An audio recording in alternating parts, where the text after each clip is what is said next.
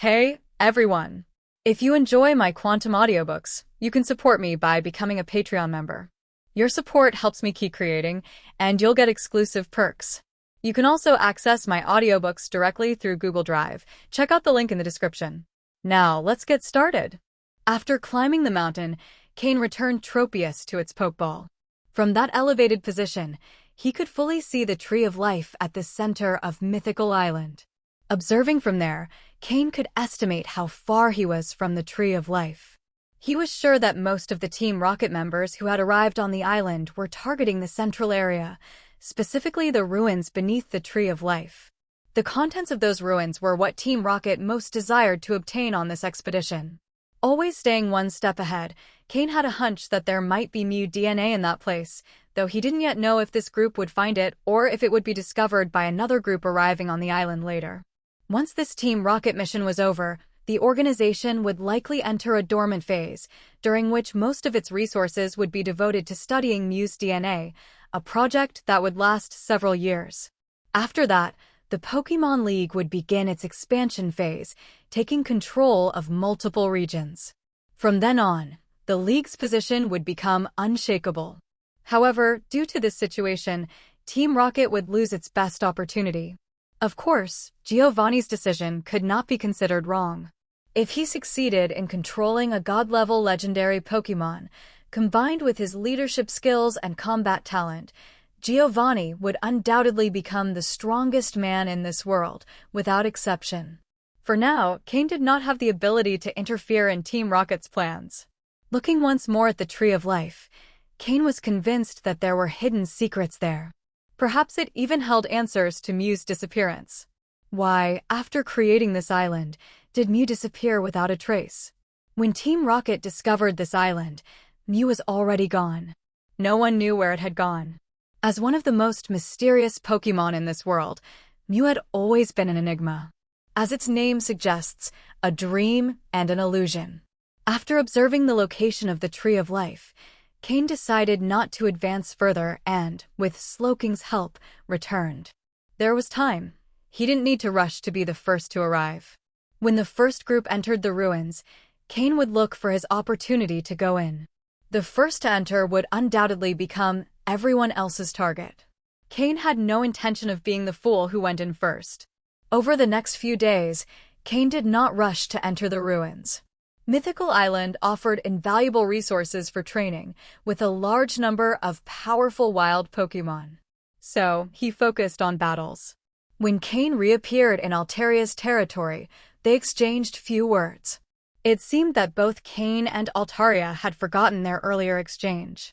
During those days, Cain faced many dangers on the island. Often, in the middle of a battle, a quasi-elite level Pokémon would suddenly appear. At this point, Cain's team consisted of 5 Pokémon who, by combining their abilities, could handle several advanced-level Pokémon without much difficulty. If the battle turned unfavorable, Cain still had control to decide whether to fight or retreat. However, when encountering a quasi-elite level Pokémon, things were not so simple.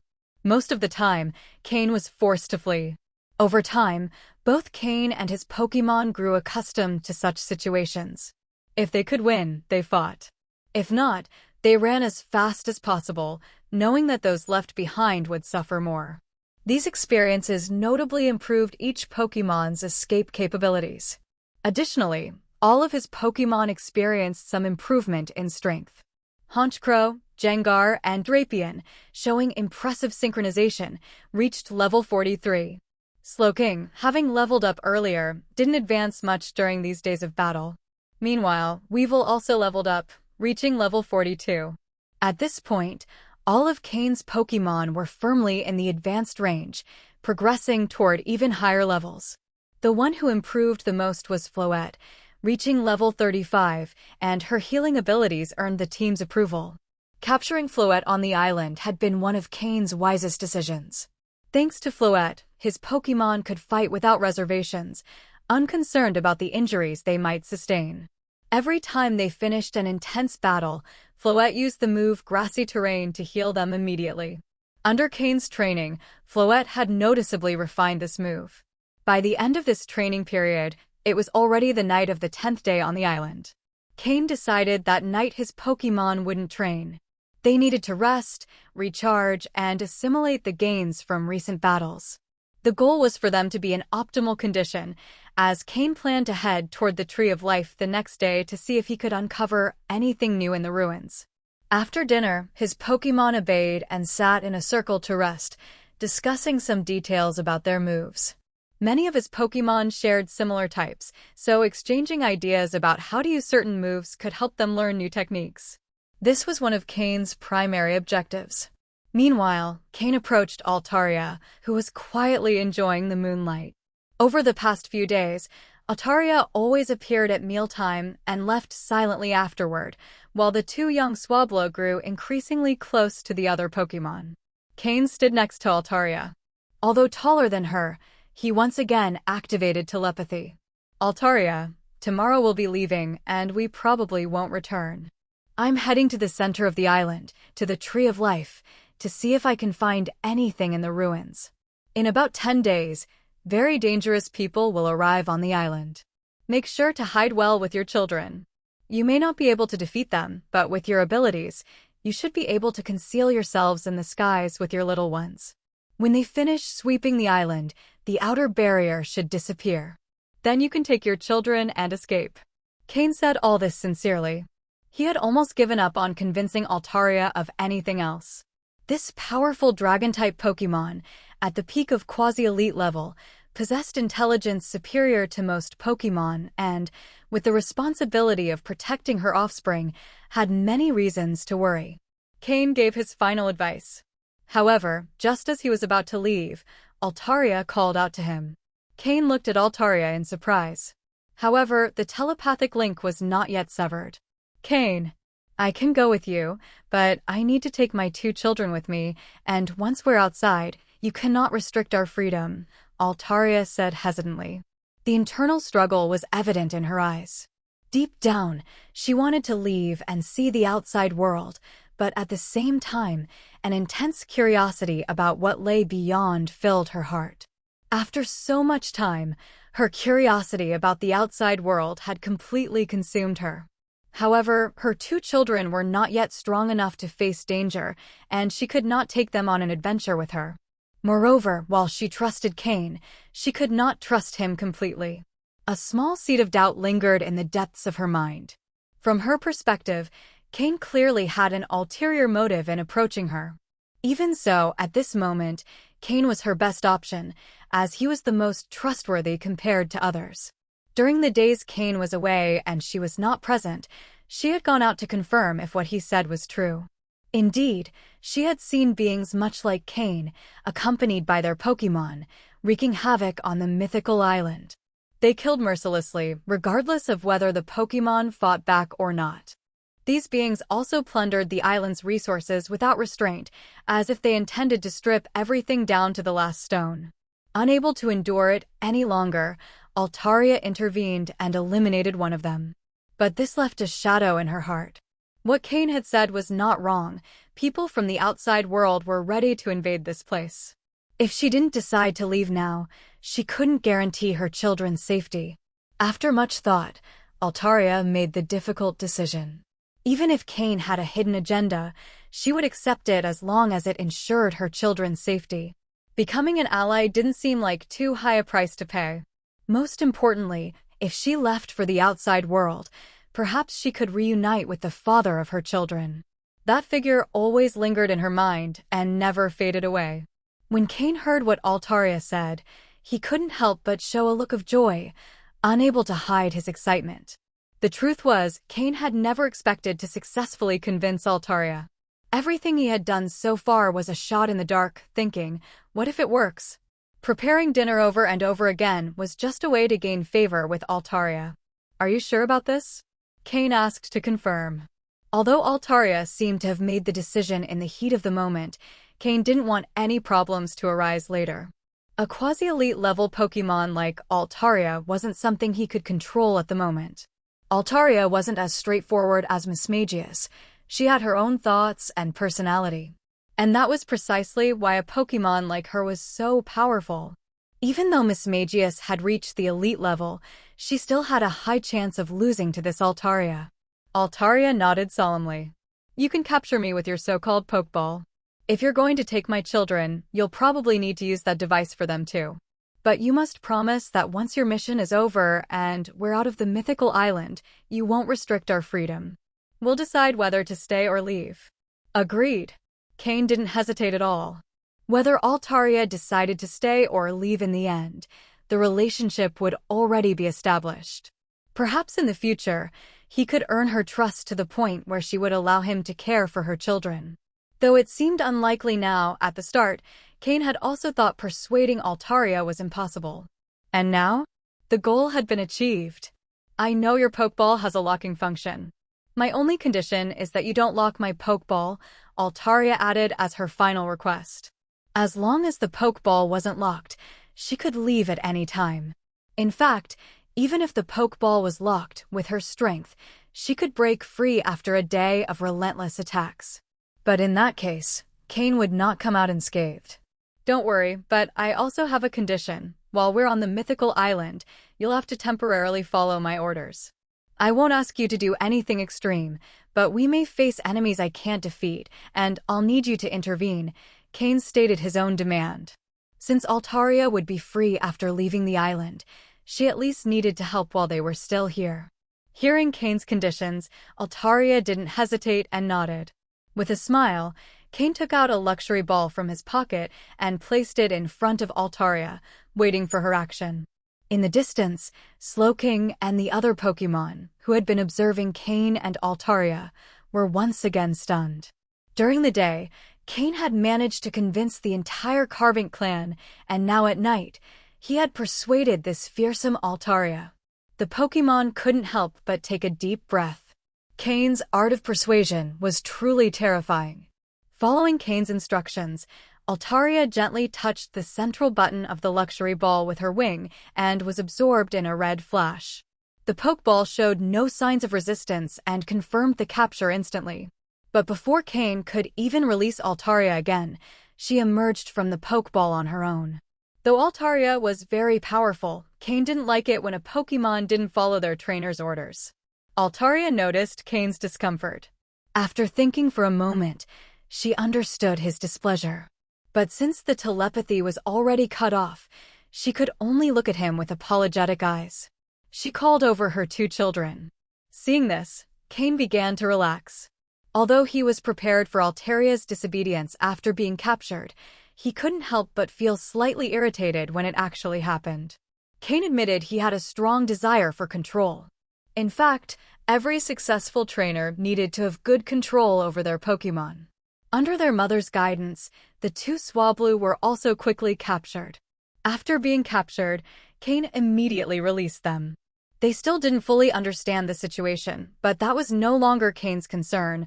Altaria would explain it to them. In any case, he had now temporarily captured this quasi-elite level Altaria. Satisfied with the results, Cain returned to his shelter. From the next day onward, he wouldn't need to return to this place. With 5 days left, Cain decided it was time to head toward the center of the mythical island. Day 11. Mythical Island. The mountain peak above the underground den of the Carbink tribe. Cain sat on the back of his Drapion, with Slowking by his side. From the mountain, he observed the forest and, in the distance, the Tree of Life. Last night, Cain had managed to capture Altaria, though with his current ability, he still couldn't completely tame her. However, as long as they remained on Mythical Island, Altaria had to follow his orders, giving Cain an extremely powerful card to play. This way, even if other Team Rocket members gathered at the ruins to attack him, he now had the means to defend himself. That's why Cain wasn't afraid of anything at this moment. He briefly enjoyed the sensation of being at a great height, but as the wind began to chill, he headed to the other side of the mountain, riding Drapion. As they descended, they found themselves once again in a pristine forest. To reach the Tree of Life, they had to cross it. Time was no longer as abundant as before, so Cain didn't stop to worry about which Pokémon the territory belonged to. He followed a straight route, and when they encountered enemies too strong to handle, Slowking used teleport to move them to safety, bypassing the wild Pokémon they couldn't defeat. This greatly increased their efficiency in progressing.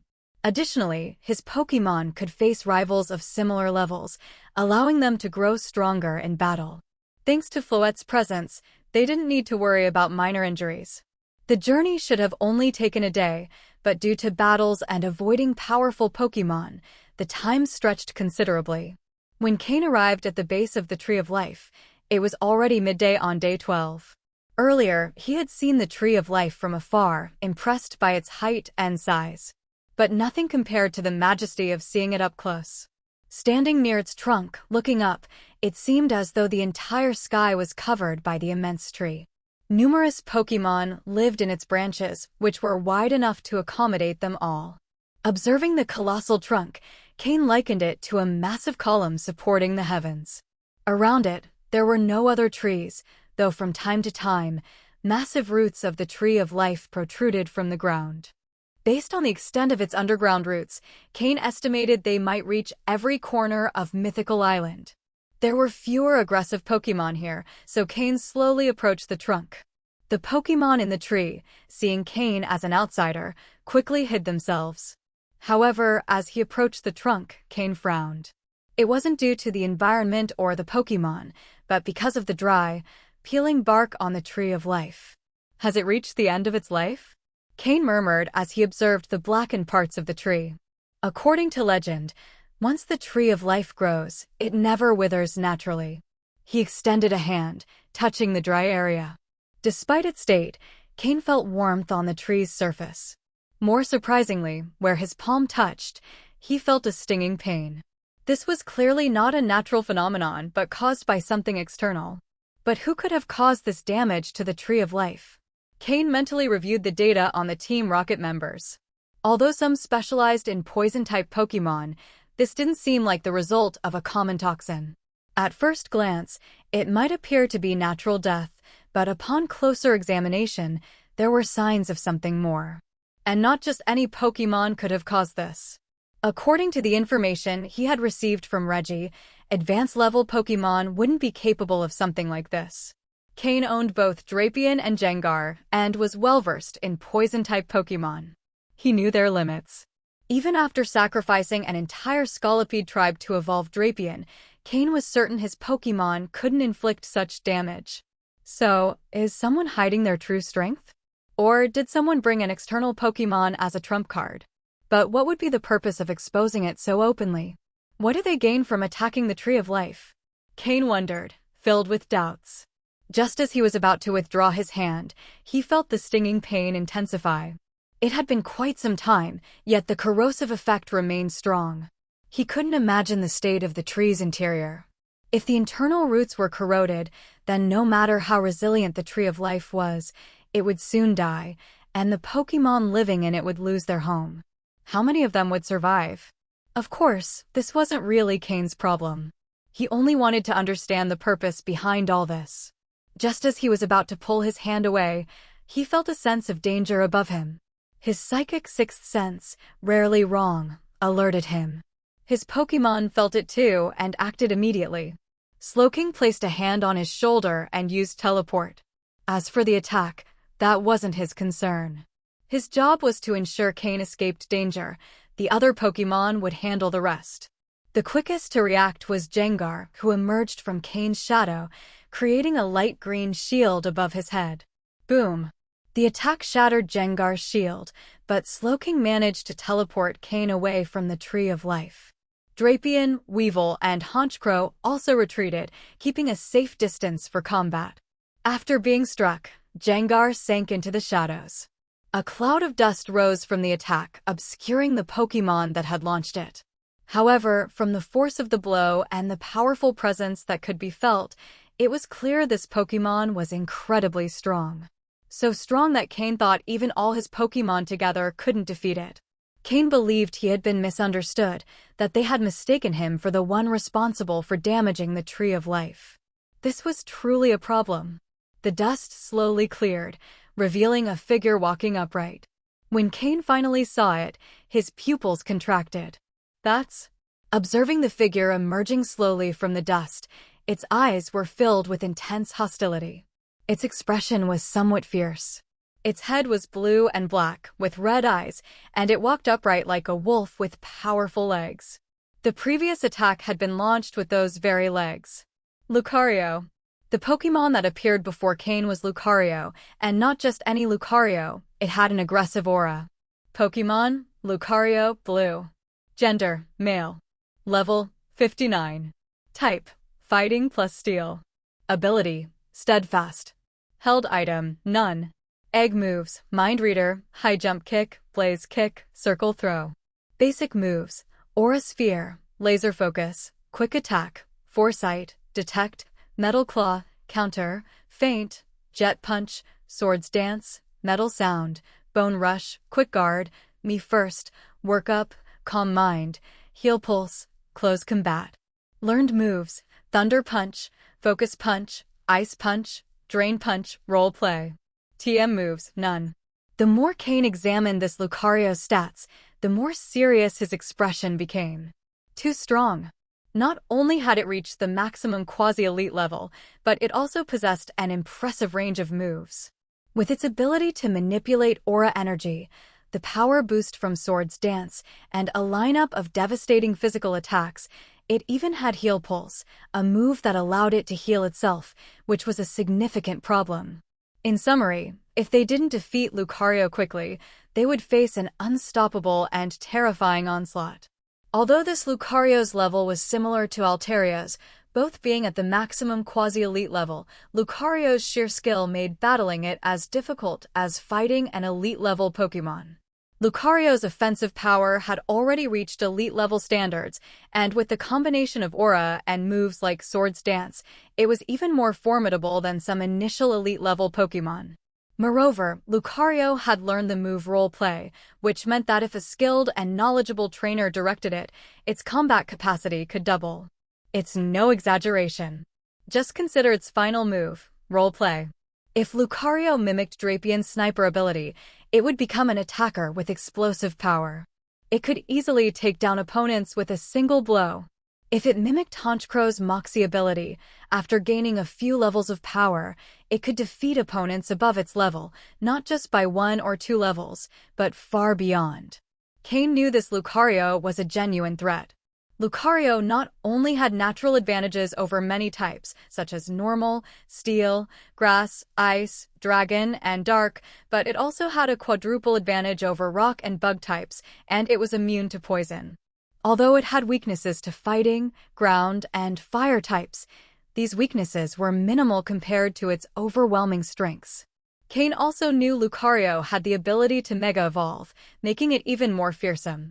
Lucario's versatility in both physical and special attacks, along with its great speed, became even more powerful and deadly through Mega Evolution. Cain was familiar with Lucario, as it had always been one of his favorite Pokémon from his time on Earth. He would always catch a Lucario in any Pokémon game because of its usefulness. In his previous life, when his power was on the rise, Cain had tried to find a Lucario but never succeeded. This was because Lucario possessed the power of aura, allowing it to sense other creatures and their emotions from miles away. If someone approached with ill intent, Lucario would reject them. Lucario was a rare Pokémon, and only trainers who possessed the power of aura could earn its trust. In the world of Pokémon, there were 3 great powers: the power of the Viridian Forest, psychic power, and aura power. Aura power was one of them. The Lucario now standing before Cain, at the peak of its power before reaching elite level, radiated an impressive aura. The bluish layer of energy surrounding it indicated the incredible strength of its aura. Cain realized that, even if all his Pokémon fought together, they wouldn't be able to defeat this Lucario. And clearly, Lucario had misunderstood something, leaving no way to avoid a fight. But if he couldn't intimidate it, Lucario wouldn't listen to any explanation. Fortunately, Cain had a card up his sleeve. He pulled out a special Pokeball and summoned Altaria. Both Lucario and Altaria were at the maximum quasi-elite level, so Altaria should be able to face Lucario on equal footing. However, when Cain summoned Altaria, the scene before him left him stunned. He had expected a fierce battle, but when Altaria saw Lucario, her aggression vanished instantly. Lucario, too, showed a surprised expression upon seeing Altaria, not expecting her to appear in this place. Both Pokémon stared at each other, bewildered, not knowing what to do. Do they know each other? Cain finally asked. Judging by their expressions, it was clear something was going on. Altaria nodded obediently. Although Cain couldn't fully control Altaria yet, she had agreed to follow his orders temporarily on Mythical Island. Additionally, after several pleasant dinners together, Cain's relationship with Altaria had improved significantly. Lucario began communicating with Altaria, and Altaria's expression grew more serious. She looked at Cain and then at the withered area of the Tree of Life. Cain knew it was his moment to explain. Connecting telepathically with Altaria, Cain said, "I wasn't the one who caused that damage to the tree. I just discovered it, and it seems Lucario has misunderstood something." Altaria nodded and replied, "Lucario says that wound appeared a few days ago. He saw someone resembling you with a Pokémon causing the damage. By the time he arrived, they were gone. Today, when he saw you, he thought you were their accomplice." Hearing this, Cain couldn't help but feel his eye twitch. This had been a massive misunderstanding. It seemed that the earlier attack had been in vain. Fortunately, with Altaria's presence, he could clear things up. After an explanation from Altaria, with Cain's telepathic help, Lucario finally realized his mistake. He had attacked Cain because he mistook him for the one responsible for damaging the Tree of Life. If Lucario had used his aura power, he could have sensed that Cain had no ill intentions. Standing before him, Lucario bowed deeply, a full 90-degree angle, trying to apologize. Cain, with an awkward smile, waved his hands to dismiss it. It was undeniable that Pokémon living on Mythical Island, being so peaceful, often turned out to be rather naive. For example, this Lucario, when serious, he could seem terrifying, but when showing innocence, he made Cain feel a little guilty. However, Cain wouldn't dare harbor any ill intentions toward Lucario. Knowing his aura ability allowed him to perceive the emotions of living beings. Lucario quickly accepted his mistake, largely thanks to his ability to sense Cain's emotions. While Altaria and Lucario chatted on the side, Cain couldn't help but be surprised that these two Pokémon already knew each other. In truth, Mythical Island wasn't very large, and powerful Pokémon inevitably knew one another. Especially for Altaria, a flying-type Pokémon, traveling across the island was easy. Lucario had an important duty, protecting the Tree of Life. His role on the island was highly respected. No Pokémon dared act recklessly in his presence. Mythical Island was created by Mew, and the Tree of Life was one of Mew's dwelling places. Over generations, Lucarios had passed down the responsibility of protecting it, earning the respect of all the island's Pokémon. However, even after resolving the misunderstanding with Lucario, Cain's expression didn't show relief. Based on Lucario's description, the one who damaged the Tree of Life was a member of Team Rocket who had also arrived on the island. Additionally, the culprit had a quasi-elite level Pokémon, representing a considerable threat.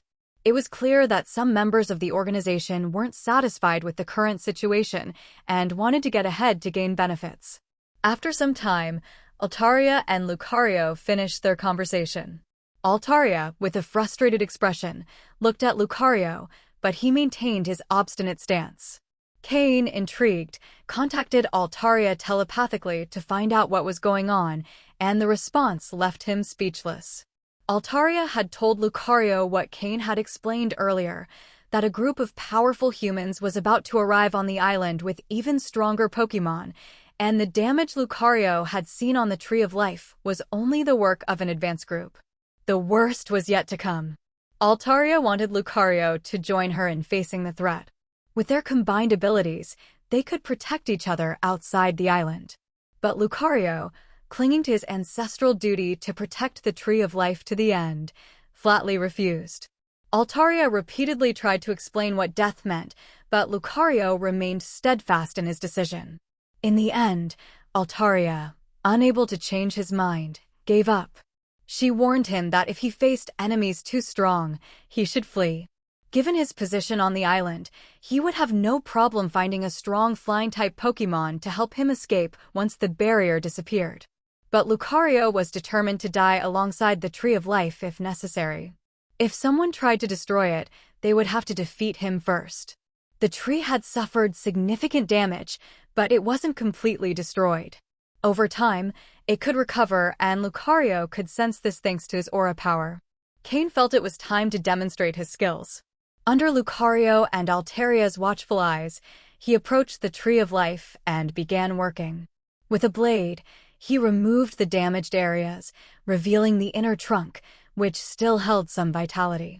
Then, he took out several medicines from his storage space and asked Floette to use a variant of grassy terrain on the Tree of Life.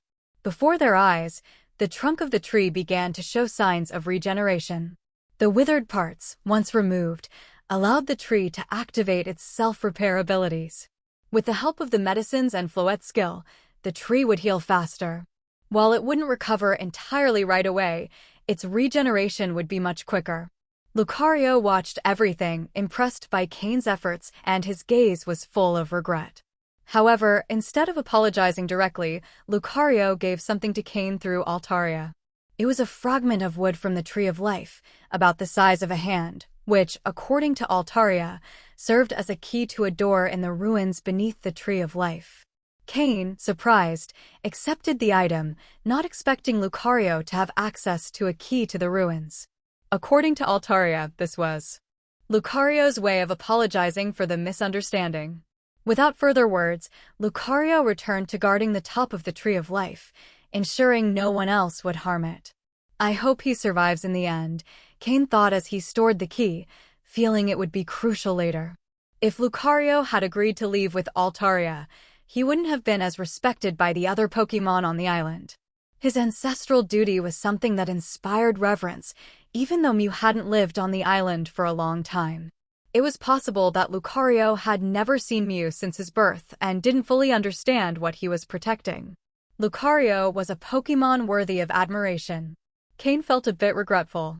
With his great power and potential, Lucario could have achieved incredible feats if not for the sudden invasion of Team Rocket. What a waste, Cain thought sadly. This Pokémon couldn't be persuaded because he could read minds. After calming Slowking and Honchkrow and praising their efforts, Cain prepared to leave. However, just as he was about to go, a blue energy orb shot down from the tree, heading toward Cain, who had let his guard down. Cain's Pokémon reacted in alarm, ready to protect him, but Altaria stopped them.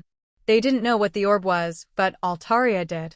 Seeing Altaria's reaction, Cain also relaxed, trusting his Pokémon completely. He knew she wouldn't let anything harm him. The pale blue energy orb initially flew at high speed, but as it neared Cain, its velocity suddenly slowed. Cain could feel a strange energy within it, which gradually merged into his chest. He waited silently for a minute, noticing no immediate changes. Cain blinked and looked at Altaria, hoping she would explain what had happened. Altaria gazed at him with deep envy, making Cain feel slightly uncomfortable. This is the Aura Gift. Only those who have mastered the power of Aura can use it, and they can only do so 3 times in their lives. Anyone who receives this gift will be viewed favorably by Pokémon who wield Aura. It's an apology from Lucario for the misunderstanding, as well as gratitude for healing the Tree of Life, Altaria explained through Cain's telepathy. Hearing Altaria's explanation, Cain finally understood the nature of the orb and why she looked at him with such envy. In this world, very few Pokémon could wield the power of Aura, and even fewer humans. Those who mastered Aura, whether Pokémon or human, were generally incredibly powerful individuals. Now that Cain had received Lucario's Aura gift, in the future, whenever he encountered Pokémon who controlled Aura, they would feel an immediate affinity toward him. Don't underestimate this small affinity. If things developed properly, it could mean Cain might one day capture a Pokémon with Aura abilities. Just as some psychic Pokémon look down on ordinary humans, aura-wielding Pokémon often keep their distance from them. However, thanks to Cain's new blessing, he could now approach these Pokémon more easily, increasing his chances of capturing them. Cain also wondered just how much affinity this gift would grant. Would an aura Pokémon instantly leap toward him upon meeting him? Of course, that was merely a fantasy. But the truth was, Cain now had an invisible aura surrounding him. It was called the Aura Gift. Or it could also be named the Favor of Aura Pokémon. Pokémon sensing this blessing in Cain would, in a sense, be returning a favor to Lucario. Indeed, the Aura Gift also carried this meaning. Cain looked toward the canopy of the Tree of Life, where a blue figure shimmered in the distance. After watching the Aura Gift fuse into Cain, Lucario disappeared into the tree's trunk. Cain could feel Lucario's pride. He would never abandon his task of protecting the Tree of Life, a mission as arduous as it was glorious. The same reverence the Pokémon of Mythical Island felt toward him was also an invisible burden binding him tightly to the tree. As long as Lucario stood guard, no one would dare harm the Tree of Life. Originally, it had been a peaceful task since no Pokémon on the island would ever harm the Tree of Life. Even elite-level Pokémon respected this mission. It was deeply ingrained in their nature. However, with Team Rocket's invasion, this duty had become much more difficult. Yet Cain felt he and Lucario would likely cross paths again someday. It was a strange feeling. Before, he hadn't felt this way, but after receiving the Aura Gift, that connection had formed. It was as if something was guiding them toward an inevitable reunion. Even so, Cain knew it would be incredibly challenging for Lucario to survive Team Rocket's invasion. The Tree of Life, as one of the spiritual pillars for the Pokémon on the island, would undoubtedly be a prime target for Team Rocket. After resting for a while, Cain decided to return Altaria to her Pokeball. If other Team Rocket members had trump cards, Cain would need Altaria's presence as a deterrent and, in some cases, as a combatant. If Mismagius were stronger in battle, Cain could simultaneously control both Altaria and Mismagius, putting him on par with an entry-level elite trainer. One of the strongest, in fact. From the outside, the island's ruins seemed to be right next to the Tree of Life, but upon arrival, Cain realized they were quite far apart. To reach the ruins' entrance from the Tree of Life, he still had to cross a vast forest. At this point, Cain estimated that the remaining survivors on the island had likely gathered in this part of the forest. As for whether anyone had already explored the ruins, Cain suspected they had. The question was whether any had survived. Surely, there were those who, hoping for glory, ventured into the ruins. Probably more than a few. From the moment Cain stepped into the forest, he knew he had to remain vigilant. In addition to wild Pokémon that might attack at any moment, the Team Rocket members posed the real danger. Even more terrifying than some elite-level Pokémon. Cain instructed Gengar to return to his shadow, serving as his last line of defense. Though Gengar wasn't the most prominent among Cain's Pokémon, he was the most reliable. He spent 90% of his time with Cain, closely guarding him. As Cain's personal protector, Gengar had his full trust, ensuring he never felt neglected or unappreciated. Additionally, Gengar had been improving rapidly, participating more frequently in direct battles. Cain planned to utilize him more in direct combat, where his true strength would shine. Cain rode Drapion. Drapion had effectively become Cain's land vehicle. It excelled in every way except for its inability to fly. With its 4 legs, Drapion could navigate any terrain. Its strong body ensured Cain wasn't a burden, and its armor provided protection for both of them. With explosive physical strength, any Pokémon that underestimated Drapion risked being defeated in a single blow. Meanwhile, Honchkrow handled aerial surveillance, keeping an eye on everything and alerting Cain to any danger. Weevil moved swiftly between the trees like a spirit of the night in the forest. His agility allowed seamless movement and deadly attacks. Slowking floated alongside Drapion, always ready with a water orb in hand. His psychic abilities allowed him to quickly detect any threats. Slowking's water-type ability needed more development, and Cain had been working on combining his psychic powers with water techniques. This team represented the most powerful state Cain had achieved after numerous encounters in the wild. Now, Cain feared no Team Rocket member still on the island. Mythical Island. In the forest between the Tree of Life and the ruins of Mythical Island, an advanced level B drill was instantly defeated by Slowking, causing a small stir in the forest. Over the past few days, Cain had fully absorbed all the radiant stones at his disposal. After multiple attempts, he discovered that as he absorbed more stones, their effects on him gradually diminished. By the time he absorbed the final stone, its effect was less than half of what he experienced when he absorbed his first one on Mythical Island. Even so, after absorbing them all, Cain experienced a continuous increase in his psychic power. Now, his level of psychic power was in the mid to high range of beginner psychics. But this was his limit. With his current talent, it was evident that he couldn't progress further. Still, Cain was satisfied. This had exceeded his expectations, and his psychic power was now more than sufficient for his needs. In terms of telepathy, he could maintain connections for longer durations, and while complete communication wasn't possible, he could transmit simple signals over long distances to his Pokémon. Compared to Slowking, Cain's psychic power was insignificant. Thus, what Slowking could perceive, Cain couldn't necessarily detect. Using telepathy, Cain received information from Slowking. With a faint smile and a touch of irony in his dark eyes, he turned to Slowking and said, "Slowking, pull him out of there." Slowking nodded seriously, and his psychic power surged. A nearby tree branch snapped instantly, and the figure standing on it fell to the ground without resistance. However, it was clear the intruder was skilled, showing no panic as they performed a mid-air somersault and landed gracefully. Having been discovered, the intruder didn't attempt to hide further, slowly emerging from the forest to face Cain. Cain quickly recognized the figure before him based on the information he had. "Kellogg, specialist in poison-type Pokémon?" Cain said directly. The Team Rocket member named Kellogg wore the standard outdoor survival uniform of Team Rocket, with a spinnerack perched on his shoulder. Hearing Cain say his name, Kellogg didn't look surprised and responded indifferently, "Cain, the top ranker on the trial island. Rumor has it you eliminated Vexer, a direct subordinate of Lord Lucius, and you've already reached advanced level." Compared to Shuichi, whom Cain had encountered earlier, Kellogg was clearly much calmer. Perhaps due to his expertise in poison types, he behaved like a snake, stalking his prey and striking only at the perfect moment for a lethal blow. "Seems like Xenon has distributed my information quite thoroughly. Does everyone have a copy?" Cain joked. "You're a high-value target, so naturally many are interested.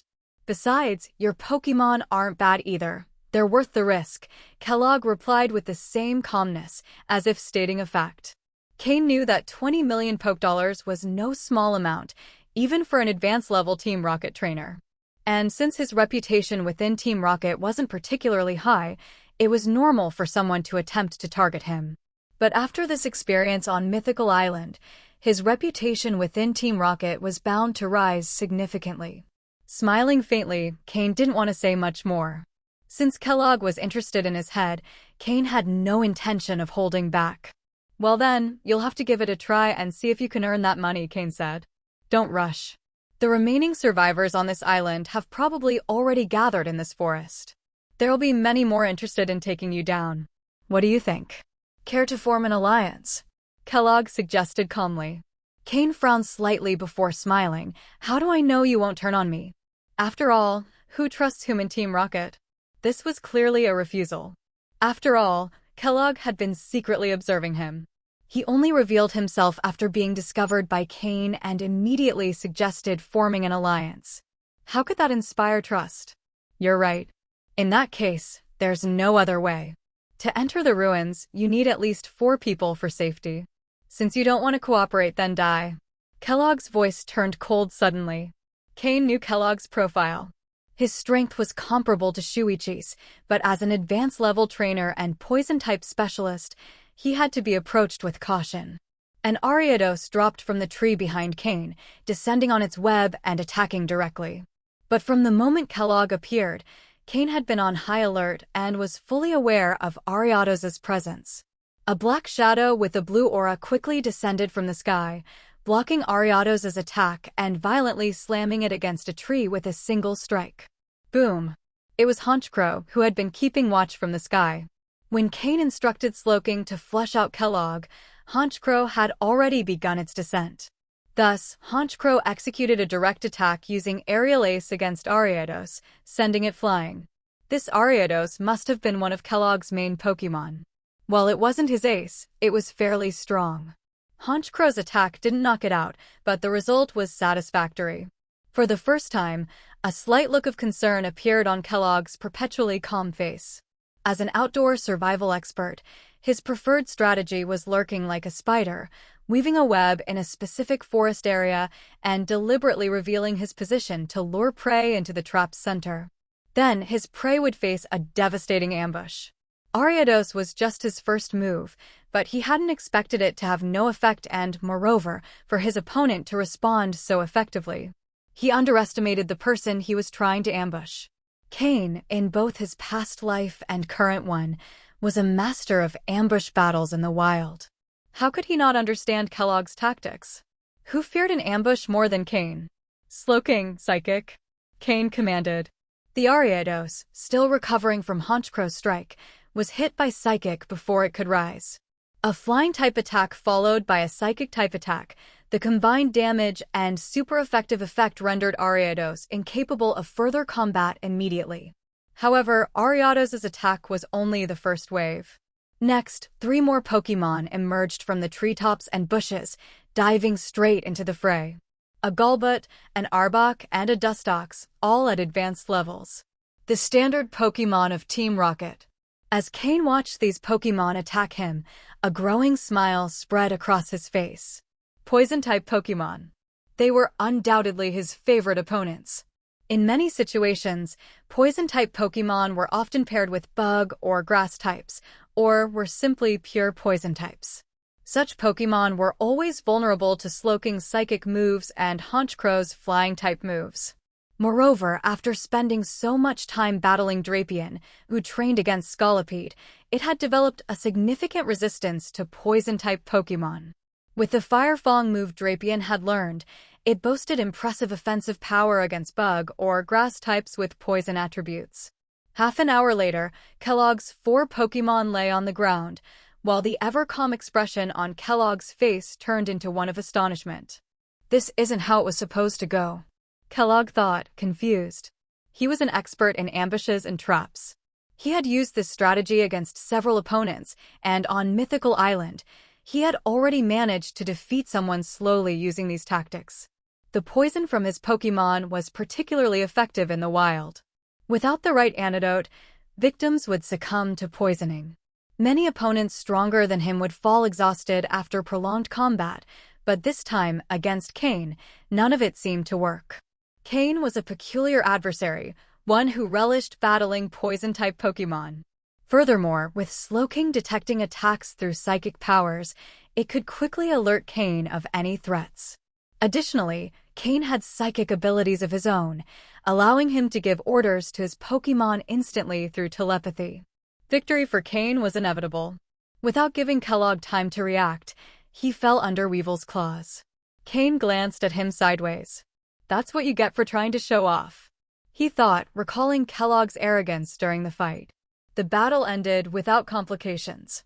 Cain instructed Floette to provide basic medical attention to his Pokémon. But then, Cain frowned again. Slowking, use Psychic. Boom. Well, Cain, is this how you treat old friends? Asked a figure emerging from the trees, brushing dust off his black jacket. From the flashy style, Cain didn't need much to identify Reggie. It's not very friendly to be hiding behind trees, don't you think? Cain replied with an ironic tone. I just wanted to enjoy your show. Watching you take down this Team Rocket officer in a few moves was entertaining. I didn't expect your strength to improve so quickly. It seems I'm no longer a match for you, Reggie joked as he approached Cain without concern for the Pokémon around. Liar, Cain thought to himself. Among the participants in this mission, the two individuals who concerned Cain the most were Rin, the dragon-type specialist, and Reggie, the man in front of him. Although Reggie always had a carefree attitude, Cain deeply mistrusted him. He was an enigma, someone Cain hadn't directly encountered even in his past life. Everything Reggie showed seemed perfectly in order, and that perfection unsettled Cain. They had barely exchanged a few words when a strong gust of wind swept through the forest. Before Cain could react, Reggie's face darkened. The playful expression vanished as he looked toward the sky. A Flygon was descending toward them. No one else on this island had a Flygon except Rin, the dragon-type specialist. The relationship between Reggie and Rin was clearly strained, and they had likely clashed before. Pokémon, Flygon, Blue. Gender, male. Level, 49. Type, Ground plus Dragon. Ability, Levitate. Held item, none. Egg moves, Gust, Mudshot, Earth Power, Signal Beam. Basic moves, Dragon Claw, Dragon Breath, Dragon Dance, Sonic Boom, Sand Attack, Faint Attack, Bide, Mud Slap, Bulldoze, Sand Tomb, Rock Slide, Supersonic, Screech, Earth Power, Dragon Tail, Earthquake, Sandstorm, Uproar, Hyper Beam, Dragon Rush. Learned moves, Outrage, Heat Wave, Dragon Pulse, Bug Bite. TM moves, Protect, Hidden Power, Water, Roost, Flamethrower, Aerial Ace, Steel Wing, Substitute. As Cain examined Flygon's details, his expression grew serious. Without using any hidden cards, this Flygon was undoubtedly one of the strongest Pokémon among the trainers on the island. It wasn't surprising that Reggie ranked Rin high on his list of threats. Moreover, as a dragon-type specialist, Rin likely had more dragons under his command. Dragon-type Pokémon, besides being powerful, required significant resources to train, something not accessible to just anyone. Rin must have substantial backing within Team Rocket to achieve this. Cain glanced at Reggie, wondering what hidden cards he might possess. This mission, originally intended for advanced-level trainers, had now turned into a conflict between trainers with pseudo-elite level Pokémon. Mythical Island undoubtedly had a massive draw. Flygon landed slowly. In front of Cain and Reggie stood Rin, dressed in sand-colored explorer gear, a blue scarf around his neck, and protective goggles on his head. Rin, Reggie acknowledged the newcomer. Rin glanced at Kellogg, who lay unconscious on the ground, then at Cain, and finally focused on Reggie. With a mocking smile, Rin remarked, "Reggie, I didn't expect to see you here so soon. Seems like you've improved your speed lately. Thanks for the compliment. Though with a Flygon, you've been rather slow. Is your skill declining?" Reggie retorted sarcastically. From the very beginning, the rivalry between the two was evident. Neither Cain nor the defeated Kellogg seemed to matter to them in the slightest. With Ren's arrival, more figures began to emerge from the forest, as if summoned by a signal. Some joined Ren, others moved toward Reggie. Among them were familiar faces to Cain, like Glacius and Aurelia. Of course, there were also those who preferred to remain neutral, observing the situation from a distance. Cain frowned, sensing that something about all this didn't add up. Naturally, the others considered Cain part of Reggie's group. Half an hour later, nearly 15 people had gathered at the spot. Each of these individuals was listed in the information booklet Reggie had given Cain. Standing by Ren's side were 5 people. Including him, there were 6 in total. On Reggie's side, besides Cain, Glacius, and Aurelia, there were 2 individuals Cain didn't recognize, also totaling 6. There were 3 other individuals who had not joined any group. It wasn't because they were particularly strong, but like Cain, they had just arrived in the forest and hadn't decided which side to join. Kellogg, whom Cain had defeated earlier, was in a similar situation to these 3. Just in time, thanks to all this commotion, everyone has gathered here, Reggie commented after surveying the area. Ren didn't argue with Reggie this time. Nodding, he said, "There isn't much time left. Those who haven't arrived by now are probably no longer alive. Then let's discuss how we'll enter the ruins," Reggie suggested. Reggie paused briefly and then addressed the 3 remaining individuals. "Hey, you 3, interested in joining my team? You won't be sent to die. Just follow orders. Ren also addressed them. My offer is the same. Moreover, the flygon beside him flapped its wings, making its presence known. Faced with this display, the three hesitant individuals quickly positioned themselves behind Ren. TCH. It's just a flygon.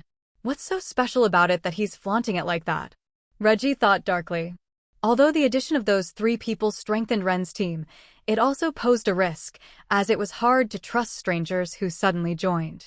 Under the guidance of Reggie and Ren, the group began their march toward the ruins. Cain, however, remained silent at the back of the group, observing his surroundings as if he were invisible.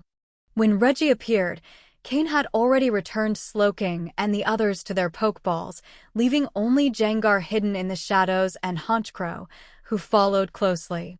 They were now quite close to the entrance of the ruins. Just as they were about to reach the entrance, Aurelia approached Cain. The two had interacted briefly during the trial island, but Cain wasn't sure if she was sent by Reggie or acting on her own initiative by informing him about the ruins. Apparently, some people had entered before, but none had come out. No one knew what lay inside. For this reason, Reggie and Ren had decided to gather more people before venturing in, increasing their chances of success. This led to the current situation. The commotion caused by Cain and Kellogg's battle had been the catalyst for all of this. Cain hadn't prepared for this at all. He had suddenly become part of a team to explore the ruins. In front of the ruins entrance. Although referred to as ruins, it was actually just a severely deteriorated ancient structure, an example of classic Pokémon World architecture. However, that structure was merely a facade. The true entrance to the ruins led underground. Given Cain's personality, he would prefer to investigate before entering, but Reggie and Ren clearly didn't want to waste time. Perhaps they had been here before and conducted preliminary research, as they led their team straight to the entrance. Initially, the entrance was just an ordinary rocky cave with no light source. But everyone in the group was skilled in survival and had lighting devices. Cain, from the back of the group, held a professional exploration torch, observing Reggie and Ren as they led the way. Something felt too easy to him. So easy that, upon entering the ruins, they encountered no guardian Pokémon. Even the Tree of Life, which had already been explored, had a maximum quasi-elite level Lucario guarding it. But here, supposedly the home of Mew, there wasn't a single guardian. Additionally, Reggie and Ren moved with such determination, as if the paths around them were mere decorations and they knew exactly where to go. It was as if they knew their destination. While the others were somewhat puzzled, they soon became engrossed in the murals on the walls. These murals depicted many scenes from the ancient world and featured some Pokémon never seen before. Cain also noticed Mew's figure among the murals, but from what they depicted, Mew seemed more like an observer of world events. Whether it was battles, disasters, or bountiful harvests, Mew was always present as a spectator, but never intervened. It seemed to be a being isolated from the world. Thus, the rest of the group focused intently on examining the murals, not questioning Reggie and Ren's actions. Only Cain, who was familiar with Mew, found the murals unremarkable, as he had a clear image of Mew in his mind even after having revived twice. With lingering suspicion, Cain slipped into a side passage unnoticed. He waited patiently in the passage for a while, allowing Jengar to follow the group so Cain could track their location through the marks it left. Since the passage wasn't very wide and there were over a dozen people, each with 1 or 2 Pokémon, there wasn't enough confidence for everyone to stay too close to each other. This is why Cain's disappearance went unnoticed. Except by Aurelia. Not long after Cain slipped away, Aurelia noticed. However, she said nothing. In fact, Aurelia, like Cain, was recruited by Reggie later. Unlike Glacius, who had always been by Reggie's side and trusted fully, she was often excluded from important decisions. Always cautious, Aurelia found an opportunity to vanish down another passage. The disappearance of one person might go unnoticed, but 2 wouldn't. Reggie wasn't foolish and quickly realized what had happened. However, he said nothing and continued advancing, only at a slightly faster pace. Rin, who also noticed Reggie's change, checked the situation behind them and frowned before quickening his pace to match Reggie's. A Jengar hid in the shadows, keeping a prudent distance from the group. Meanwhile, Cain continued his slow advance. Aurelia. Cain noticed that she, too, had left the group and was hiding in a corridor. Cain approached her with Slowking, patting Aurelia on the shoulder. At the same time, he signaled Slowking to leave a psychic mark on her, just in case. Aurelia flinched at the touch on her shoulder, quickly turning around with 2 Pokeballs tightly gripped in her hands. Seeing it was Cain, she let out a long sigh of relief. "I thought you had already gone. Why are you back?" Aurelia asked quietly, touching her chest to calm herself. Cain smirked, a hint of mockery on his face. "Reggie and Ren are good actors. Didn't you notice?" Hearing this, Aurelia gave a bitter smile. "Honestly, no. The murals in the tunnel really caught my attention. This is my first time here. I didn't notice anything odd until I realized you were gone. Then I knew something was wrong and hid to avoid trouble."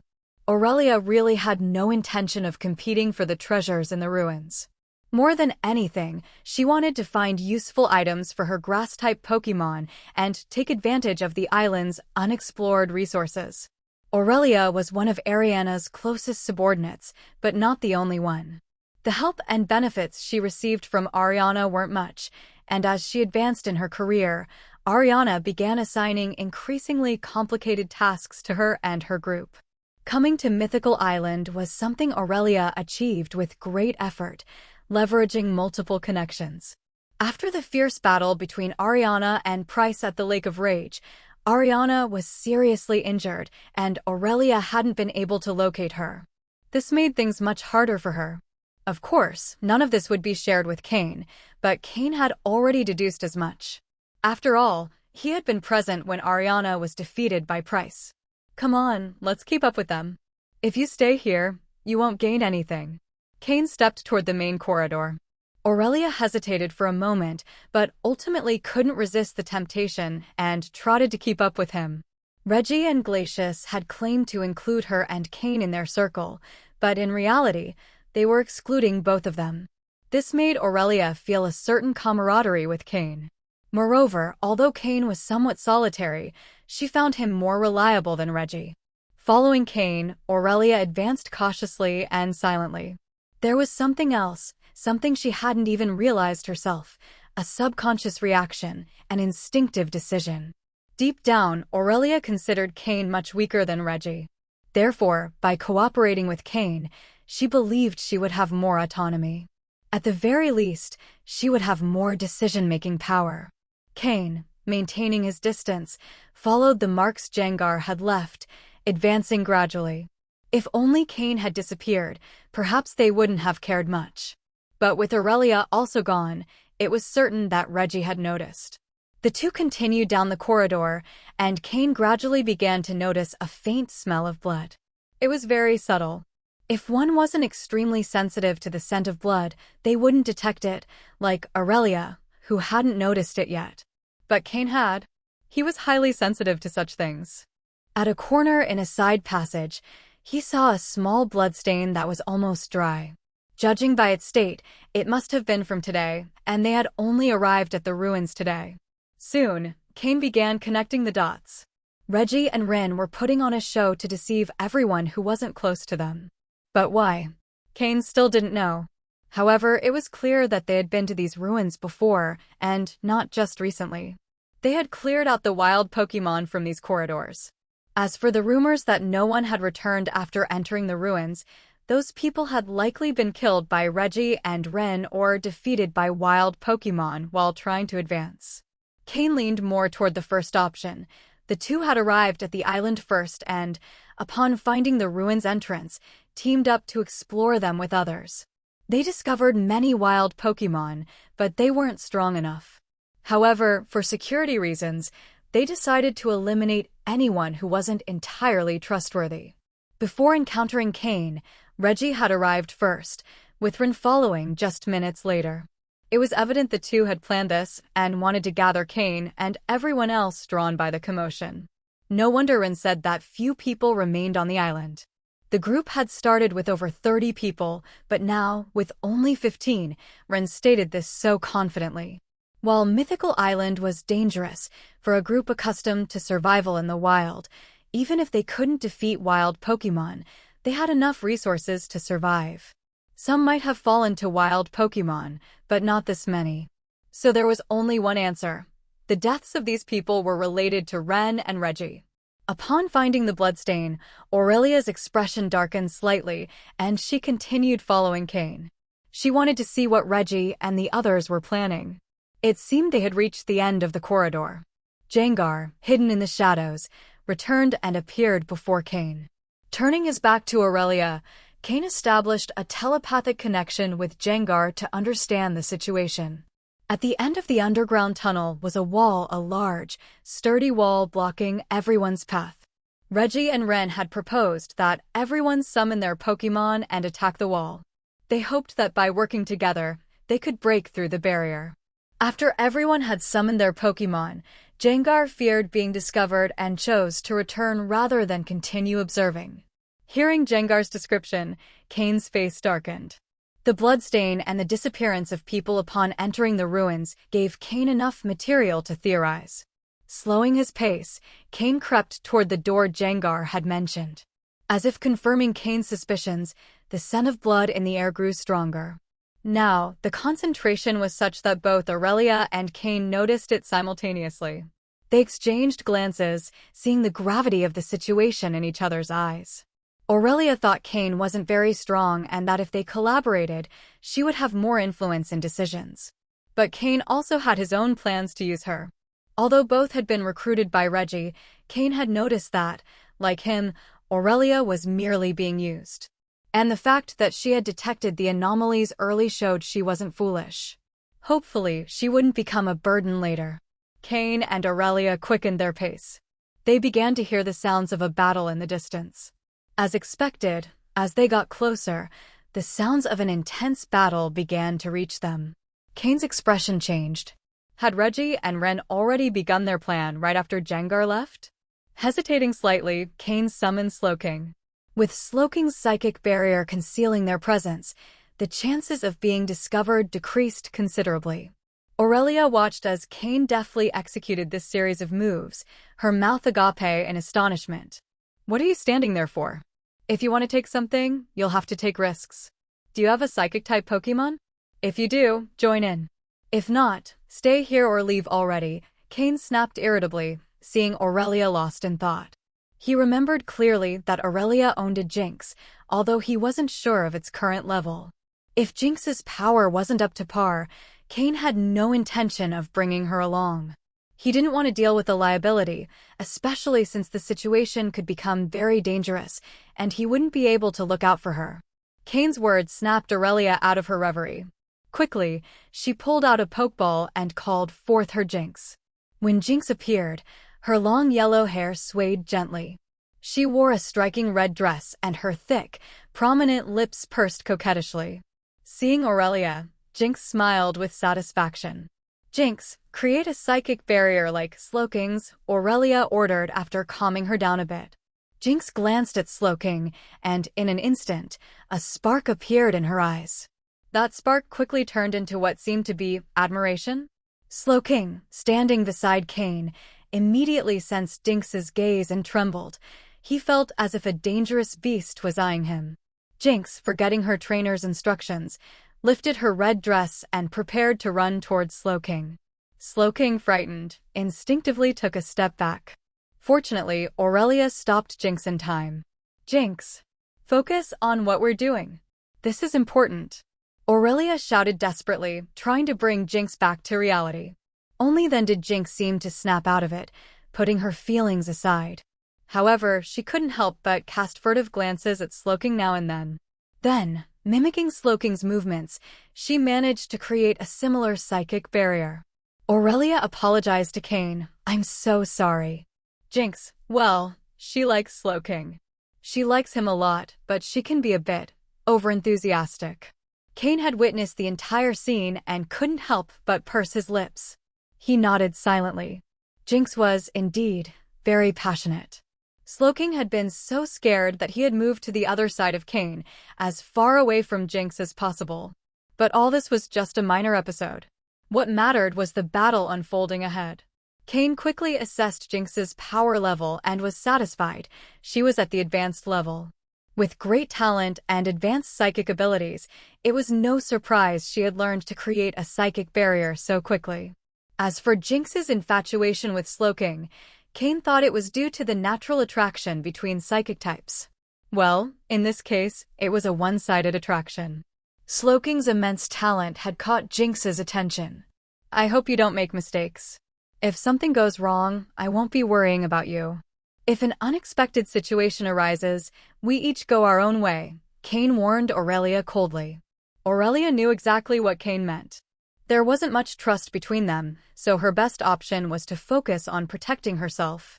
Their cooperation was based more on the idea that being together made them feel a bit safer, nothing more.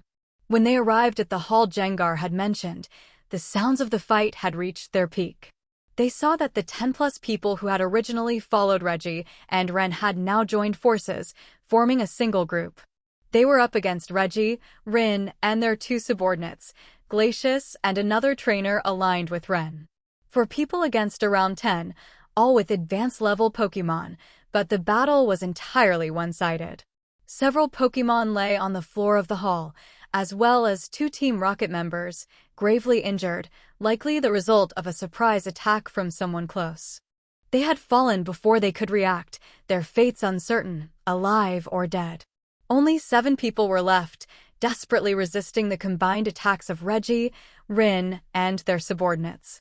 With the help of the psychic barriers, Cain and Aurelia concealed themselves in a shadowed corner, staying unnoticed. The reason the battle was so one-sided was due to one Pokémon in particular. It was a dark purple Pokémon, a Nidoking.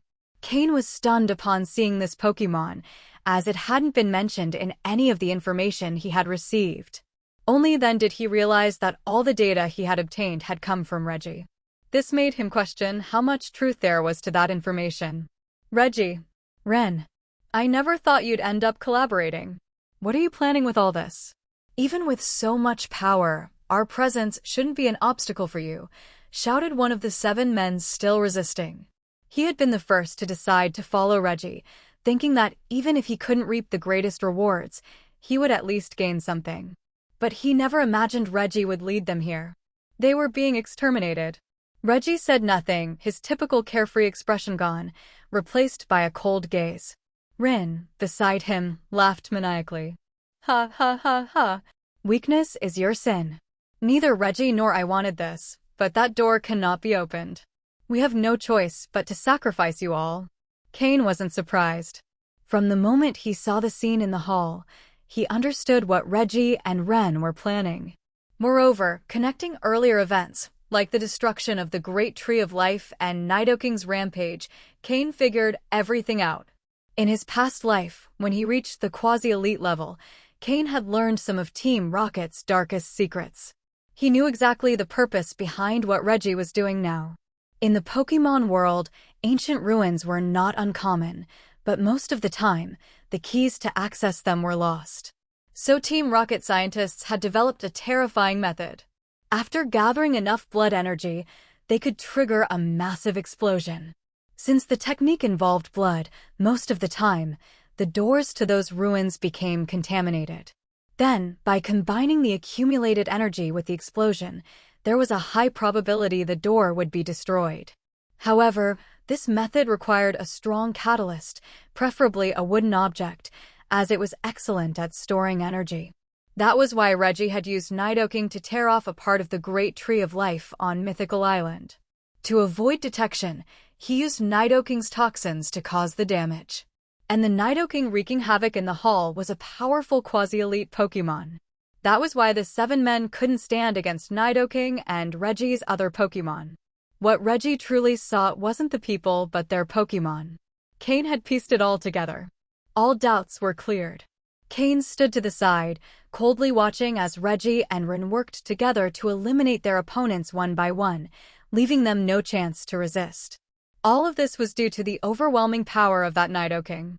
Pokémon, Nidoking, Light Blue. Gender, male. Level, 55. Type, poison plus ground. Ability, poison point. Held item, none. Egg moves, takedown, sucker punch, poison tail, venom drench.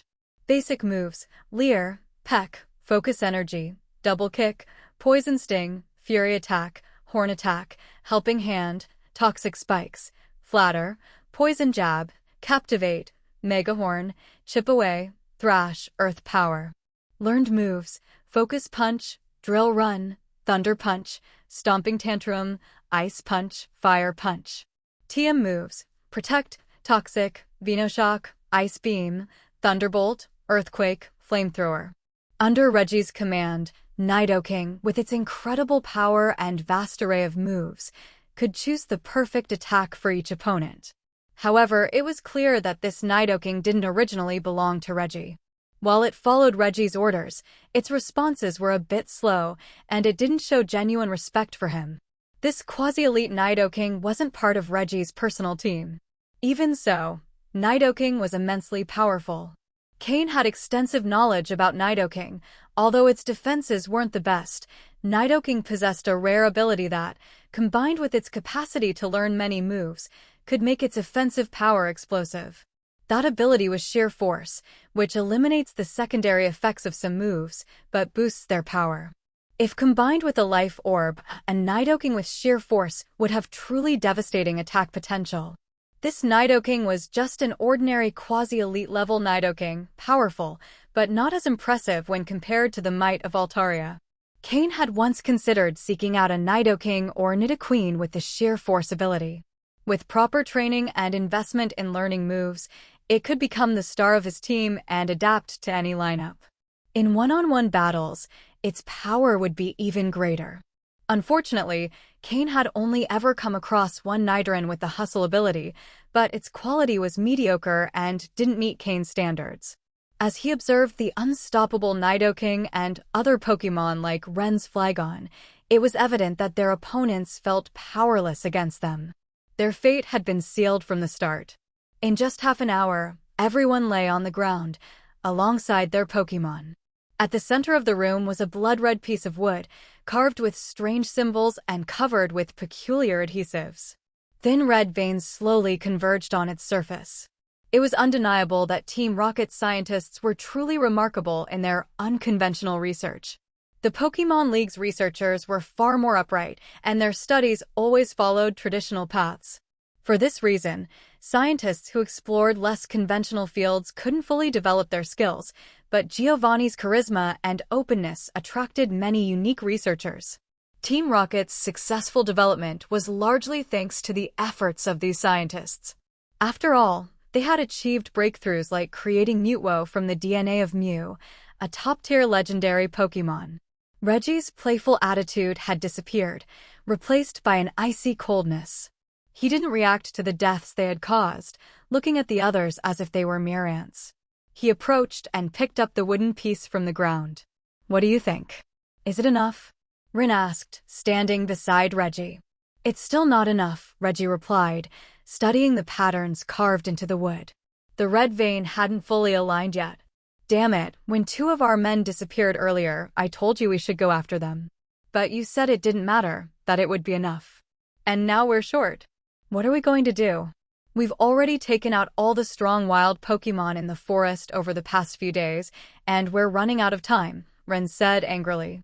As a Dragon-type Pokémon trainer, Ren wasn't calm like Lance. His temperament resembled that of ancient dragons, short-tempered and fierce. He had managed to stay composed only because exploring the ruins had helped him control his impatience. Reggie glanced at Ren, who was on the verge of losing it, but said nothing. Although the others didn't know Ren's origins, Reggie had some insight. Technically, Ren wasn't entirely human, as he was the product of Team Rocket's experiments on merging human and Pokémon genes. There had been a Team Rocket project on fusing Pokémon blood with humans. Although Giovanni had quickly shut it down, it left behind one result. That result was Ren, who had a minimal amount of Dragon-type Pokémon blood. This was why some mixed-blood dragons or dragon descendants felt a kinship with him, though pure dragons rejected him. This had led him to specialize in dragon-type Pokémon. Those two weren't ordinary. By leaving us, they made it easier for us to finish here. If they had stayed, things would have been much more complicated, Reggie said calmly. The image of Cain and Aurelia crossed his mind. Especially Cain, whom Reggie couldn't quite figure out. At the pre-landing meeting under Glacius's observation, the conclusion was promising, indicating that Cain possessed exceptional qualities. For Glacius to make such a statement was rare, as he also harbored many secrets that only Reggie knew. In any case, Reggie felt somewhat relieved not to have to worry about Cain following them. What do we do now? Do we need to go further to collect energy? The island's strong Pokémon have already started to notice our presence, Ren asked. It's simple, Reggie replied. He pulled out a knife and ended the life of one of the men beside Ren. The man clutched his neck, staring at Reggie, clearly unable to comprehend why he had done it. As if on command, Reggie's Pokémon eliminated the man's Pokémon as well. Already exhausted, they couldn't withstand the surprise attack from Reggie's Pokémon. Ren watched Reggie but said nothing more. After all, the man was useless, and it was fine to kill him. His eyes focused on the redwood in Reggie's hands, watching as the veins aligned. Gradually, all the lines connected. The crimson bomb completed. As the patterns on the red block fused together, a smile appeared on Ren's face. Now, only 3 people remained, Reggie, Ren, and Glacius, who always stayed silent with a book in his hand. Cain. Aurelia. I know you're here. You've seen enough of the show, come out. Reggie didn't use the crimson bomb immediately, but instead called out into the vast hall. Aurelia, standing beside Cain, looked startled. She hadn't expected them to be discovered despite hiding so well. Since they had been found, there was no point in staying hidden. They needed to find an opportunity to escape quickly, she thought, noting the imposing Nidoking in the hall, which they clearly couldn't face. Just as she was about to move, Cain stopped her with his hand, frowning as he observed Reggie. The 2 who disappeared didn't escape, they followed us? Ren, standing next to Reggie, looked around warily, staying alert. What's wrong, Cain? Aren't you going to come out and greet an old friend? We've been waiting for you for quite some time, Reggie's voice grew louder. But Cain, still hidden, relaxed his frown and showed a wry smile. Reggie hadn't actually found them, he was just trying to provoke them. If they were really there and hadn't thought things through, they might have fallen for the provocation and revealed themselves. However, Cain saw through Reggie's behavior, especially after the sudden action of killing the man next to Ren. If Reggie had truly discovered them, he would have attacked immediately, taking the initiative rather than calling out their names. The hall fell silent. After waiting 3 minutes without a response, Reggie's expression turned serious. He hadn't found any trace of Cain and Aurelia. He was merely trying to provoke them into coming out. They're not here. Let's move on, Reggie said, growing increasingly uneasy. Clearly, Ren and Glacius followed Reggie's lead. As for Cain and Aurelia, they were more like useful tools than true allies. Unable to locate Cain, Reggie couldn't afford to wait any longer. The crimson block he held was beginning to heat up. These bombs, once completed, activated automatically, which was why Reggie and Ren had massacred so many wild Pokémon near the hall. After placing the bomb, Reggie and the others retreated to the edge of the hall, while their Pokémon took defensive positions.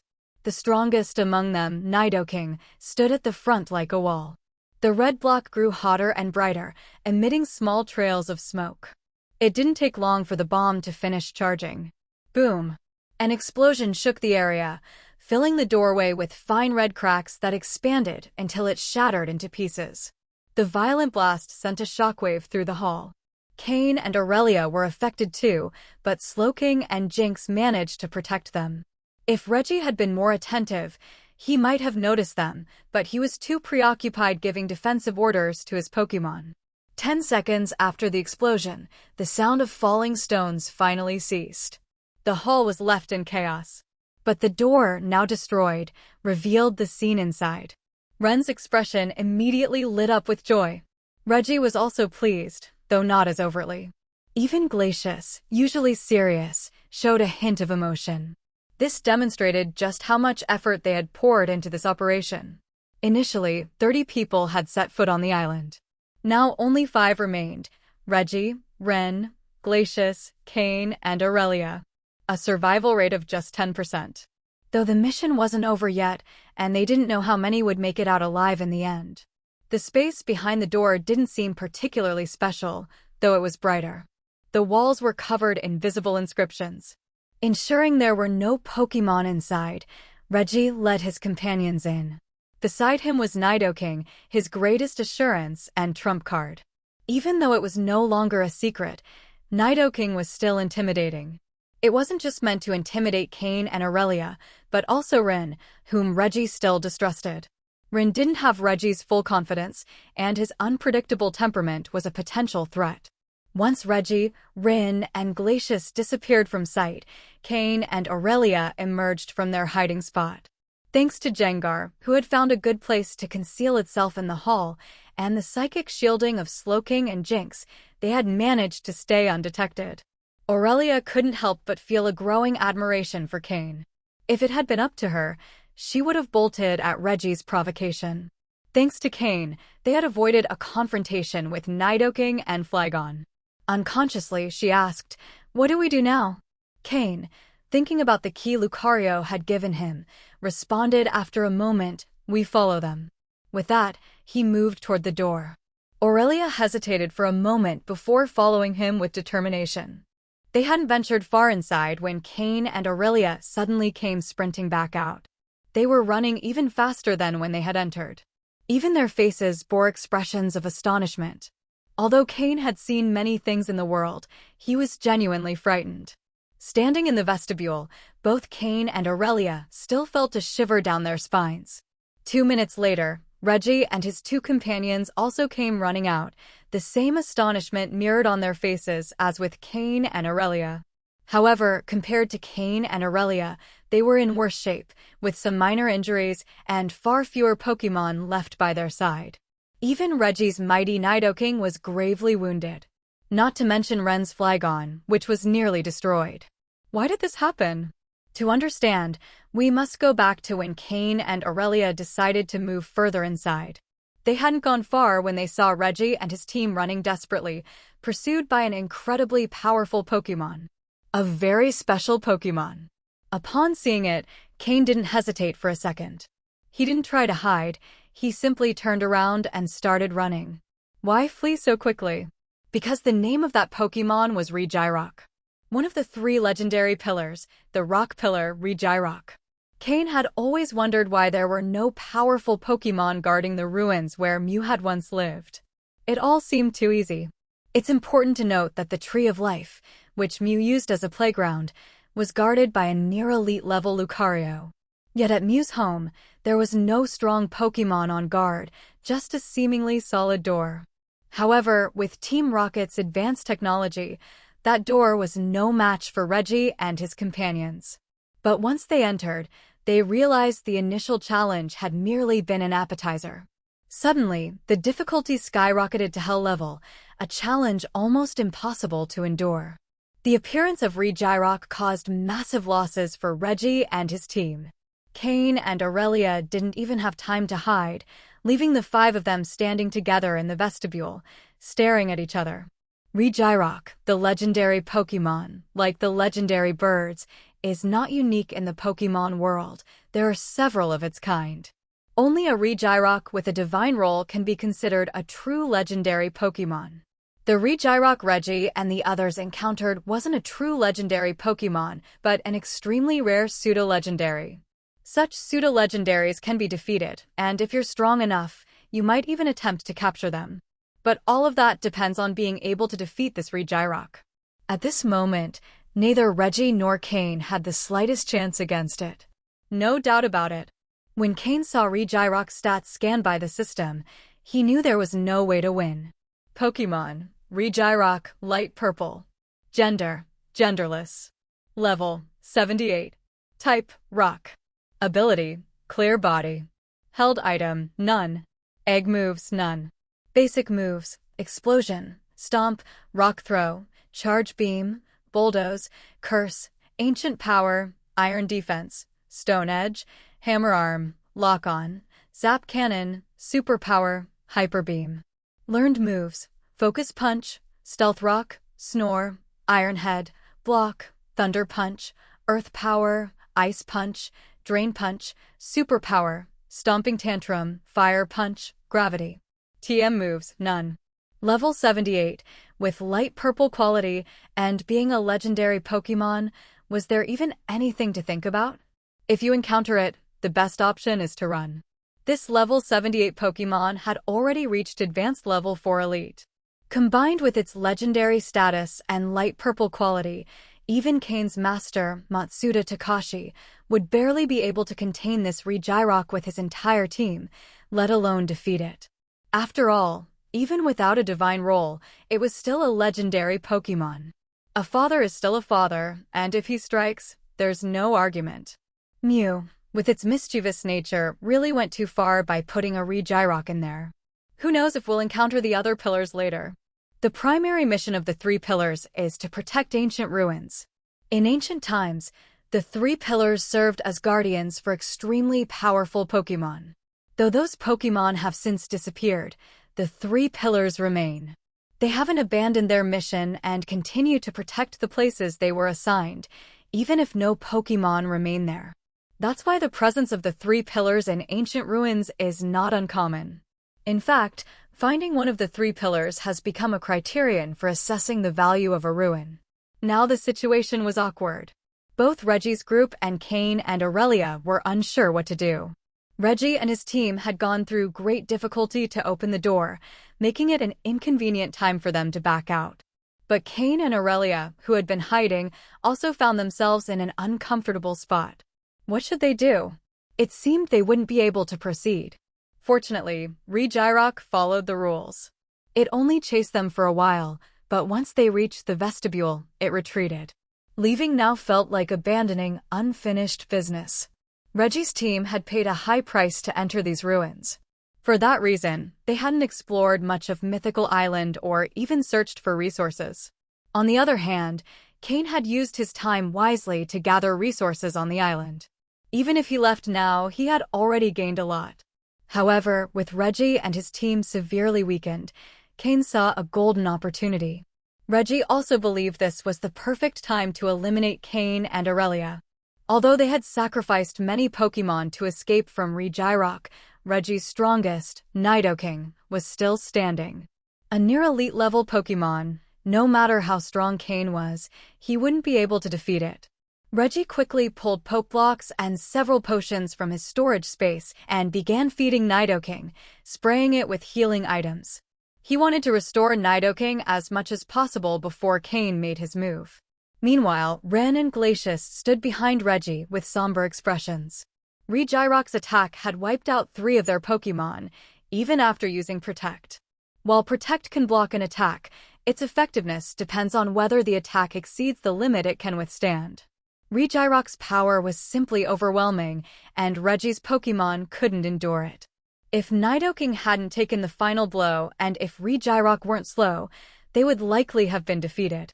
Now Reggie only had his Nidoking left for battle. The other Pokémon were either dead or gravely injured. If not treated in time, they might suffer irreparable damage. Meanwhile, Cain and Aurelia were in much better condition, with their Pokémon in perfect shape. Cain observed Reggie's movements without interrupting him. Beside him, Aurelia grew increasingly anxious. At that moment, Nidoking was injured. If they joined forces, they might still have a chance to defeat him, but if Nidoking recovered, Aurelia feared that even united, they wouldn't stand a chance. Reggie, with all your meticulous plans, doesn't it seem like a waste that, in the end, nothing worked out? Cain said. Waste? What waste? I was so close to achieving it, and if I hadn't tried, I wouldn't have even had the chance to cross that door. How would we know it isn't the greatest treasure on the island? Reggie replied while continuing to heal Nidoking, trying to buy time by talking with Cain. There was no need to hide anything anymore. After all, both sides had severed ties, and the possibility of future cooperation was out of the question. True, though I must admit what intrigues me the most is your true identity. It's not normal for someone in the inner circle of the Great Master Surge to have access to so many resources, information, and connections, enough to know about this island and its ruins, Cain commented, voicing a long-standing doubt. Reggie paused his treatment for a moment and smiled enigmatically. The truth is, the only one here who doesn't know my identity is you, Cain. I haven't tried to hide it. Ask anyone and you'll get the answers you seek. This answer confused Cain. Indeed, he had never bothered to ask others about Reggie.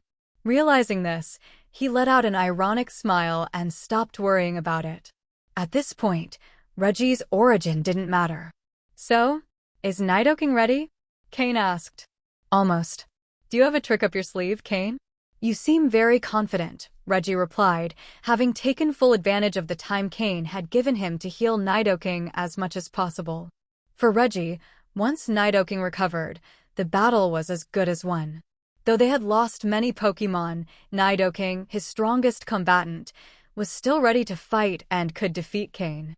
Aurelia, standing behind Cain, displayed an expression of great unease. She hesitated about whether she should continue fighting alongside Cain.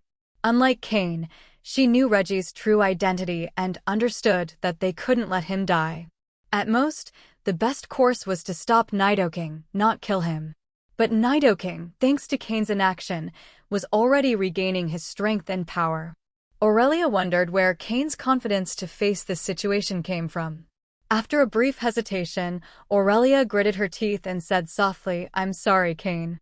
Then, she turned and fled swiftly. Jinx followed her, glancing back wistfully at Slowking, but ultimately disappearing with Aurelia down the corridor. Reggie and the other two didn't move to stop her. In fact, they were more than happy to see her go.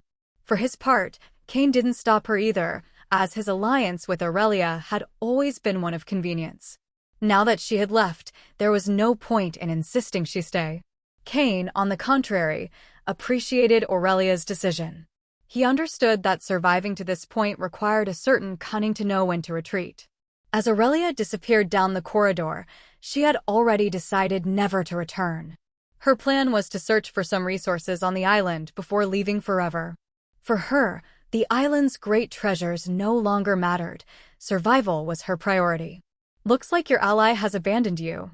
Still feeling confident, Ren mocked, a victorious smile on his face. However, Reggie's expression was one of concern. He was watching Cain closely, but he didn't see any signs of panic. Not even his facial expression had changed. He still bore the same confidence. What did that mean? Could it be that Cain had a trump card capable of dealing with Nidoking? With his full team of Pokémon in perfect condition, could he still be at a disadvantage? Doubt began clouding Reggie's mind. If his Pokémon hadn't been so severely injured, even with a Pokémon as powerful as Nidoking on the field, they wouldn't have much to worry about. However, now things seem to favor Cain. What's the matter? Not planning to attack? If you're not, then I will, Cain said with an ironic smile, completely ignoring Ren's words. To Cain, Ren was a hot-headed fool, incapable of thinking clearly. Even so, he couldn't understand how someone with such little intelligence had risen to hold such power within the team. Reggie was about to order Nidoking to attack, but Glacius, who had remained calm, stopped him with a hand. Glacius, though now looking dirty and exhausted, had eyes that radiated wisdom. He shook his head, signaling to Reggie not to attack. According to him, fighting now would only lead to certain defeat. It was better to save Nidoking to try capturing other Pokémon on the island and make up for the day's losses. Reggie trusted Glacius far more than Ren and decided to follow his advice. For his part, Ren, feeling ignored and underestimated, shouted angrily, "Attack, Reggie! Attack!" Cain simply smiled, which only further infuriated Ren. Filled with fury and wounded pride, Ren threw a Pokeball, releasing his Charizard into the room. Charizard was, alongside Flygon, Ren's strongest Pokémon and now his last hope in this battle.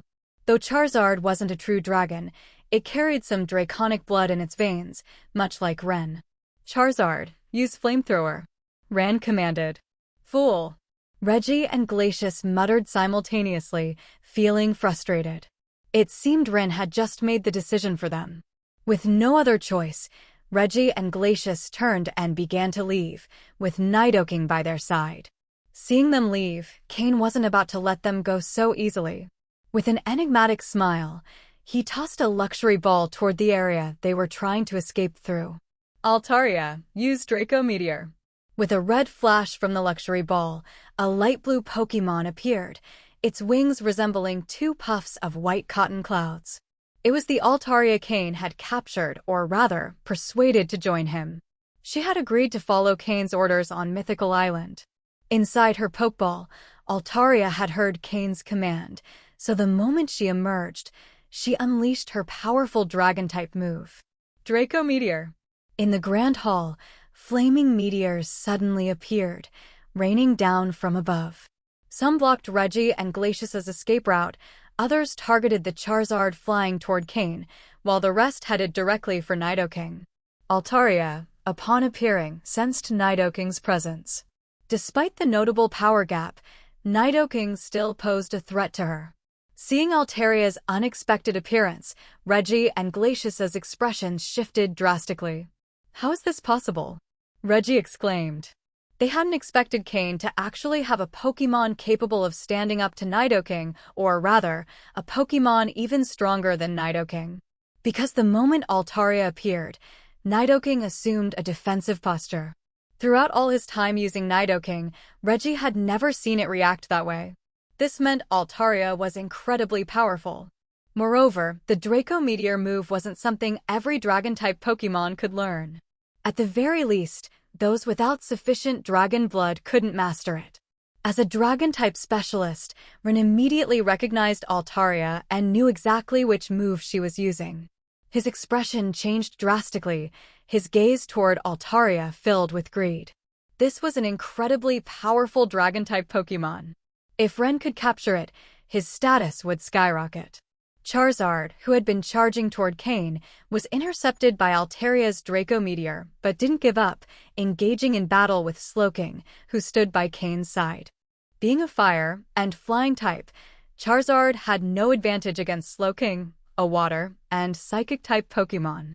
In fact, due to Slowking's ease in wielding psychic abilities, Charizard was quickly overwhelmed. Altaria managed to block Reggie and Glacius's escape route, while the remaining meteors directly struck Nidoking, who couldn't dodge in time. Nidoking, who had recovered significantly thanks to Reggie's treatment, was once again severely injured. Nidoking's eyes showed fear as it looked at Altaria. With just one attack, it had been gravely wounded. Both Pokémon were at the pseudo-elite level, but the power gap was massive. Altaria could compete with Pokémon at the initial elite level, while Nidoking was merely a pseudo-elite. Reggie and Glacius watched in disbelief. Initially, they thought Cain's Altaria could merely hold its own against Nidoking. Now they realized it wasn't just holding its own, it was dominating.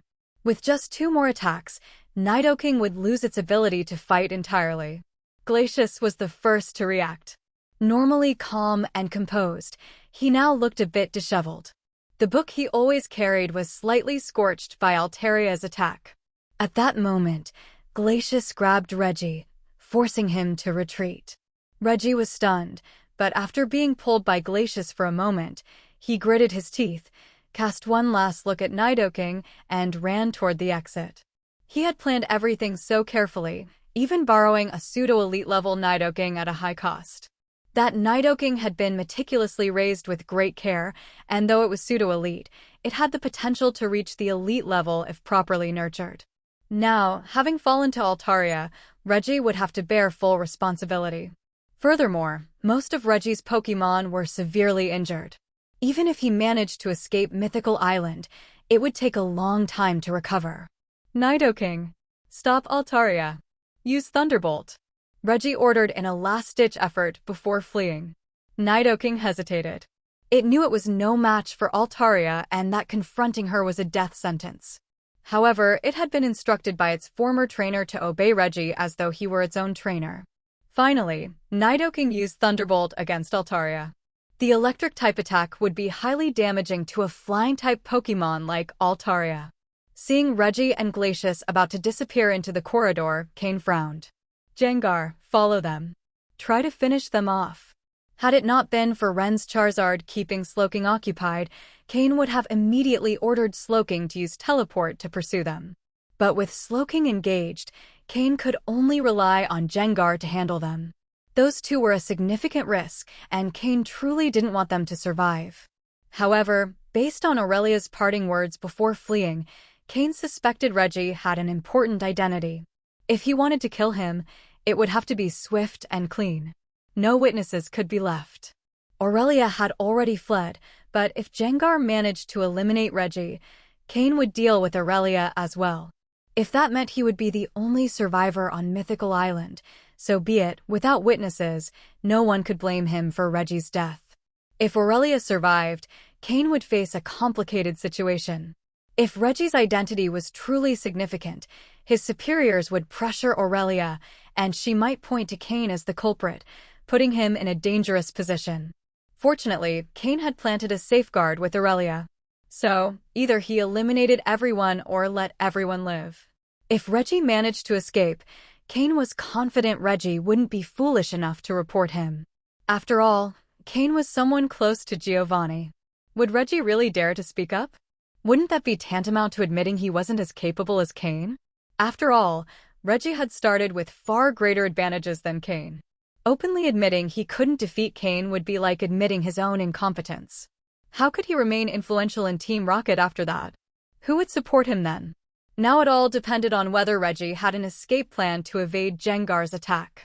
In any case, Cain had the upper hand. Even if Aurelia tried to hide, Cain could find her. Because during their first encounter, when Cain had patted her on the shoulder, Slowking had left a psychic mark without her knowledge. For now, this Dragon-type specialist would serve as interest. In another corner of the battlefield, the fight between Nidoking and Altaria had reached its peak. Nidoking's move, Thunderbolt, landed directly on Altaria, dealing damage and completely enraging her. As one of the dominant Pokémon on Mythical Island, Altaria was not accustomed to being attacked. She flew through the air with a movement that seemed to follow a peculiar rhythm. Dragon Dance. Altaria's fury caused her power to rise dramatically. However, the fact that Nidoking had no trainer to guide it during the battle exposed its weaknesses. Having never faced a Pokémon like Altaria before, it didn't know what moves to anticipate and, therefore, couldn't formulate an effective strategy. Nidoking, relying on what it knew, used Thunderbolt again, knowing it was effective against Flying-type Pokémon. However, Altaria, already empowered by Dragon Dance, easily dodged the attack without needing any direction from Cain.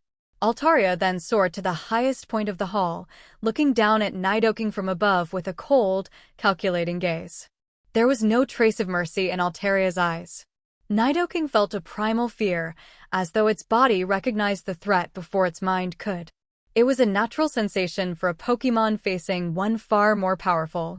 Altaria, not giving Nidoking a chance to recover, executed her most devastating move, Dragon Rush. Transforming into a massive blue dragon, Altaria dove from the heights, aiming directly at Nidoking. From Nidoking's perspective, the dragon's figure grew larger and larger until it finally struck with a deafening crash.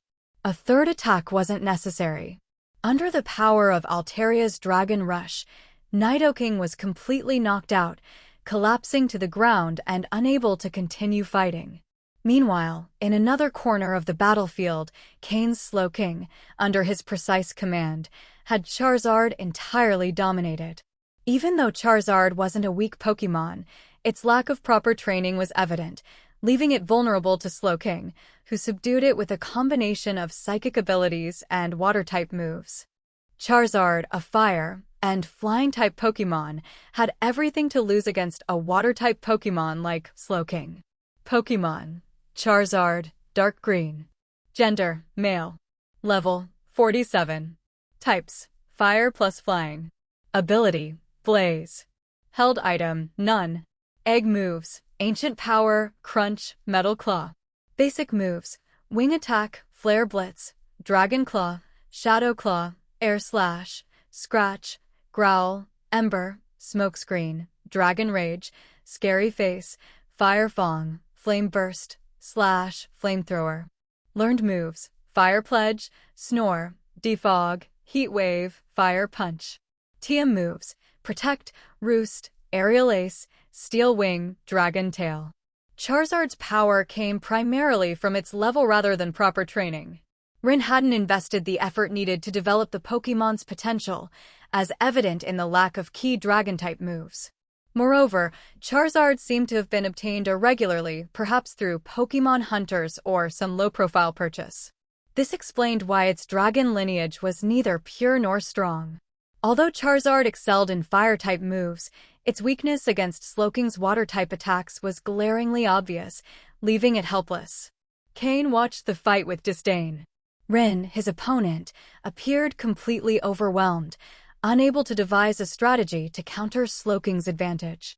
Unlike Cain, Rin seemed to lack an instinct for strategy. His commands were basic, focused only on direct attacks without any planning or rhythm. This made Cain wonder how someone so incompetent could have ended up working alongside Reggie. The answer was simple. Reggie had exploited Ren's impulsive nature to manipulate him. Ren, with his lack of judgment and tendency to be driven by emotion, was easy to control. But now, Ren had become a liability, a useless partner in a critical situation. Meanwhile, Slowking continued to dominate Charizard. Under Cain's orders, Slowking had developed a special technique that combined its Water-type moves with its psychic powers, making its Water-type attacks even more devastating. Slowking charged a modified water gun, gathering water in its mouth and, using its psychic power, launched the attack with incredible force. The water jet hit Charizard directly, who was already weakened, leaving it completely defeated. The flame that normally burned on Charizard's tail was extinguished entirely, marking its definitive loss. After this victory, Slowking reached level 45, thanks to the experience gained in recent battles. Cain looked at Charizard's defeated body with disinterest. He saw no value in keeping such a mediocre Pokémon on his team and decided not to retain it. Charizard held no value for Cain but would for certain collectors in other regions, like Hoenn, where trainers were willing to pay large sums for Pokémon labeled as dragons, regardless of their true potential. Cain then turned to Rin, who remained frozen, unable to react to the massive power gap between him and Cain. Cain couldn't hide his disappointment. "You call yourself a dragon-type specialist? You've brought shame to all trainers of this type," he said coldly, referring to other trainers he knew who truly deserved that title. Before Rin could respond, he was attacked by Honchkrow under Cain's orders, and his defeat was swift and final. After dealing with Rin, Cain inspected his opponent's Pokeballs and took particular interest in the one containing Flygon, a Pokémon Cain intended to use in the future. Although many of Ren's Pokémon were high-level, Cain considered them poorly trained. His plan was to sell them later, once he returned to Hoenn, a region where the demand for imposing-looking Pokémon was high, regardless of their training. Gengar, Cain's Pokémon, returned shortly after the battle. Seeing how long it took Gengar to return, Cain could already guess the outcome. After hearing Gengar's explanation, Cain confirmed that Reggie and Glacius had indeed escaped his pursuit. They had summoned two gravely injured Pokémon to distract Gengar. In truth, Cain didn't have high expectations that Gengar could take down Reggie and Glacius. The objective was more about wearing down the opponent as much as possible. From the moment Reggie tried to ambush Cain, there was no chance of reconciliation between the two. Although Cain wasn't the type to seek revenge over minor offenses, it was clear that Reggie had attacked him for a serious reason. When personal safety was at stake, there was no turning back. Still, Cain felt relieved that Reggie had managed to escape. Reggie's true identity remained uncertain. If he turned out to be the child of a major figure, Cain could face a complicated situation since such people wouldn't hesitate to use all their power to eliminate Cain without consequences. But since Reggie hadn't died, it was still just a fight between youths. Moreover, Cain was confident that, with Reggie's prideful nature, he wouldn't tell anyone how Cain had managed to ambush him. After all, he needed to continue receiving resources from the elders supporting him, and he couldn't afford to let them see he wasn't up to the task. Reggie and Glacius had emerged weakened from this fight and would need time to recover. By the time Cain and Reggie met again, their power levels would likely be entirely different. The most important thing was that Cain wasn't entirely sure he could completely eliminate Reggie. On the trial island, even Xander had tricks up his sleeve, so it was highly likely Reggie had them too, given his background. It was better to avoid a do-or-die situation. Cain rewarded Jengar. Although it hadn't taken down both opponents, it had defeated 2 of their Pokémon, which was a significant achievement. At that moment, in the large, wrecked hall, only Nidoking lay on the ground. Altaria flew toward Cain, preening her feathers in a relaxed manner. Cain frowned as he looked at Nidoking, thinking it was a pity. Although Nidoking was only moderately powerful among quasi-elite level Pokémon, it was still a strong Pokémon. If he could have recruited it, it would have been useful. However, Reggie had taken Nidoking's Pokeball, making it impossible for Cain to capture it. Altaria, finish off Nidoking, Cain ordered. Altaria didn't hesitate at Cain's words and immediately eliminated Nidoking, as there was no chance of capturing it. Now, the hall was completely empty, with only Cain and his Pokémon remaining. Floette, use grassy terrain. Fleet. Floette was already used to these kinds of situations. She didn't need to fight in dangerous battles, only assist the Pokémon in recovering after the fight. At the same time, Cain summoned Ren's Flygon, allowing Floette to treat it as well to prevent it from dying before leaving Mythical Island. That would be a real loss. Cain began to settle down in the hall to rest. Thanks to the effects of the bomb used earlier, the hall was relatively clean. He sat on one of the large broken stones that had once been the door, taking out some poke blocks and healing medicines to treat his Pokémon along with Floette. During this time, Cain started reflecting on whether he should continue exploring Mew's ruins.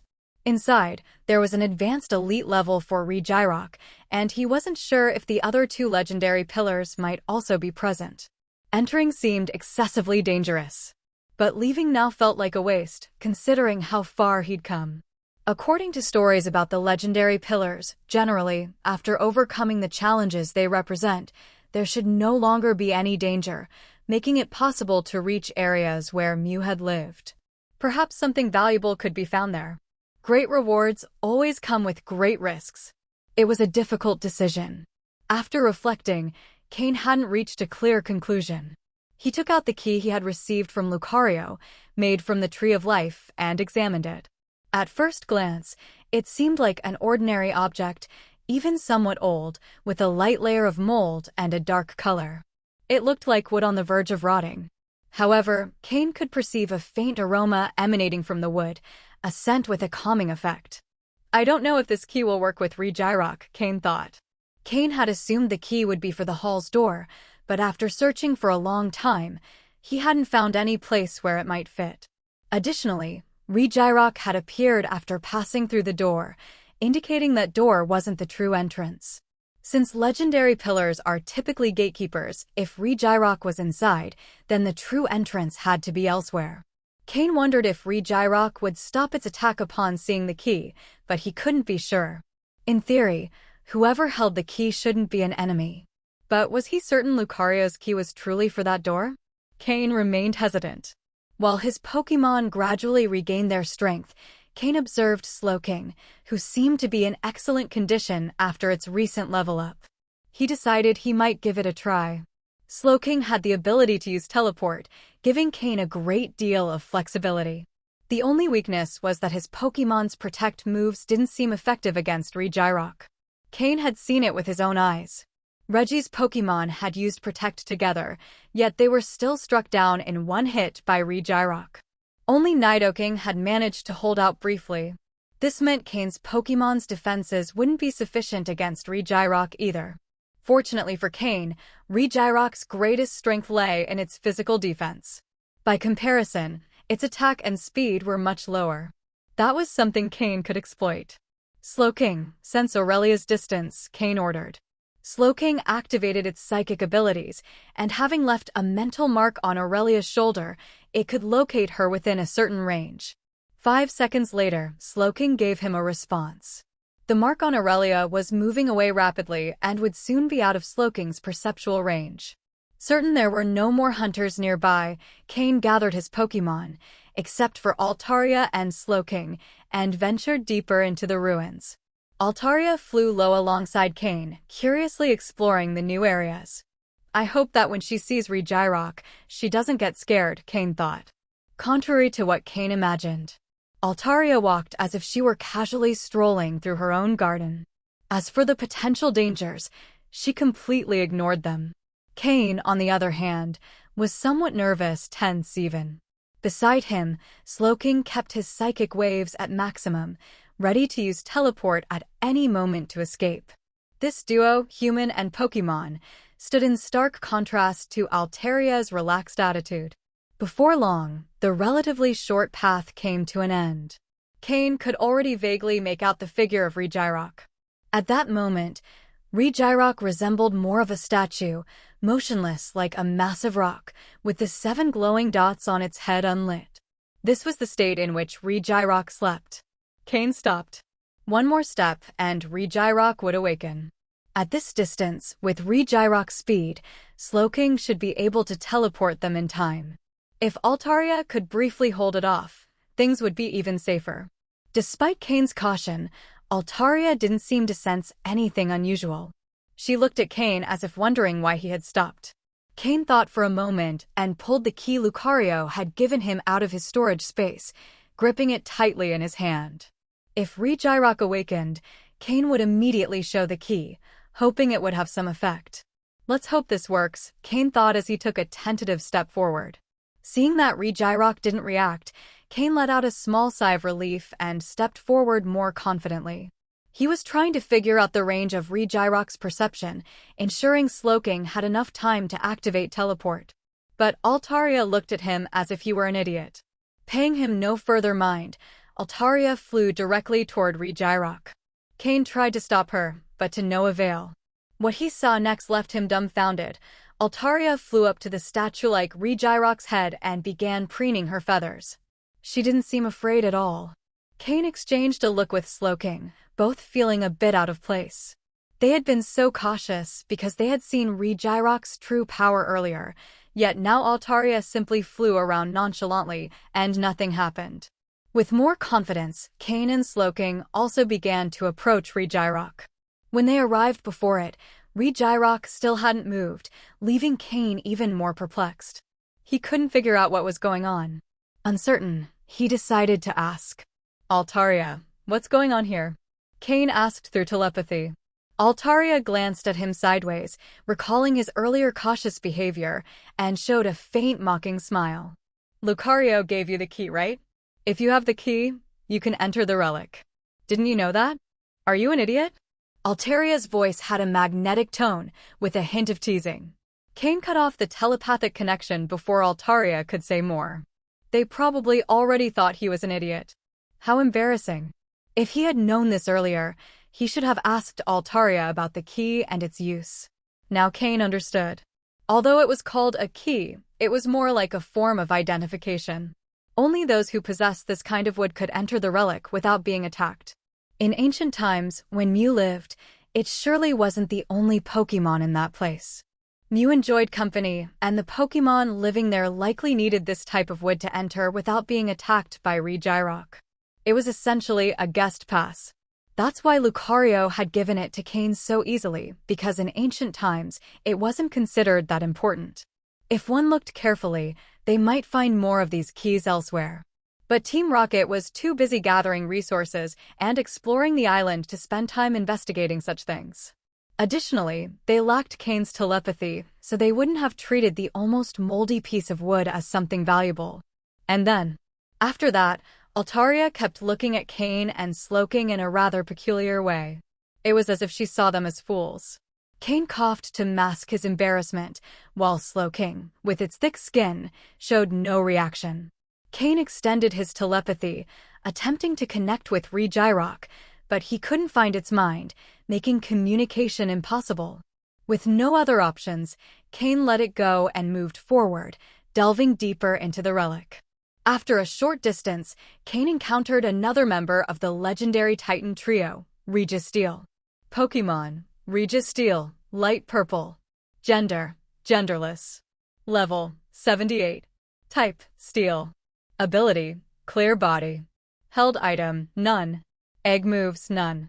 Basic moves Explosion, Stomp, Metal Claw, Charge Beam, Bulldoze, Curse, Ancient Power, Iron Defense, Amnesia, Iron Head, Flash Cannon, Hammer Arm, Lock On, Zap Cannon, Superpower, Hyper Beam.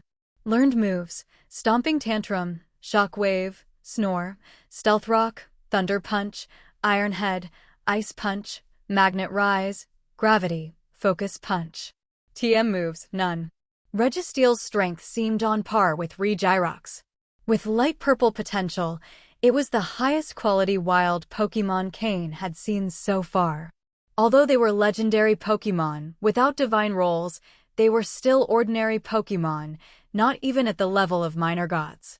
However, for Cain, they were not something he could handle at the moment. He could only hope that when Team Rocket arrived, they could face these Pokémon. If they managed to defeat them and earn their respect, perhaps they could even capture them. But what caught Cain's attention most was an odd detail. Among the legendary Titan trio, only two were present, Regirock and Registeel. The Ice Titan, Regice, was nowhere to be found. In theory, the three legendary Titans always guarded a place together. Either there was one or all three, but it was rare for one to be missing. Cain pondered this for a moment, but didn't dwell on it. Perhaps Mew had sent it elsewhere. After passing the area guarded by Registeel, Cain finally reached the heart of the relic. Before him appeared an ancient yet solid structure, modest in size, resembling an ordinary house.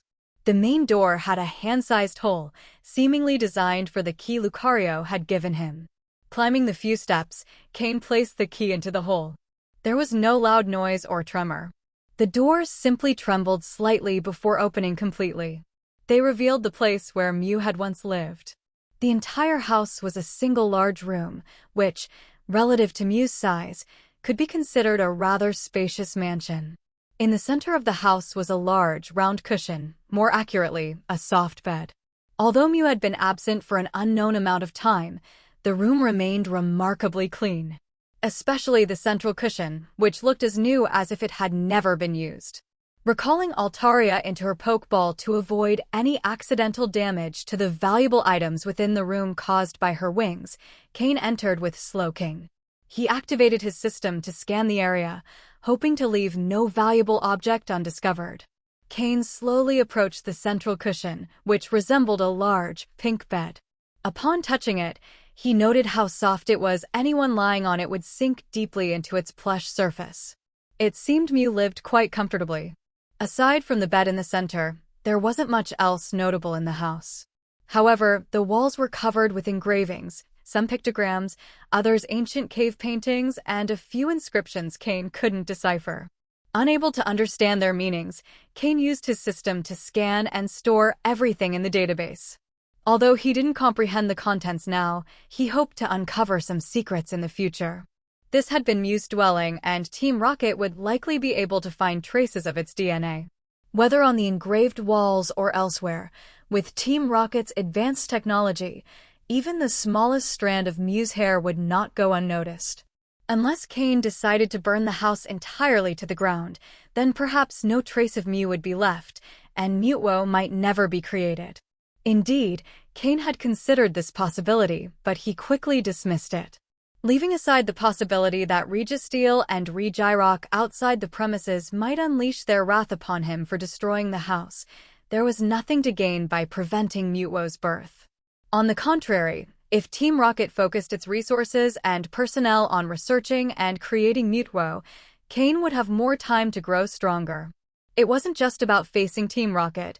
Cain needed to ensure he could protect himself when Mutwo emerged.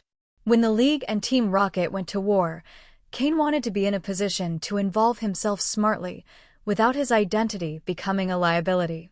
Cain respected Giovanni, yes, but if Giovanni tried to manipulate him into suicidal missions, Cain wanted the power to refuse. That was the goal Cain had set for himself. Whether it was Team Rocket or the League, he needed to ensure no one could control his life. Thus, the idea of destroying the house vanished as quickly as it had appeared. In fact, Cain thought he should assist Team Rocket in finding Mew's DNA and encourage them to pursue Mewtwo's creation. Witnessing the birth of an artificially created Pokémon based on a top-tier legendary would be immensely beneficial to Cain's system. For Mewtwo's creation, Team Rocket would assemble all the scientists they could, and their computers would be filled with invaluable data Cain could store in his system. If he could scan that information, it would be a massive breakthrough. Therefore, before all of this, Cain needed to ensure Team Rocket found Mew's DNA while continuing to strengthen himself and rise within the team's ranks to gain access to Mewtwo's creation process. At the very least, he needed access to the computers where the data would be stored. As Cain grew stronger, he realized the data in his system was no longer sufficient. After all, in his past life, Cain had stopped gathering information after reaching near elite levels. Only in the Lake of Rage laboratory had he found substantial data, but even that was now starting to fall short. The system could no longer solve problems as effectively as it once did. After scanning all the inscriptions on the walls, the system finally detected something of interest on Mew's bed. With white gloves and tweezers, Cain extracted a small strand of hair from the cushion. It was extremely fine, but long enough to be a tail hair from Mew. What shocked Cain was that the strand had a faint, reddish tint. Red blood? Mew's blood? Cain examined the strand, noticing the faint trace of blood on it, feeling increasingly astonished. After all, this was Mew, a top-tier legendary Pokémon. Could it have been injured and left behind a trace of blood? This might be the only sample of Mew's blood in existence. The most intriguing question was, what Pokémon could injure Mew? Even Mewtwo, in its most complete form, hadn't managed to harm Mew. Their battle had been evenly matched at best. Perhaps a mega-evolved Mewtwo could, but now, what Pokémon could harm Mew? Cain had no clues. Could it have been an ancient legendary Pokémon? Or an undiscovered one? Or perhaps an Ultra Beast? Could Mew's disappearance be related to that injury? Cain felt as though he was brushing against a grand mystery. The system conducted a meticulous scan of the hair strand. Item name: strand of a mysterious Pokémon, unidentified. Description: contains traces of blood from a mysterious Pokémon. Despite the passage of years, the energy in the blood has not dissipated. Function: the energy in the blood seems to possess psychic properties and could greatly enhance the strength of a Pokémon's psychic abilities. Warning: do not consume it without certainty of its effects. It may cause unpredictable results. This was the information provided by the system. It was evident that the system was beginning to struggle to keep up with Cain. Failing to identify the blood as Mew's was understandable. After all, very few had seen Mew in person. What frustrated Cain was the system's inability to determine how to use this hair strand. Holding a treasure in hand, but not knowing how to use it was a rather awkward situation. Even so, the fact that the hair's energy had remained intact after so many years was astounding.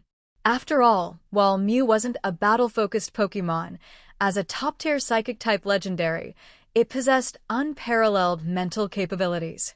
If Cain could harness this energy, it could significantly enhance Slowking's psychic powers, even his own psychic abilities. With a touch of curiosity, Cain slowly extended his psychic powers. He attempted to use telepathy. And then, he simply passed out.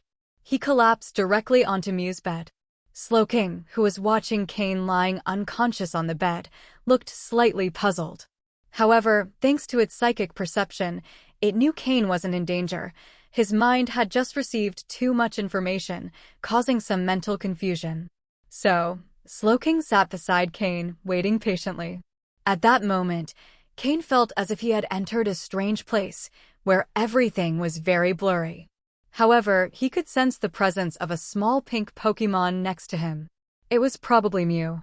Surely it was Mew. Cain tried his best to see his surroundings clearly, but the more he tried, the blurrier everything became. The only thing he could see somewhat clearly was Mew, standing before him. Mew was small, with a long tail, like a tiny, adorable pink kitten. Cain attempted to move, but discovered he couldn't control his body. In fact, he didn't even have a body. He didn't know how much time had passed. Cain had completely lost track of time. He only knew he was accompanying Mew, wandering through that strange place.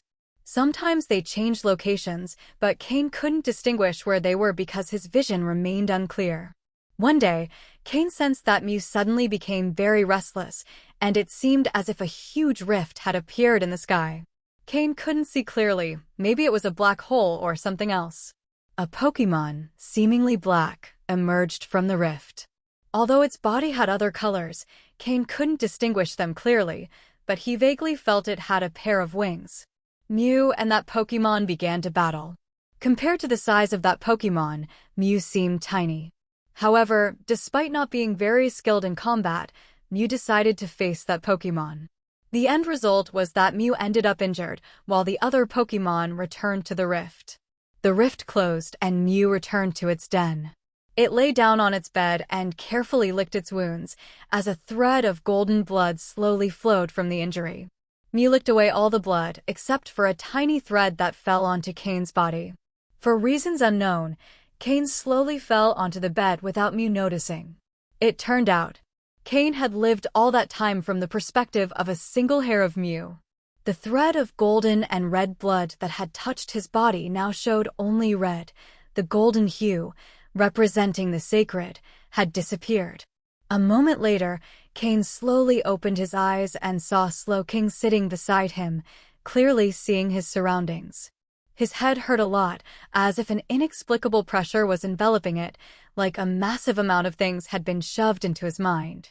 5 minutes later, Cain, with a slightly pale face, finally recovered. He had lived an entire life as one of Mew's hairs. It had definitely been a very strange experience. He felt a little odd. In fact, using his psychic powers to try to communicate with that hair imbued with Mew's blood had been very reckless. However, Cain hadn't anticipated what would happen. Fortunately, he was a psychic, which allowed him to endure it somehow. Though his head still hurt, it was much better than before.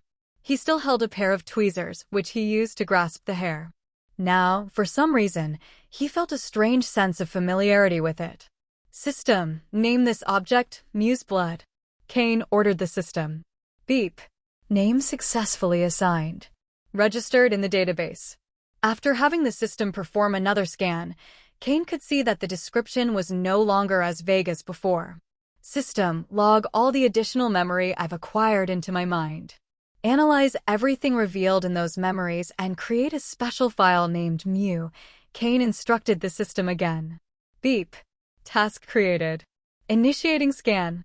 How the system would extract that additional memory from his mind was not something Cain worried about. He rubbed his temples and slowly stood up. Truth be told, Mew's bed was really comfortable, both when he was a hare and now after regaining his body. Cain took a small sealed glass box from his storage space, placed the hair inside, closed it, and carefully stored it in a corner of the storage space. It was probably the most valuable treasure Cain had obtained during his visit to Mew Island. While Cain slept, the system had already scanned the entire room. Apart from the hair, it found nothing else useful. Cain decided to leave. As for how Team Rocket would find Mew's DNA, they surely had their own methods.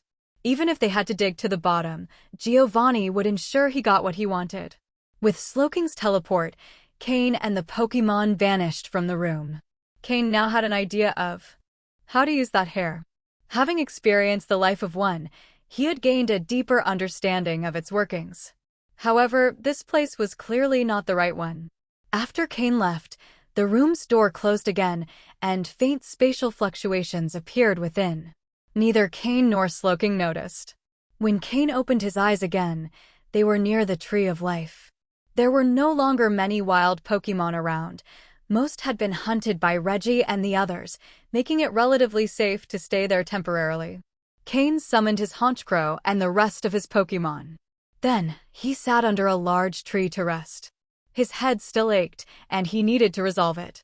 He closed his eyes, and the scenes from before reappeared in his mind. Only now, unlike before, everything was like a memory. Gradually, Cain began to process those memories. Under his perception, he felt his psychic powers seemed to have reached a new limit.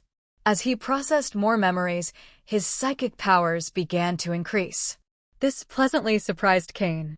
Given his innate ability, increasing his psychic powers was only possible with certain treasures. There was no other way. He didn't expect that the memory of that hair could have such an effect. Of course, it could also be due to Mew's blood imbued in the hair. As a psychic deity, Mew clearly had unique characteristics. As night fell, Cain woke up, distributed food to his Pokémon, and resumed meditation. That day had been very eventful. He had almost uncovered Mythical Island's greatest secret. As for Reggie and Glacius, who were licking their wounds and recovering their strength, Cain wasn't concerned about them. The night passed in absolute tranquility. It was the 12th day since Cain arrived at Mythical Island. After a night of meditation, Cain had managed to process most of the memories he had acquired.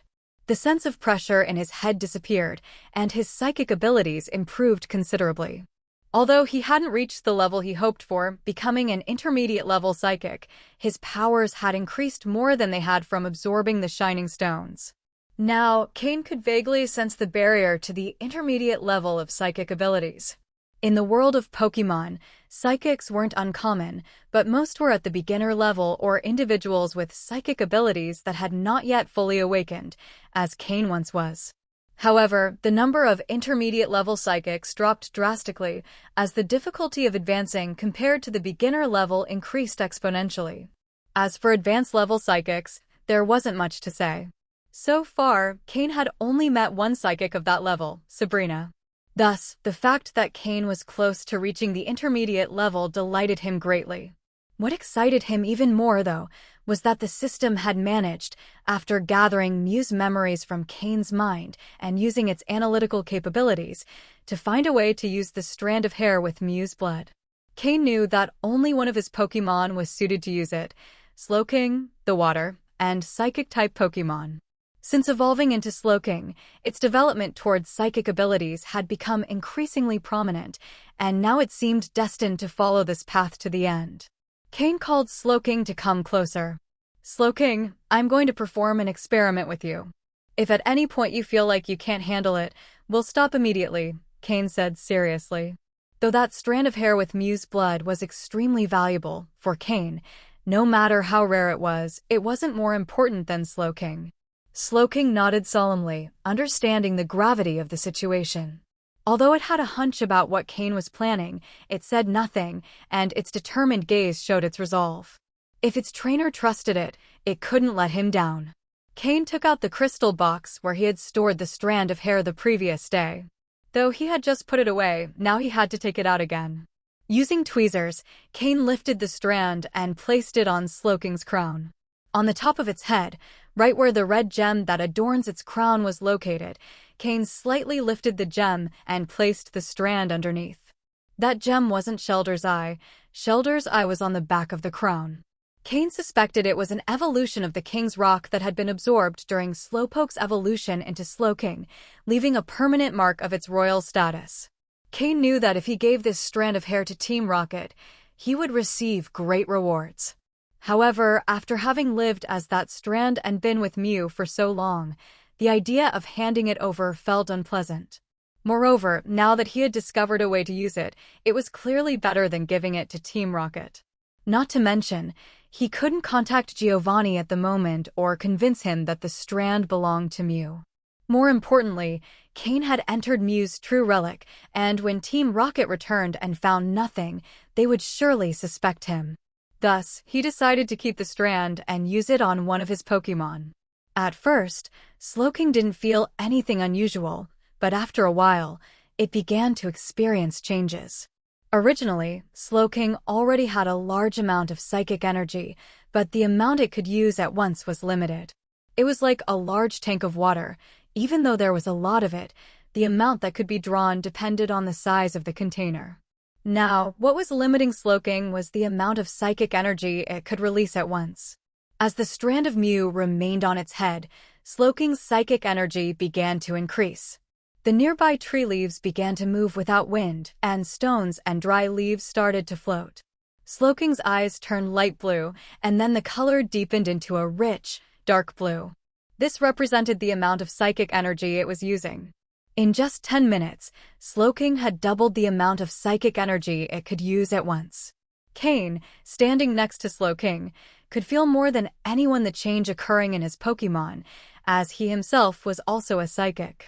His clothes began to float as Slowking's energy increased, and Cain observed with a frown. This time, he had been a bit reckless in using the strand. When Cain had made psychic contact with Mew's blood, just that alone had caused him to fall into a long sleep. Now Slowking was directly absorbing that blood, and Cain wondered if even a Pokémon, legendary or not, could withstand the blood of a top-tier legendary Pokémon. The veins on Slowking's head began to bulge, a sign that it was using all its strength. Slowking, that's enough. If you can't handle it, we'll try again later when you're stronger. I was too impulsive, Cain said, beginning to doubt himself. Just then, a powerful burst of energy erupted from Slowking, pushing Cain several meters back. With Drapian's help, Cain managed to steady himself. The aura emanating from Slowking finally began to subside. Plop! Suddenly, Slowking collapsed heavily to the ground, sitting and breathing heavily, showing clear signs of exhaustion. At first glance, it seemed the situation had stabilized. In reality, this usage method had been analyzed by Cain's system. According to the analysis, with Slowking's current capabilities, it should have been able to handle the strain. That's why Cain decided to attempt this risky experiment. However, he didn't expect the process to be so intense, exceeding his calculations and expectations. Concerned, Cain quickly approached while the other Pokémon gathered around. Slowking, how are you feeling? Cain asked as he touched the Pokémon's forehead, noticing it still retained its characteristic coolness. With a slight nod, Slowking signaled that it was okay, though it was visibly drained of energy. Now Slowking understood exactly what Cain had felt during that turbulent experience.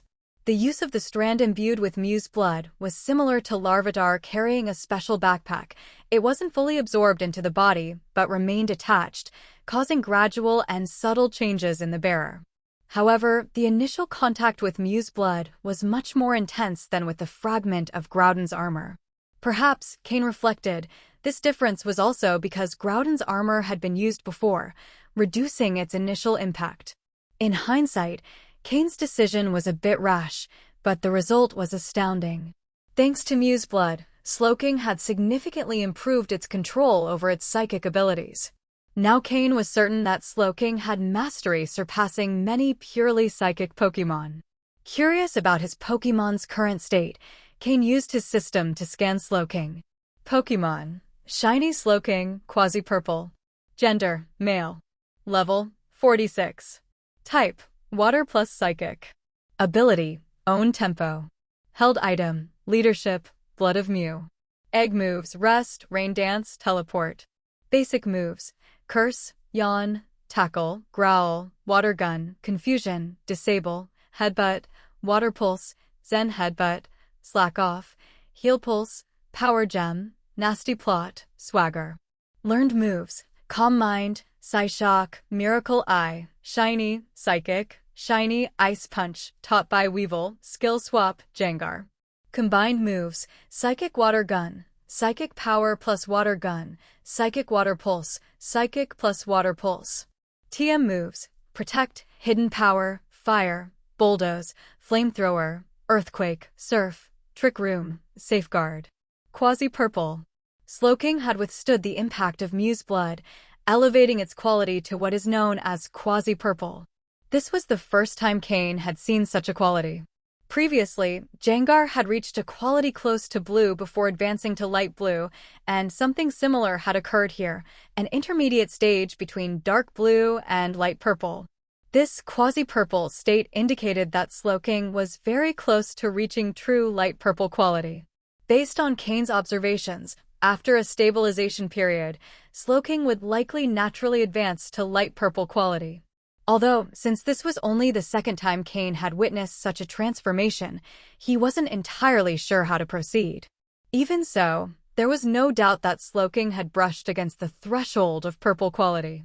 This event marked an important milestone for Cain's team. Slowking had become the first Pokémon to get so close to purple quality. As with the gap between green and blue quality, the difference between blue and purple quality was immense. Only Pokémon with purple quality had a realistic chance of reaching champion level.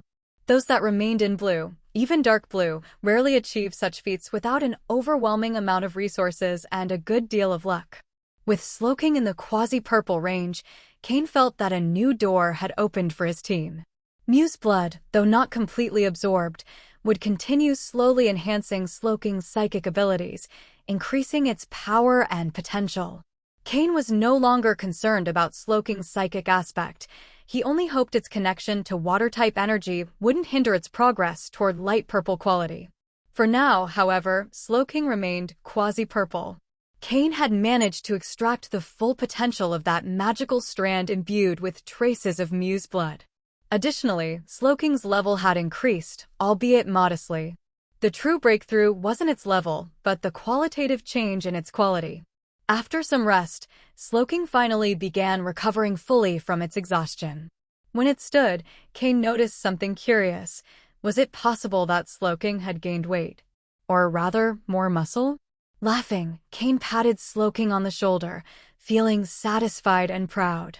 Despite the risks, Slowking had overcome the challenge. Yadin! Slowking exclaimed excitedly, raising its arm and flexing its bicep as a sign of victory. Its expression was one of pure happiness. The gesture was so unexpected that Cain and the rest of the Pokémon couldn't help but burst into laughter. Slowking's improvement was a great benefit for the entire team. Drapion, watching closely, began to think that with his big brother's growing power, perhaps he would have more opportunities to enter combat in the future. He wasted no time and dragged Slowking to a corner to discuss strategies. Cain, watching the scene, couldn't help but smile. With this matter resolved, Cain began preparing breakfast for everyone. There were still 3 days left before Team Rocket picked them up to leave Mythical Island, and the place was still a source of valuable resources. Some extremely powerful Pokémon lived on the island, such as a Venusaur of elite level that ruled the forest in the southwest of the island. That Pokémon was a true force of nature, much stronger than the Altaria Cain had encountered earlier. Venusaur was one of the high-ranking Pokémon that Cain preferred to avoid, as facing them would be far too dangerous. These powerful Pokémon were the true guardians of the island's most precious resources.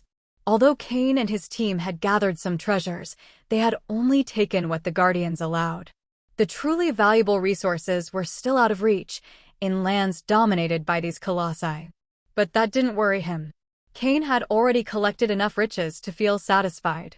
Any other loot he would leave for when Team Rocket arrived. Cain had no intention of revealing what he had discovered about the 3 legendary pillars in Mew's ruins. He would let other Team Rocket members deal with them if necessary, while he kept his own secret. Though the whereabouts of the missing Reggie still intrigued him, Cain decided to set that mystery aside for now. 3 days later. It was the final day on Mythical Island. Standing on the edge of the island, Cain finally saw the ship Team Rocket had sent to pick him up. 15 days had passed on the island. Cain had seen everything there was to see, and as for the resources collected, Team Rocket generously allowed the collector to keep them all. However, an awkward situation arose. The Team Rocket ship only came to retrieve one person, and that person was Cain. Yes, only Cain. This left the mission coordinators somewhat embarrassed. They had expected that, despite the dangers, at least a third of the participants would return, but now only Cain stood there. What had happened? The time and place of pickup had been clearly communicated before arriving on the island, so everyone knew when and where they needed to be. According to what Cain knew, only 4 people were still alive. Reggie and Glacius were too afraid to show up for fear of being attacked, and Aurelia did not want to face Cain at that moment. As for Aurelia, with her power and resources, she preferred to avoid the situation entirely. She didn't want to confront either Reggie, who was strong both in force and rank, or Cain, whom she had previously betrayed. The team that arrived to pick him up wasn't made up of high-ranking personnel, and although they were surprised that only Cain was present, they didn't ask too many questions. Once they confirmed that there was only one person to retrieve, they escorted Cain in a small boat to the larger ship stationed beyond the island's barrier. Cain was completely calm, as if everything was perfectly normal. Once aboard the larger ship, a Team Rocket officer questioned him. Cain detailed the situation on the island, omitting, of course, any mention of the legendary Pokémon Muse ruins. When asked about the others, Cain simply said he didn't know anything about them. Although the officer seemed skeptical of that response, they ultimately had no choice but to accept it since Cain was the only visible survivor. Finally, Giovanni was contacted. Cain once again saw Giovanni's face on the screen and recounted what had happened on the island. Giovanni didn't ask many questions or show any signs of doubting Cain's words. He simply ordered the second wave of the team to enter the island promptly and instructed them to rescue any surviving members if possible. Furthermore, Giovanni had the data Cain provided distributed to everyone participating in the second expedition to the island.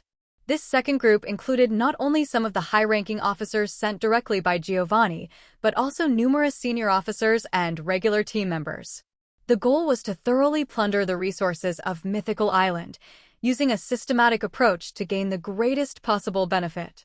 As for anyone who might still be alive, Giovanni didn't worry much about them. If they could be rescued, they would be, but if not, it wouldn't be a significant loss. After all, Team Rocket always had a steady influx of new, talented recruits. To Cain's surprise, Giovanni didn't ask any questions about Reggie or the others, allowing him to set aside, for now, his worst fear, that Reggie might have a close relationship with Giovanni. Cain decided that once he returned, he would thoroughly investigate Reggie's background, as the situation remained unclear. At the end of the conversation, Giovanni praised Cain's achievements in the Hoenn region and expressed his hope that Cain would quickly rise to become one of Team Rocket's executives. Of course, to become an executive, he first needed to reach the necessary power level. After the call ended, Cain breathed a sigh of relief. Giovanni's presence was undeniable, and his leadership style inspired respect and loyalty from anyone. That was the true way of a leader. It was no wonder Team Rocket had grown so rapidly in recent years. The ship's officer, seeing Giovanni's praise for Cain, recalled that Cain was the person everyone in Team Rocket's upper ranks had been talking about lately, the young man who had caught Giovanni's attention. Although the officer maintained a superior attitude, he showed a bit more respect toward Cain. After recording the information Cain provided, the officer arranged for a small boat to take Cain back to the mainland. The entire process took Cain a full day, but he had no choice but to comply. Finally, everything related to Mythical Island was over, and the future development of the place no longer had anything to do with Cain. With Team Rocket's capabilities, they would undoubtedly obtain a sample of Muse DNA. The only obstacle left would be the potential resistance from the Ruins Guardians, which would be quite troublesome. In a few years, Mutwo should appear. I wonder what my power level will be by then and whether I'll be able to participate in that event, Cain pondered as he rested in the small boat, hands behind his head, thinking about the future. He knew Reggie and Glacius, with their abilities, wouldn't die on the island, but they were significantly weakened. If they wanted revenge against him, they would need time, giving Cain enough leeway to pull ahead further. As for Aurelia, Cain held no grudge against her.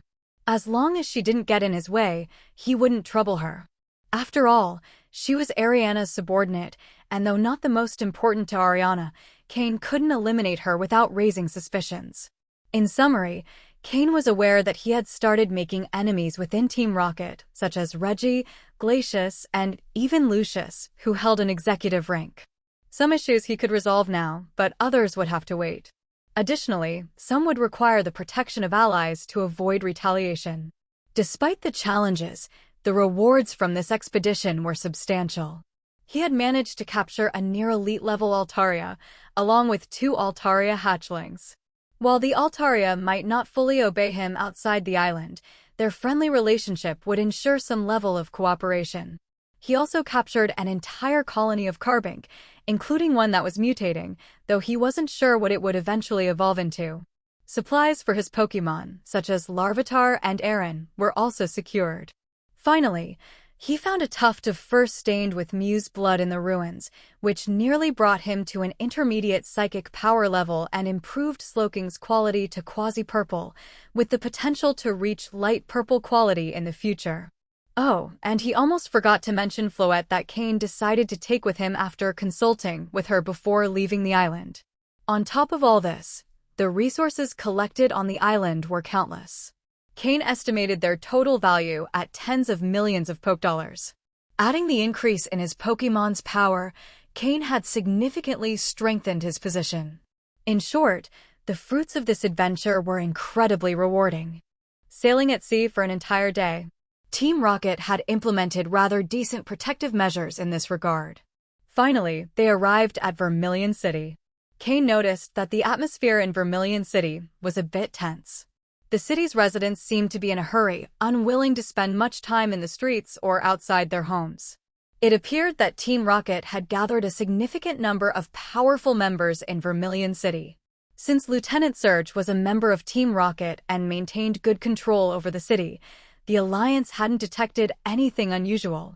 Cain received a message and headed to Team Rocket's base in Vermilion City.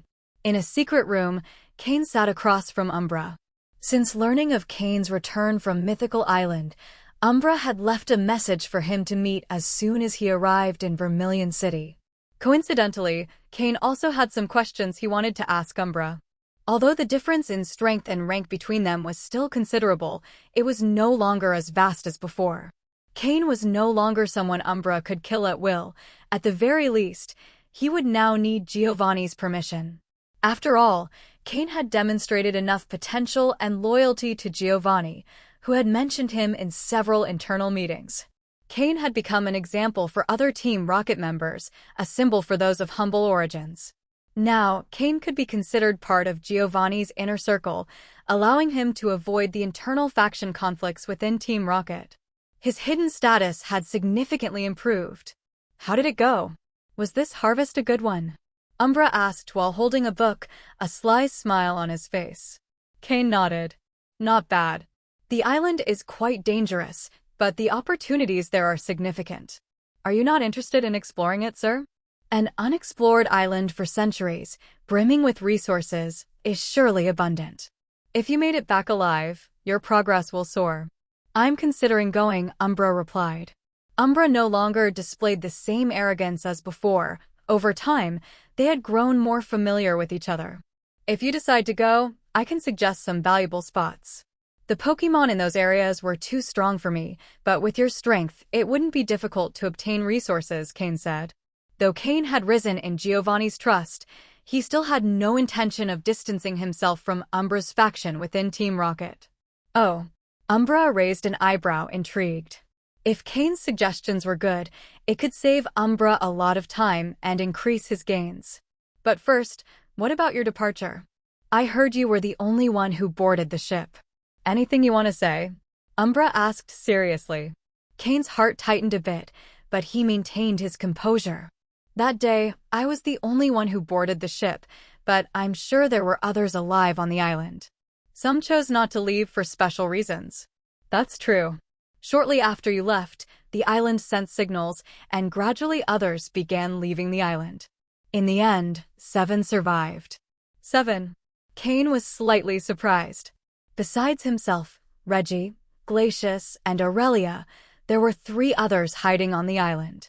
He wasn't sure if they had hidden due to weakness or simply weren't interested in the island's ancient ruins.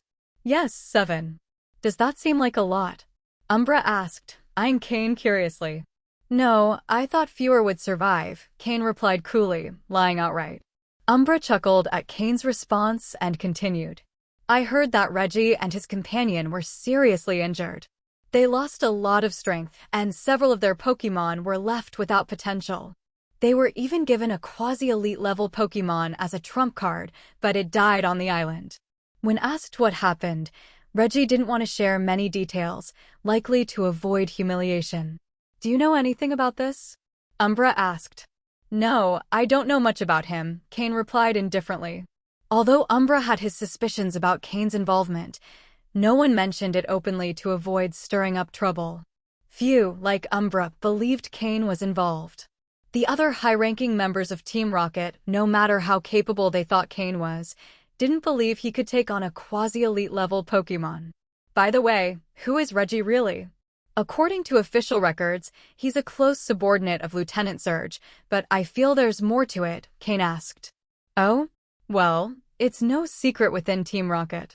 Reggie is indeed a subordinate of Lieutenant Surge, but not one of his trusted men. He's just there in name.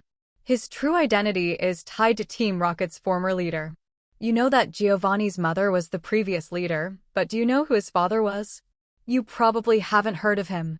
Giovanni's father was a member of a small family, and Reggie is the current heir of that family. Although that family grew alongside Team Rocket, it's now one of the most powerful in the Kanto region. That's why Reggie holds a special position in Team Rocket. Even Giovanni prefers to overlook him in many cases, leaving him to his own devices. So Reggie is taking advantage of his special position? Cain asked. Hearing Umbra's explanation, Cain understood everything. Giovanni's father wasn't famous, but he was said to have been a brilliant researcher who contributed significantly to Team Rocket's growth before dying young. His family had benefited from Team Rocket's rise, becoming a powerful house in Kanto. Reggie, with his special status, had a certain amount of leeway within Team Rocket.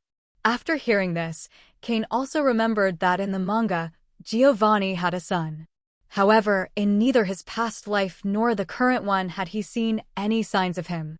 Perhaps Giovanni was keeping him hidden, or maybe he had sent him away for training. Or it was possible that Giovanni's son was just a fictional element of the manga and didn't exist in this world. When Cain left, he continued pondering Reggie's identity. As the heir of that family and someone with the right to become Team Rocket's leader, killing Reggie would bring many complications. However, Cain believed Giovanni likely didn't pay much attention to that family or to Reggie. Yesterday, during Cain's conversation with Giovanni, there was no mention of Reggie, as though his life or death didn't matter at all. In truth, there wasn't much of a blood connection between Giovanni and Reggie. Maybe Giovanni truly doesn't want to see Reggie. It's just that, as the leader, he doesn't care to deal with someone so insignificant, and some lower-ranking members misunderstand this, leading to the current situation, Cain thought, smiling. This possibility wasn't low. If it were confirmed that Giovanni had children, Cain could be 80% certain. But for now, the likelihood remained at 50%. Cain didn't want to take the risk either, as he could lose more than he would gain. Reggie, it's better to let him live, because as long as Giovanni is around, no matter how much Reggie grows, he won't cause major problems. I suppose many others have realized this too, but like me, they don't want to take the risk. Cain smiled slightly and left Team Rocket's base. Then, he changed his appearance to resemble a League member, exited Vermilion City, and headed towards Saffron City, riding on his Pokémon, Tropius. After Cain left, a ripple resembling a spatial distortion appeared in a corner of Umbra's room, revealing a figure. What do you think, Tenebris? Umbra asked without looking up, calmly focusing on the book in his hands. The boy hid some things, perhaps related to that Pokémon, but it's not important.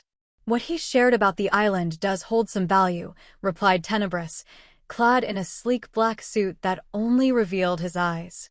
Umbra and Tenebris, the two vice leaders of the Shadows unit, were among Giovanni's closest allies and knew far more about Team Rocket than most. The leader has been pursuing Mew for a long time. It's said that since the time of the previous leader, Mew has been Team Rocket's target, but unfortunately, it's never been seen, Umbra said, slowly raising his head to look at Tenebris, who stood in a shadowy corner of the room. This mythical island is the result of years of searching. The leader can't wait any longer and has ordered us to head to the island to find any information about Mew. The more detailed, the better, Tenebris explained, relaying Giovanni's orders. It turned out Giovanni had some information about Mythical Island and believed something related to Mew could be there. It's time to act again. Umbra paused after saying this, smiled, and continued, That's fine. Many were eager to see me fail, thinking my strength had greatly diminished. Even some of the newer ones, like Lucius, dared to challenge me repeatedly. It's time to show them what the Shadows unit is made of. Yes. From the corner, a faint response could be heard, but the figure in the shadows had already vanished. Umbra looked at the corner where Tenebris had stood and fell into thought. Before nightfall, Cain arrived at the Pokémon Center in Saffron City.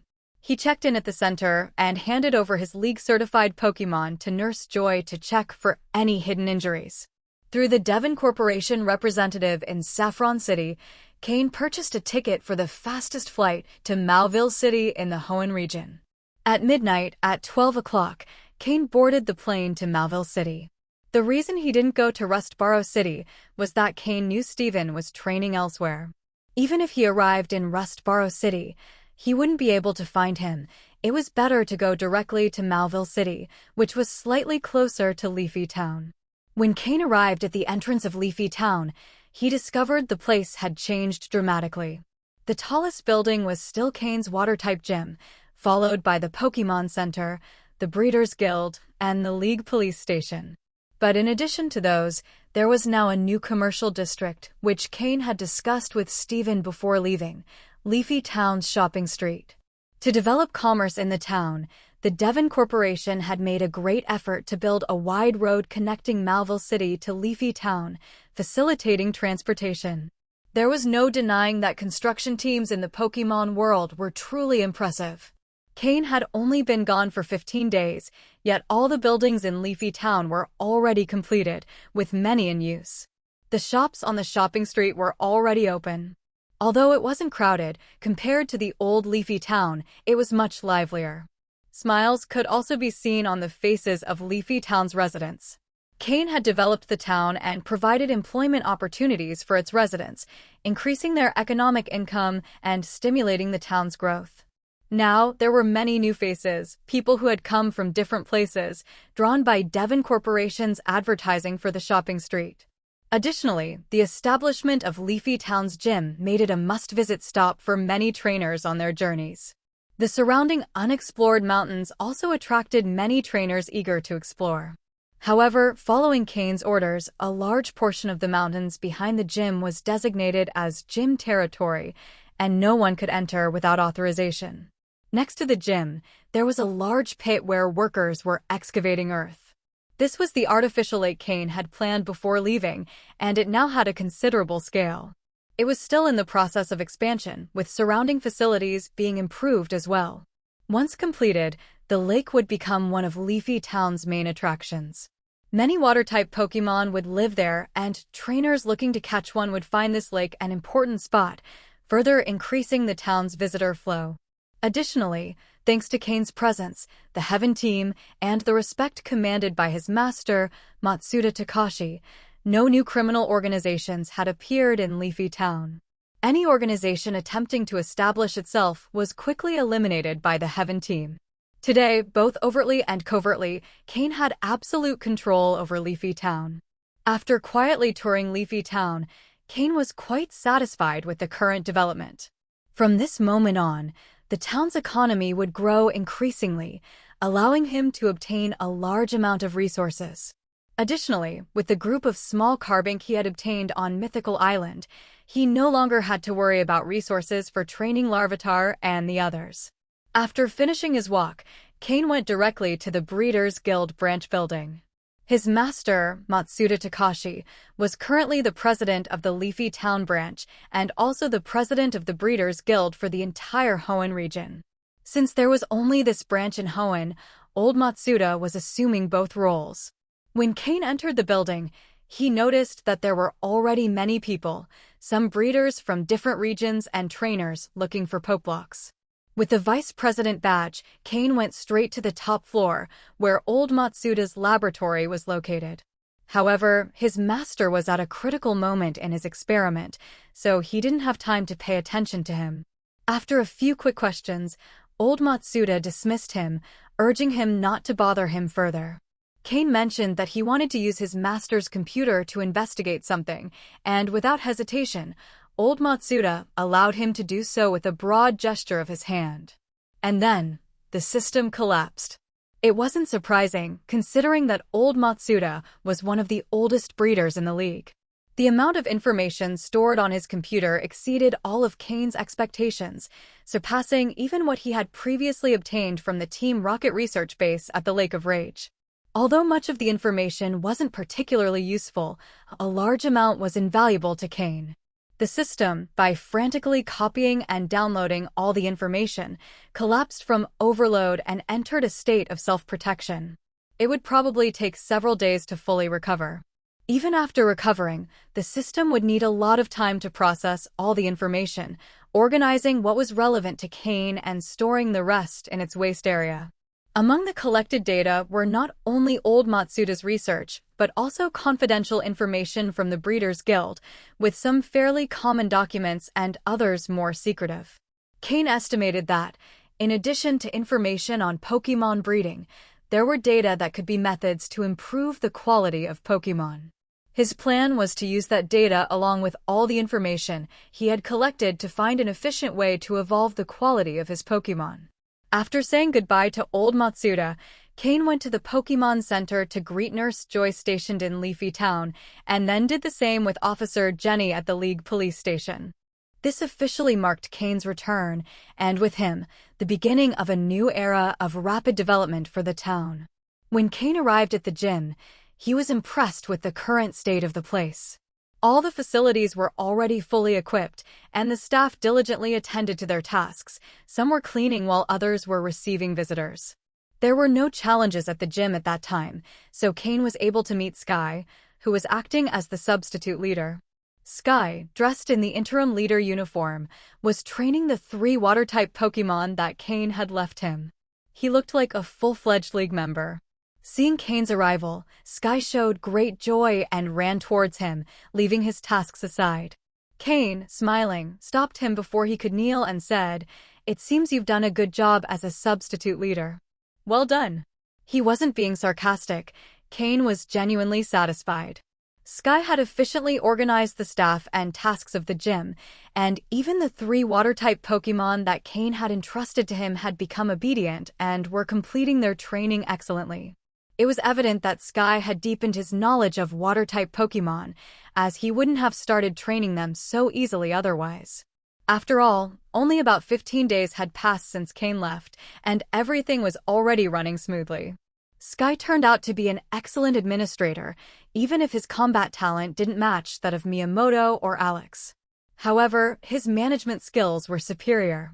In addition to handling gym matters, Sky also managed the finances of Team Heaven, overseeing all income and expenses. "Sir, you've returned. It seems you've been quite successful," Sky said with a smile. Cain nodded and asked, "Yes, have there been any recent challenges at the gym?" "Yes, right after you left, there weren't many, but in recent days there has been an increase in challenges.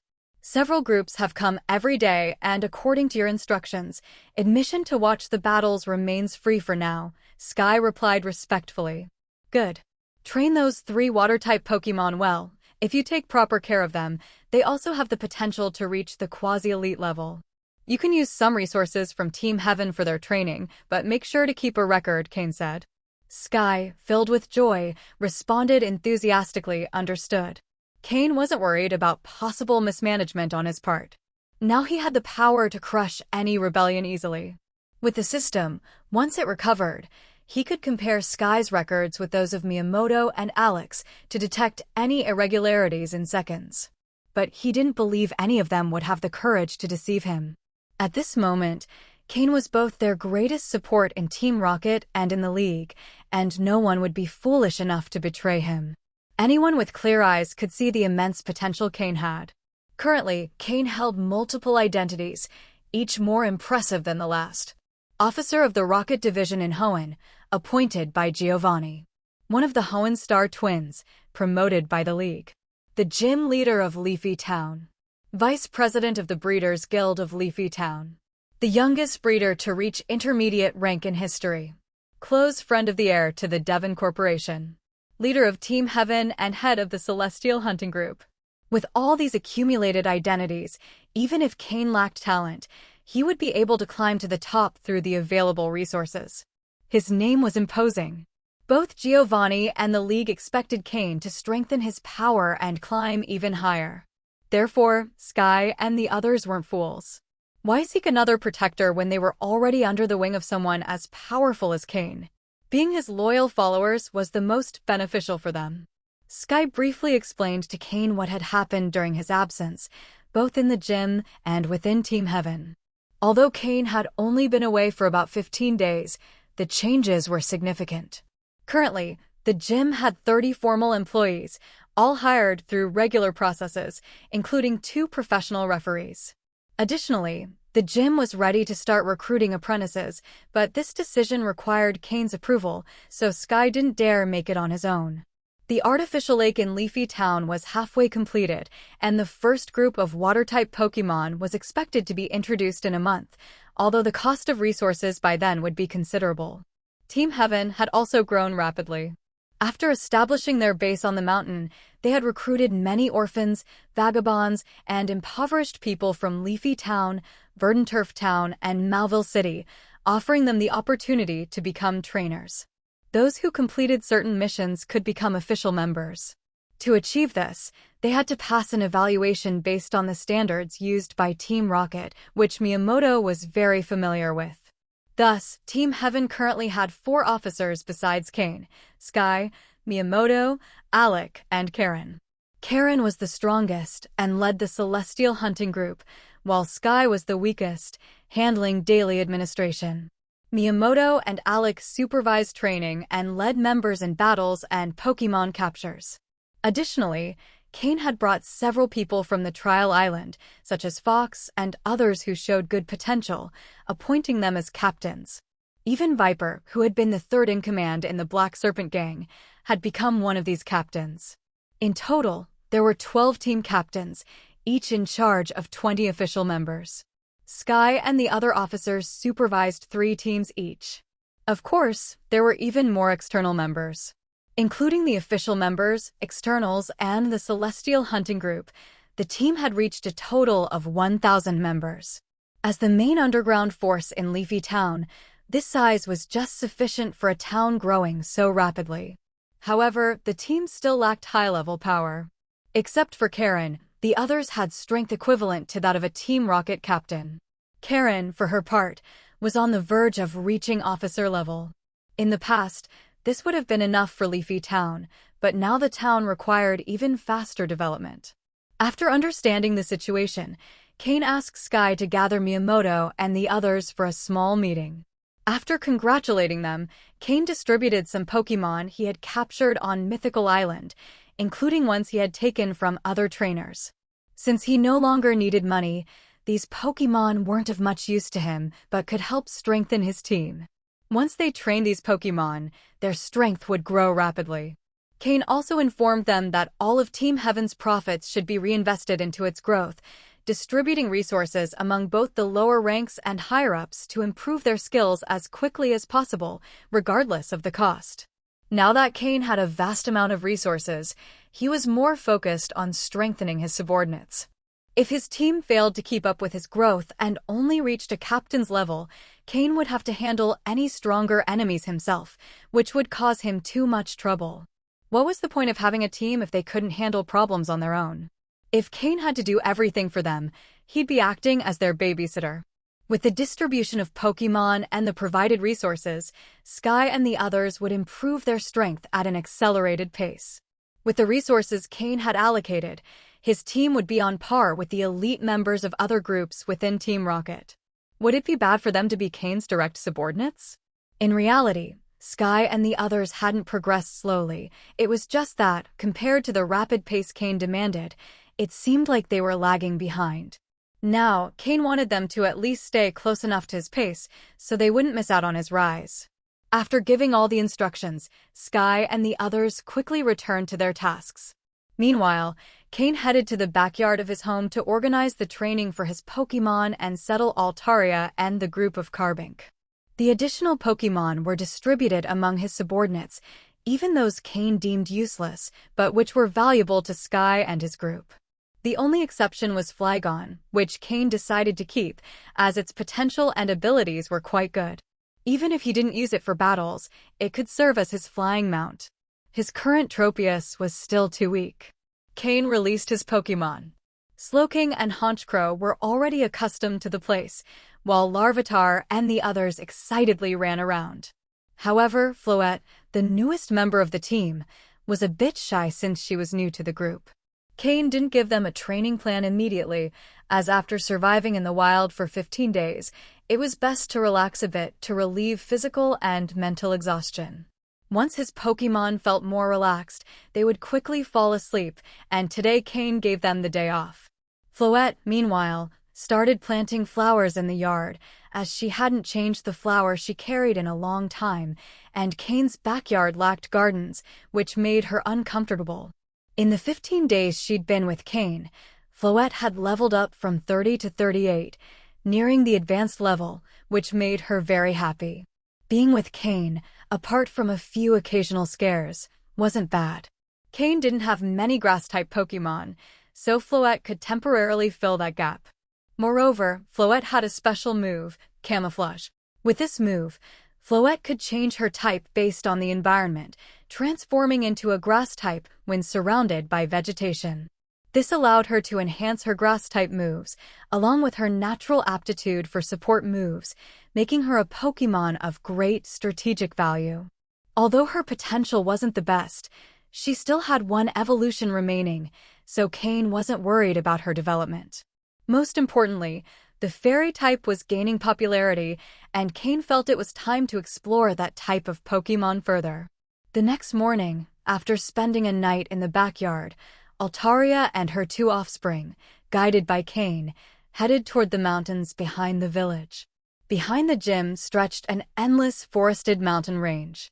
Originally, few people ventured into it, as not only were there no paths, but it was also filled with wild Pokémon. Unless absolutely necessary, most avoided entering the area. Now, with the territorial division established by the Leafy Town Gym, even fewer people dared venture into the zone. Altaria and her 2 offspring could live here freely without worrying about being disturbed. Even if someone attempted to bother them, they would have to face Altaria's temperament. In Mythical Island, where the average Pokémon level was so high, Altaria had been able to dominate her territory, so compared to that, the area behind Leafy Town posed no challenge for her. With Altaria and Absol in the mountains, Cain imagined no one could enter without his permission. Altaria, you can stay here for now. Although the resources are somewhat scarce, you'll have no trouble living and growing here. Plus, the gym is nearby. If you feel like it, you can come to the backyard for meals whenever you want. You'll always be welcome, Cain said telepathically to Altaria. Altaria and her 2 offspring had grown accustomed to the high-quality food Cain provided and now found it difficult to consume simpler or less nutritious meals. Thus, it was certain they would come to the backyard at mealtimes. Moreover, Cain had not broken the bond between Altaria, the 2 Swablu, and their Pokeballs, meaning they still had an owner. This meant that, even if someone tried to capture them, they couldn't. Cain had planned this carefully. That Altaria and her offspring would regularly come to eat was evidence of Cain's hidden intentions. Clearly, his goal was to bind them to his cause, leaving them little room to resist. After all, there didn't seem to be any downside to this arrangement. It was true that Altaria was powerful, but she had long been stuck at the peak of the quasi-elite level, even before having her offspring. So far, she hadn't managed to surpass that limit. With Cain's help, breaking through this barrier might become easier. As for the 2 Swablu, although they had hatched before Drapion, they were still like children under Altaria's protection. Both their maturity and strength left much to be desired. On Mythical Island, this wasn't an issue under their mother's care. But now, in the outside world, with so many powerful Pokémon around, it was essential for the 2 offspring to grow. At that moment, Altaria, who wasn't particularly skilled at educating her children, would likely delegate the difficult task to Cain, leaving him no choice but to accept it. Altaria nodded after hearing Cain and began arranging her new home with her offspring, making it as comfortable as possible. The Swablu wanted to reunite with Larvitar and Cain's other Pokémon, with whom they had formed a great friendship, but under their mother's stern gaze, they quickly gave up. They would have to wait until mealtime to play with them again. Afterward, Cain went alone to the base of the mountain, connected to the backyard. He took out more than 200 Pokeballs, an unusual sight. He released all the Carbink, with the first to emerge being the Minister Carbink. The minister began inspecting the area to ensure it was safe and free of dangers, demonstrating its role as a very responsible caretaker. While Cain communicated with the Minister Carbink, he continued releasing the other Carbink, who understood that this place would be their new home for a while. The entire mountain. The mountain's interior would be their territory. Although it had not yet been developed, they would need to excavate and arrange the area themselves. This wasn't an issue for the Carbink. They had moved their home several times before and knew how to establish their territory and arrange their environment. With Cain's approval, the Minister Carbink began leading the Carbink in excavating their new dwelling. As for the energy they needed to survive, the Carbink could extract it from the rocks and soil of the mountain, so Cain didn't need to worry. However, Cain, always looking for opportunities, already had a plan. He would provide them with low-level Pokeblocks, which would allow them to absorb energy much faster than from the rocks and soil, accelerating the process. Now that Cain had no financial problems, providing these Pokeblocks was no difficulty. As soon as the Carbink stabilized their colony and began producing minerals and diamonds, Cain would have a steady source of income, and the cost of the Pokeblocks would be irrelevant compared to the profits. Cain also didn't worry about finding buyers for the minerals and diamonds. He had a wealthy friend. He could sell everything to Steven, who could use it himself or sell it through the Devon Corporation. Cain only needed to ensure he got his share. Moreover, the Devon Corporation, controlled by Steven's family, consumed an enormous amount of rare minerals every year. The minerals produced by the Carbink were of much higher quality than those Steven had sold to Cain before, so the Stone family would surely be interested. While the Minister Carbink led the excavation, Cain kept one special Carbink, which was undergoing a mutation with him. The Minister Carbink had no objections. It was just one Carbink and wouldn't affect the colony, even advising the mutant Carbink to obey Cain. To the Carbink colony, Cain was already a great benefactor. If one day he found a Diancie, Cain would be the most important person in the Carbink kingdom, second only to Diancie.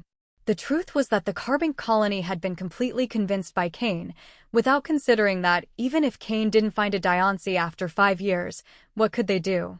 Initially, Cain had this intention. But after seeing the mutating Carbink, Cain thought there was a real chance it might evolve into a Diancie, though the odds weren't very high. After all, a Minister Carbink was already a form of mutation. Who knows? It might end up evolving into a new form, like a General Carbink. Nothing was guaranteed. After settling Altaria and the Carbink, Cain returned to his backyard. Originally, he planned to train with his Pokémon, but he received a message from Sky. After his return, Cain decided to accept a few challenges at the gym, but only if the challengers were strong enough. Sky had informed him that a very powerful trainer had arrived to challenge the gym. Cain paused his training with his Pokémon, returned them to their Pokeballs, and headed to the gym. Sky hadn't mentioned who the challenger was, but Cain knew Sky wouldn't disturb him without a good reason. If the challenger weren't exceptionally strong, Sky, as the interim leader, would have taken on the challenge himself. Cain didn't live in the gym, but right next door, so it only took him a few minutes to get there. When Cain entered the gym through the side door, he saw a crowd had already gathered to witness the challenge, along with some others waiting their turn to challenge the gym. However, all the challengers were off to one side, while one person, arms crossed, stood at the forefront, ignoring the murmurs around them, waiting for Cain to arrive. It was a woman.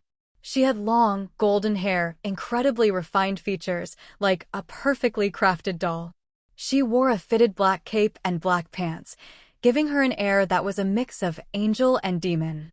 When Cain saw her, he was stunned. Cynthia? There was no doubt, this trainer standing before everyone was Cynthia, the future champion of the Sinnoh region. Cynthia was a trainer who mastered multiple types of Pokémon, allowing her to adapt her strategies to any opponent. She had reached such a level because, when she was younger, she traveled across regions, challenging strong trainers and actively participating in tournaments organized by the Pokémon League. Thanks to her battle experience and her powerful Pokémon, she became the Sinnoh champion. In the Pokémon World, many Elite Four members and champions specialize in a single Pokémon type. This allows them to reach high levels of power quickly, though it comes at the cost of having clear weaknesses. Cynthia, on the other hand, had no such weaknesses, as she used a wide variety of Pokémon types. While this made her journey more challenging, it also gave her the advantage of having no limits to her growth. It's a choice many trainers must make, a fast but limited path or one filled with difficulties but with limitless potential. Of course, there are exceptions like Steven Stone, who has a pseudo-legendary Pokémon as his trump card, along with the vast resources of the Stone family. But cases like Steven's are extremely rare. Steven also specialized in steel types, and while this was partly due to his passion, he also had to dedicate time to his future role at Devon Corporation.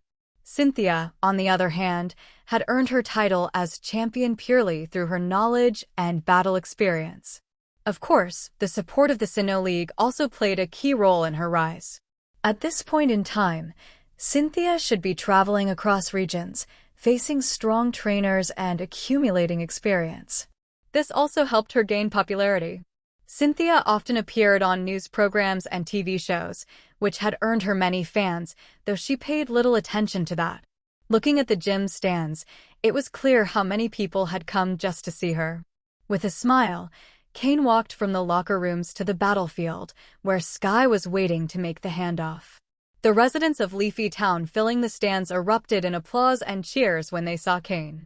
Cain had single-handedly contributed to Leafy Town's growth, and the locals respected him deeply. This was Cain's first time accepting a gym challenge as the official leader, making the event even more special for the townspeople.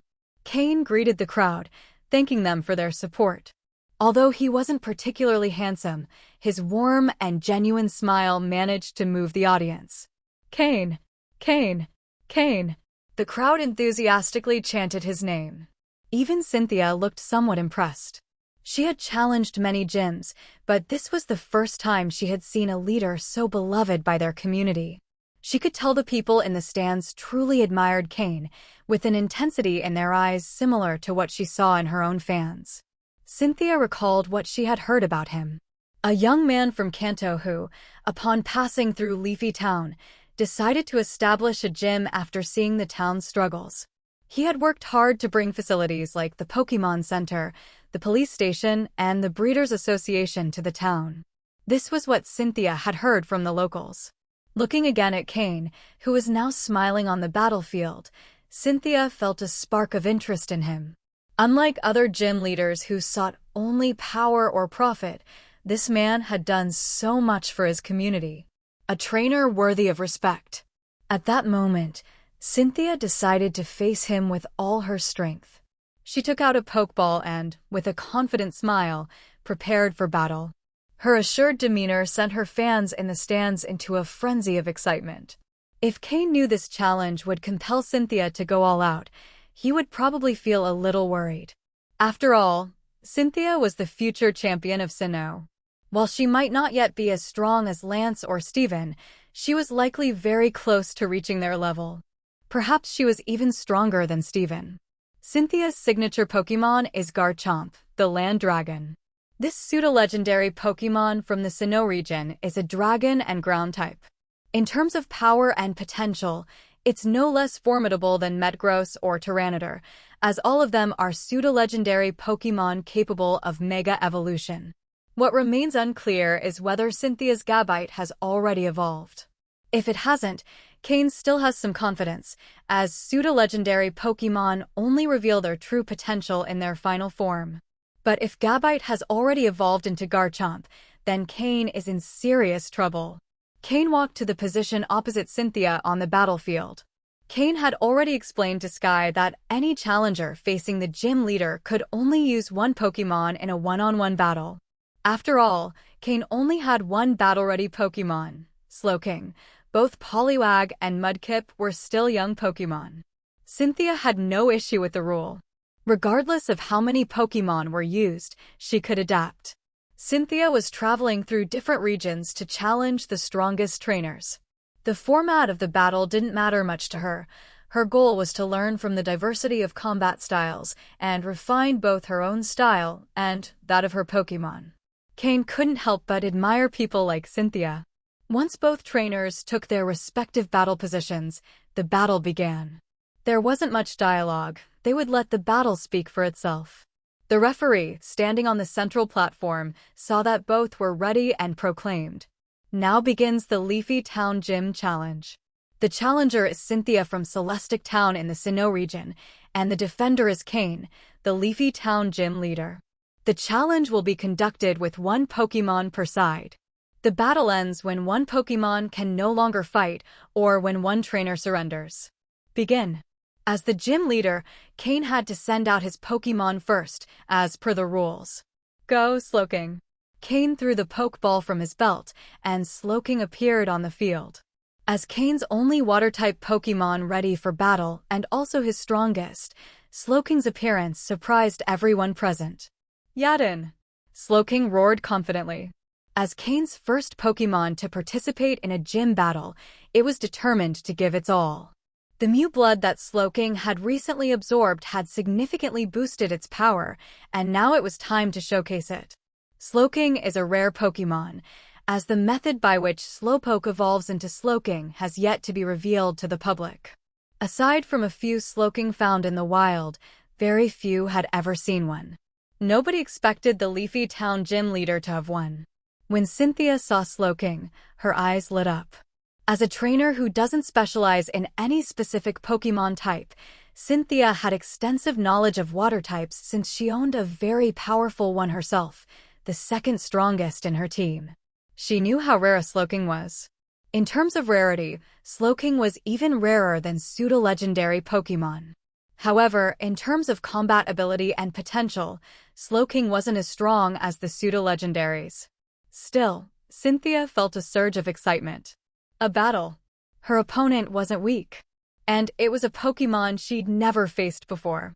She was going to learn a lot from this experience. Originally, when Cynthia arrived in Leafy Town, she intended to use her Water-type Pokémon for this battle and learn something new. But upon seeing Slowking, she decided to change her plans and bring out her best ace. With a confident smile, Cynthia threw her Pokeball onto the field. Go, Garchomp! Roar! Garchomp! As Garchomp appeared, a dominant roar echoed throughout the gym, leaving everyone in awe. The audience fell silent for 3 seconds. What followed was an explosion of excited cheers. The roaring crowd felt like a torrent that filled the ears of Cain, Cynthia, and their Pokémon. This was a gym battle. Cain felt a special thrill. He had lived 2 lives in this world and had never experienced a battle like this. In Team Rocket, fights were more about ambushes or dirty tactics, with the sole goal of defeating the opponent. But a gym battle like this was completely new to him. The crowd was ecstatic. They felt lucky to witness this battle. A Pokémon as rare as Slowking facing the fully evolved pseudo-legendary from the Sinnoh region, it was bound to be an exciting battle. Some spectators were already messaging their friends to come and watch, while others pulled out recording devices to film the battle. They knew that no matter when they shared it, this match would become iconic. Despite the recent system failure, which hadn't fully recovered yet, some basic functions were operational, albeit slow. Cain attempted to skin Garchomp as soon as it appeared. He had to wait a few seconds before receiving the results. Pokémon: Garchomp Purple. Gender: female. Level: 48. Type: Dragon plus Ground. Ability: Sandveil. Held item: None. Egg moves: Dragon Breath, Outrage, Double Edge, Metal Claw, Iron Tail. Basic moves: Crunch, Dual Chop, Fire Fong, Tackle, Sand Attack, Dragon Rage, Sandstorm, Takedown, Sand Tomb, Slash, Dragon Claw, Dig. Learned moves: Draco Meteor, Stomping Tantrum, Earth Power, Dragon Pulse. TM moves: Protect, Hidden Power, Fire, Earthquake, Flamethrower, Stone Edge, Rock Slide. Seeing Garchomp's details, Cain couldn't help but feel overwhelmed. There was no comparison. In terms of potential, Cynthia's Garchomp was on par with Steven's Metagross. Steven only had the edge due to his infinite resources. The fact that Garchomp was at level 48 indicated it had recently evolved and might not yet fully control its power, giving Cain a slight chance. Garchomp, known as the Earth Dragon, had a major weakness.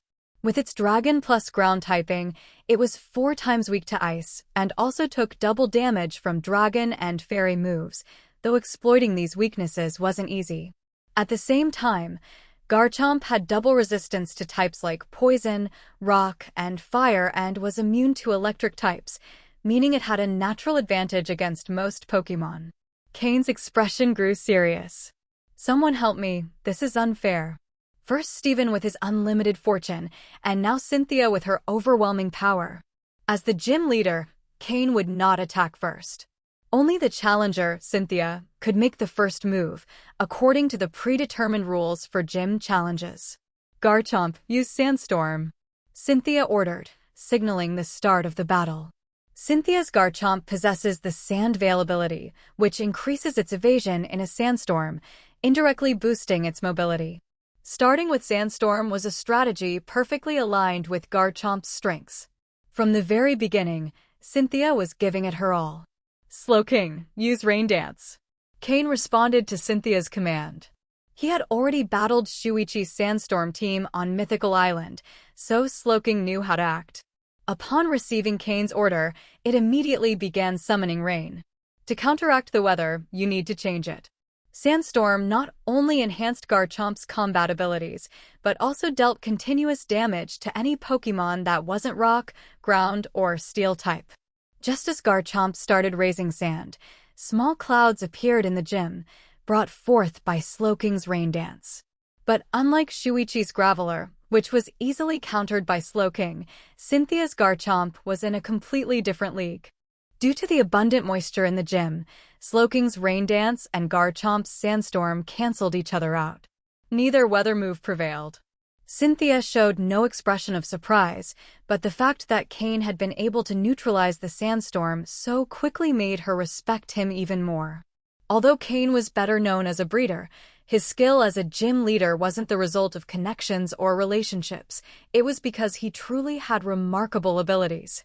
In that case, Garchomp, use Sand Attack and then close in with Dragon Claw, Cynthia ordered, swiftly adjusting her strategy. This showcased the vast difference between Cynthia and Shuichi. When Shuichi lost his weather advantage, he ran out of ideas. However, Cynthia, with her extensive battle experience, immediately shifted her focus to close combat. After all, Garchomp's greatest strength lies in its physical attack, and its speed is phenomenal. With a swift swipe of its claw, Garchomp threw sand towards Slowking before propelling itself rapidly forward, charging with Dragon Claw. "Slowking, envelop yourself with Water Pulse, use Teleport, and then attack with Psychic," Cain commanded, issuing his orders just in time. The connection between Slowking and Cain needed no explanation. Seeing the sand approach, Slowking didn't attempt to dodge, but instead surrounded itself with a blue sphere of water. The sand lost its effectiveness upon contact with the water barrier, and Slowking activated Teleport just as Garchomp closed in.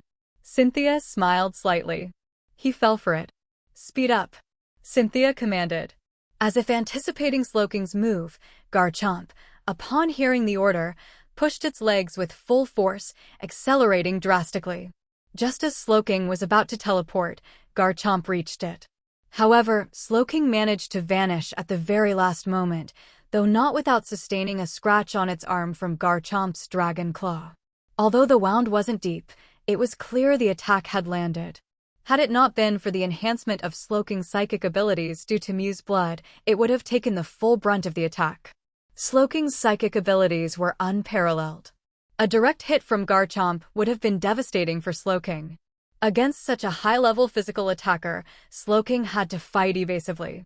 After teleporting and gaining some distance from Garchomp, Slowking quickly conjured black psychic energy spheres. Controlled by Slowking, 6 black spheres aligned in an arrow formation and were fired toward Garchomp at high speed. Cynthia hadn't expected her tried-and-true strategy to be less effective against Slowking. Seeing Slowking, despite its injury, respond with a counterattack, Cynthia issued another command: Garchomp, use Stone Edge. If dodging wasn't an option, then both Pokémon would take a hit.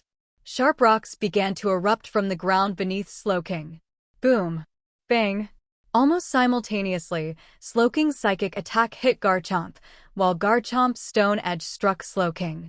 Both Pokémon felt the pain at the same time. Although Slowking's psychic attack was effective, Garchomp didn't seem too injured. On the other hand, Slowking had sustained another wound and was beginning to look more fatigued.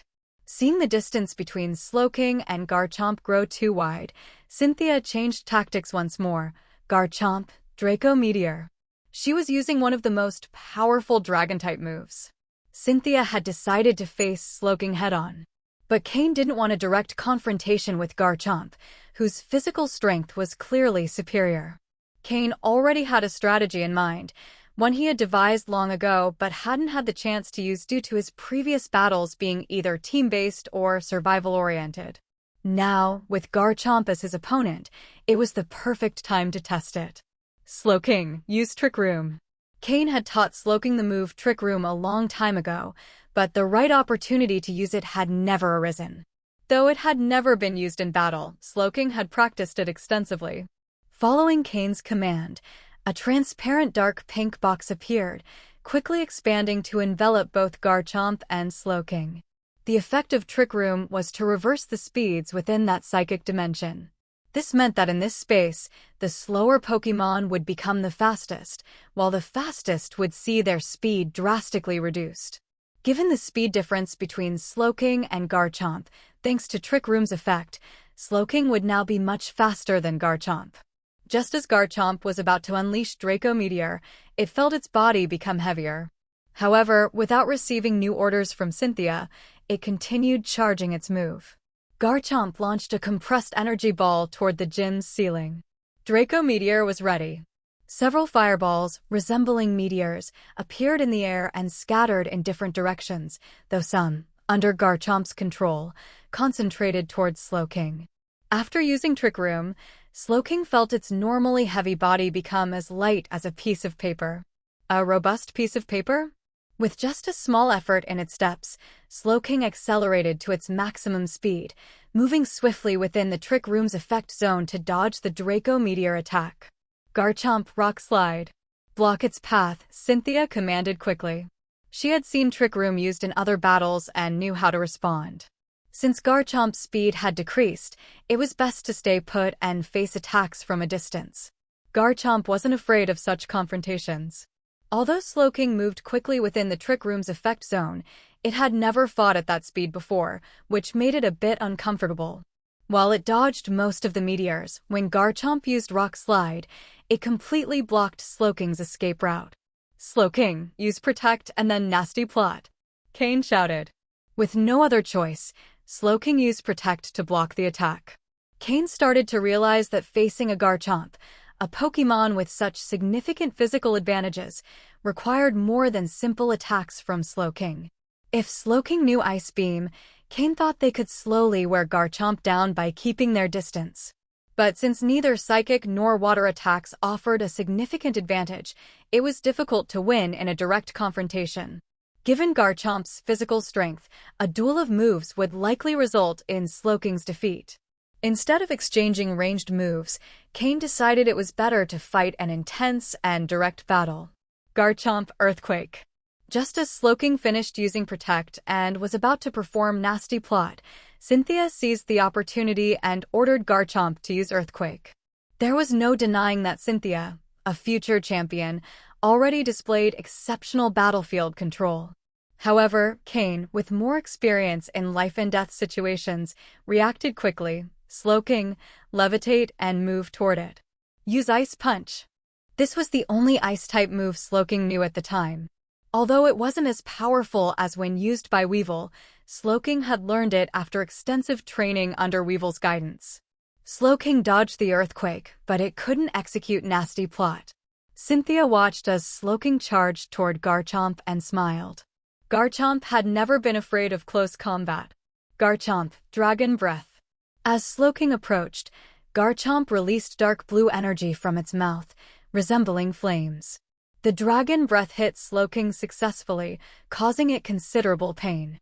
With one eye closed, enduring the pain, Slowking didn't stop its attack. Boom! Boom! It wasn't just one ice punch but two, one with each hand. As with Drapion, Cain had taught his Pokémon that if they could attack with both hands, they shouldn't limit themselves to one. And if they could use their feet too, they shouldn't hesitate. No matter how strong the opponent, they should always attack with everything they had. Both ice punches landed on Garchomp. Although Slowking wasn't an Ice-type Pokémon, Garchomp's quadruple weakness to Ice-type energy made these attacks very effective. Even so, Garchomp's tough body endured the blows. Garchomp, Dragon Claw. Slowking, Ice Punch. Thanks to the speed advantage provided by Trick Room, Slowking always managed to strike Garchomp first, weakening its attacks. At the same time, Slowking's psychic energy surrounded its body, hindering Garchomp's movements and reducing the power of its attacks. What happened next was Garchomp, Dragon Breath. Slowking, Ice Punch. Garchomp, Dragon Pulse. Slowking, Ice Punch. Garchomp, Dragon Rage. Slowking, Ice Punch. In summary, Ice Punch for everything. The crowd in the stands was thrilled to watch the battle. Cynthia couldn't believe it. Was it possible that Slowking was obsessed with Ice Punch? Although Garchomp had a significant weakness to ice, Cain was shamelessly exploiting this advantage. This was the first time that Slowking, usually a long-range attacker on Cain's team, had fought so directly. Blow after blow. This is how a true fighter battles. If it weren't for Garchomp's extreme resilience, any other Pokémon would have already been defeated by Slowking's attacks.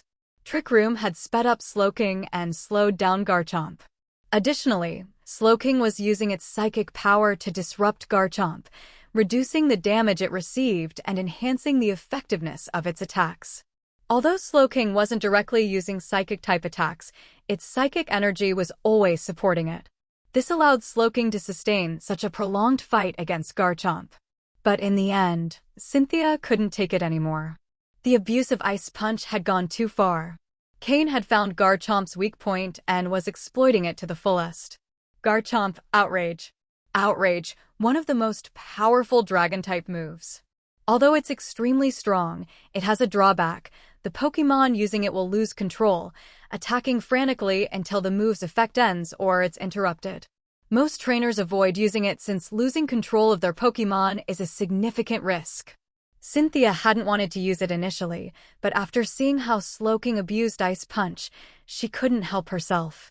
If it was about acting recklessly, who was afraid of whom? Outrage was the answer. Stop. I surrender. Come back, Slowking, Cain said quickly. Before Garchomp could execute Outrage, Cain made the decision without any shame. Slowking, who had enjoyed the fight, simply shook its hands, dispelled the Trick Room effect, and used Teleport to return to Cain's side. Garchomp, wide-eyed, looked at Cynthia as if to ask, "Do you still want me to use Outrage?" Cynthia experienced the same feeling Steven once had. Winning felt so uncomfortable. Why does winning seem more annoying than losing, while the person who loses is so happy? The entire battle ended when Cain surrendered, and after the referee announced the result, the crowd in the stands had yet to react. How did the battle end without actually finishing? In reality, these were doubts only ordinary people had. Trainers who understood a bit about Pokémon would think surrendering was a very wise decision by Cain. Cain's Slowking was at a significant disadvantage against Garchomp, and there was no need to force the fight to the end. After demonstrating its skill and being unable to defeat Garchomp, the best choice was to surrender. It was a smart decision. Cain slowly walked toward Cynthia with his injured Slowking. Before the battle, they hadn't exchanged words, just a few glances. Now Cynthia felt rather awkward. However, Cain didn't dwell on it. He pulled out a light blue badge from his pocket. It was an official badge approved by the league, issued after his gym opened, called the Droplet Badge, quite different from the Rain Badge of Sutopoli City. The rain badge featured 3 water droplets forming almost a triangle, while Cain's droplet badge was very simple, a single light blue water droplet. Holding the badge in his hand, Cain smiled and said to Cynthia, "Your strength is incredible. This badge is yours." This was the first time Cain was awarding a badge, and the recipient was none other than the future champion of the Sinnoh region, making it even more memorable. Although Cynthia felt uncomfortable, she greatly respected Cain's skills, especially his unique battle techniques. "Thank you," she said, accepting the droplet badge and placing it in her pocket. Cynthia had been challenging gyms primarily to gain battle experience, not paying much attention to the badges themselves. Since Cain offered it, she accepted it without hesitation. Perhaps in the future, she might participate in the Hoenn region's tournament and enjoy more thrilling battles then. Cynthia's Garchomp stood beside her. It had also suffered significantly during the battle, especially from the repeated use of Ice Punch by Slowking, which left it quite uneasy. Cynthia might seem cold, but she wasn't truly aloof. Her years of battling had accustomed her to maintaining composure, which also influenced her speech, making her seem distant. Additionally, Cynthia wasn't very skilled at interacting with people. While she was an expert at dealing with Pokémon, engaging with people made her feel awkward. After accepting the badge, Cynthia prepared to leave with her Garchomp. But Cain stopped her. "Cynthia, your Garchomp has also taken considerable damage. Why not treat it alongside my Slowking?" After all, this was the future champion of the Sinnoh region. And Cynthia was one of the most outstanding champions, capable of directly facing legendary Pokémon. Wouldn't it be a good idea to hold on to such a powerful person while they were still on their rise to greatness? Hearing Cain's words, Cynthia, who was about to leave, paused. Although the Pokémon Center wasn't far, she had heard that Cain was a prodigy breeder whose mentor was the president of the Hoenn Breeders Guild, a veteran advanced breeder. Finally, Cynthia accepted Cain's invitation to see how he treated his Pokémon. Under the gaze of all the spectators, Cain left with Cynthia. No one objected, not even those waiting for their turn to challenge the gym. After witnessing the battle between Slowking and Garchomp, none of them felt confident in defeating Slowking. It was better to challenge the substitute gym leader, at least there was some chance of winning. Besides, Cain's Slowking had taken significant damage, so it wouldn't be able to battle immediately. As the two strong trainers departed, cheers for Cain and Cynthia didn't subside. Once they left the gym, Cain let out a slight sigh of relief. Though he had lived 2 lives, he had never been in a situation like that. The first time was truly something he wasn't used to. The audience was too enthusiastic. Cynthia noticed Cain's expression and suddenly asked, "Is this your first time as a gym leader in an official battle?" Cynthia had already acknowledged Cain's strength, considering him on her level. After all, she had heard quite a bit about Steven and Cain since she arrived in the Hoenn region. Unbeknownst to Cain, the Hoenn League had already promoted him alongside Steven as the twin stars of the Hoenn region, with titles such as prodigy trainers and talented breeders. There were so many titles that even Cain blushed hearing them. "Yes, it was my first time. I'm still getting used to it, haha," Cain said, scratching his head awkwardly. After a brief conversation, both fell silent. Cain led Cynthia to his backyard, now home to several Pokémon. The entire Slowpoke group resided there. Nowadays, the pond developed by the Slowpoke was quite large, and several water-type Pokémon also lived there. Some had even evolved. At some point, Cain planned to select the Pokémon in the pond, transferring those with more common aptitudes to an artificial lake outside and leaving only those with higher potential in the private pond. Then, using his breeding skills, he would gradually optimize the Pokémon's quality in the pond, aiming to turn it into a sanctuary for water-type Pokémon, similar to the Stone family's mine. He hadn't released the other Pokémon, not even with Steven, and certainly not now, given it was his first time meeting Cynthia. Cain called out to his Floette, which was planting flowers, and said, "Floette, use grassy terrain." Floette was thoroughly enjoying life, planting flowers every day, training her moves, free from worry about danger or food. "Is it a Pokémon from the Kalos region?" Cynthia was surprised to see Floette. It was her first time seeing such a Pokémon. Moreover, no matter how tough a trainer might be, any woman would feel charmed by such an adorable Pokémon. Even the Battle Queen was still a woman. Cain smiled and nodded. Yes, let Slowking and your Garchomp stay in the grassy terrain. Cynthia nodded and released her Garchomp from its Pokeball. Garchomp and Slowking stood in the area Floette had created with grassy terrain, and their wounds began to heal rapidly. Your Floette's grassy terrain is truly impressive, Cynthia remarked, impressed by the move's healing effect.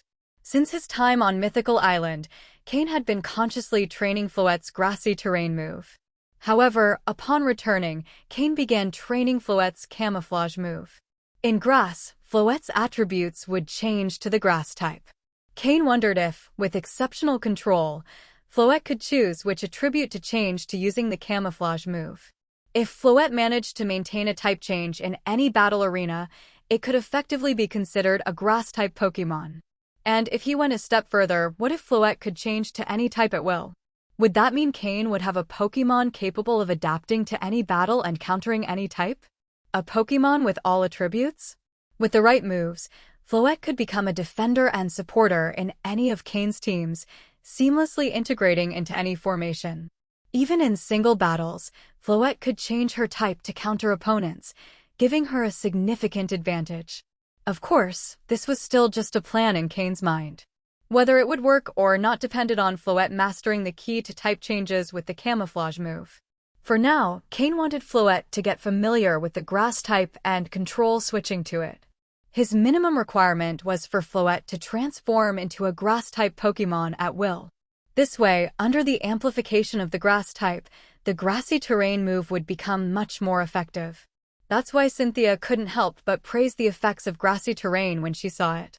By transforming into a grass-type Pokémon at will, Floette could also fill the gap of not having a grass-type Pokémon in the team.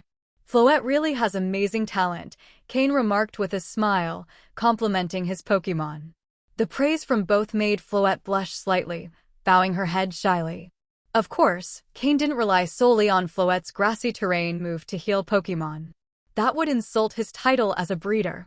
He pulled out a special Pokeblock for Slowking, allowing it to eat slowly. With Garchomp, the treatment was a bit more complicated since Cain didn't have a suitable Pokeblock for it. However, as a ground and dragon-type Pokémon, Cain had no trouble preparing a simple treatment formula. It wasn't a Pokeblock but a medicine. Based on Garchomp's attributes and current condition, Cain crafted a healing potion. Cynthia stood by, watching as Cain, seated on the ground, pulled out a considerable amount of materials from his storage space. With a series of seemingly magical manipulations, within 3 or 4 minutes, he had created a fragrant potion. After getting Cynthia's approval, he gave the potion to Garchomp, who drank it. Combined with the treatment from the grassy terrain move, Garchomp showed an expression of relief. However, Cain's treatment didn't stop there. He pulled out a healing spray and applied it to Garchomp's body, accompanying it with special massage techniques that made the dragon let out small groans of pleasure. Grr, it emitted softly. Imagine a fierce Pokémon like Garchomp making a sound similar to a cat's. Cynthia's eyes widened, watching how Cain's actions transformed her powerful Garchomp into a docile Pokémon. Garchomp's skin and muscles were quite tough. Despite Cain's trained and strong hands, they still felt sore after the massage. Nonetheless, the effect was outstanding, as Garchomp closed its eyes and fell asleep in the area affected by grassy terrain. Only then did Cain start helping Slowking recover. Compared to Garchomp, Slowking was much calmer. Cain regularly gave massages to his Pokémon, helping them recover physically. This was effective in removing internal injuries they might have. Phew. Almost done, Cain said, wiping the sweat from his forehead. Both Garchomp and Slowking were quite large Pokémon. Garchomp stood at 1.9 meters tall, and Slowking, with its crown, reached 2 meters. Slowking didn't fall asleep, but found a comfortable position to lie down in the area affected by grassy terrain. You could imagine it. 2 Pokémon that had been fiercely battling moments ago now resting peacefully next to each other. Cynthia looked at Cain with eyes full of gratitude. She could sense that Cain's treatment for Garchomp not only healed visible wounds, but also had other benefits.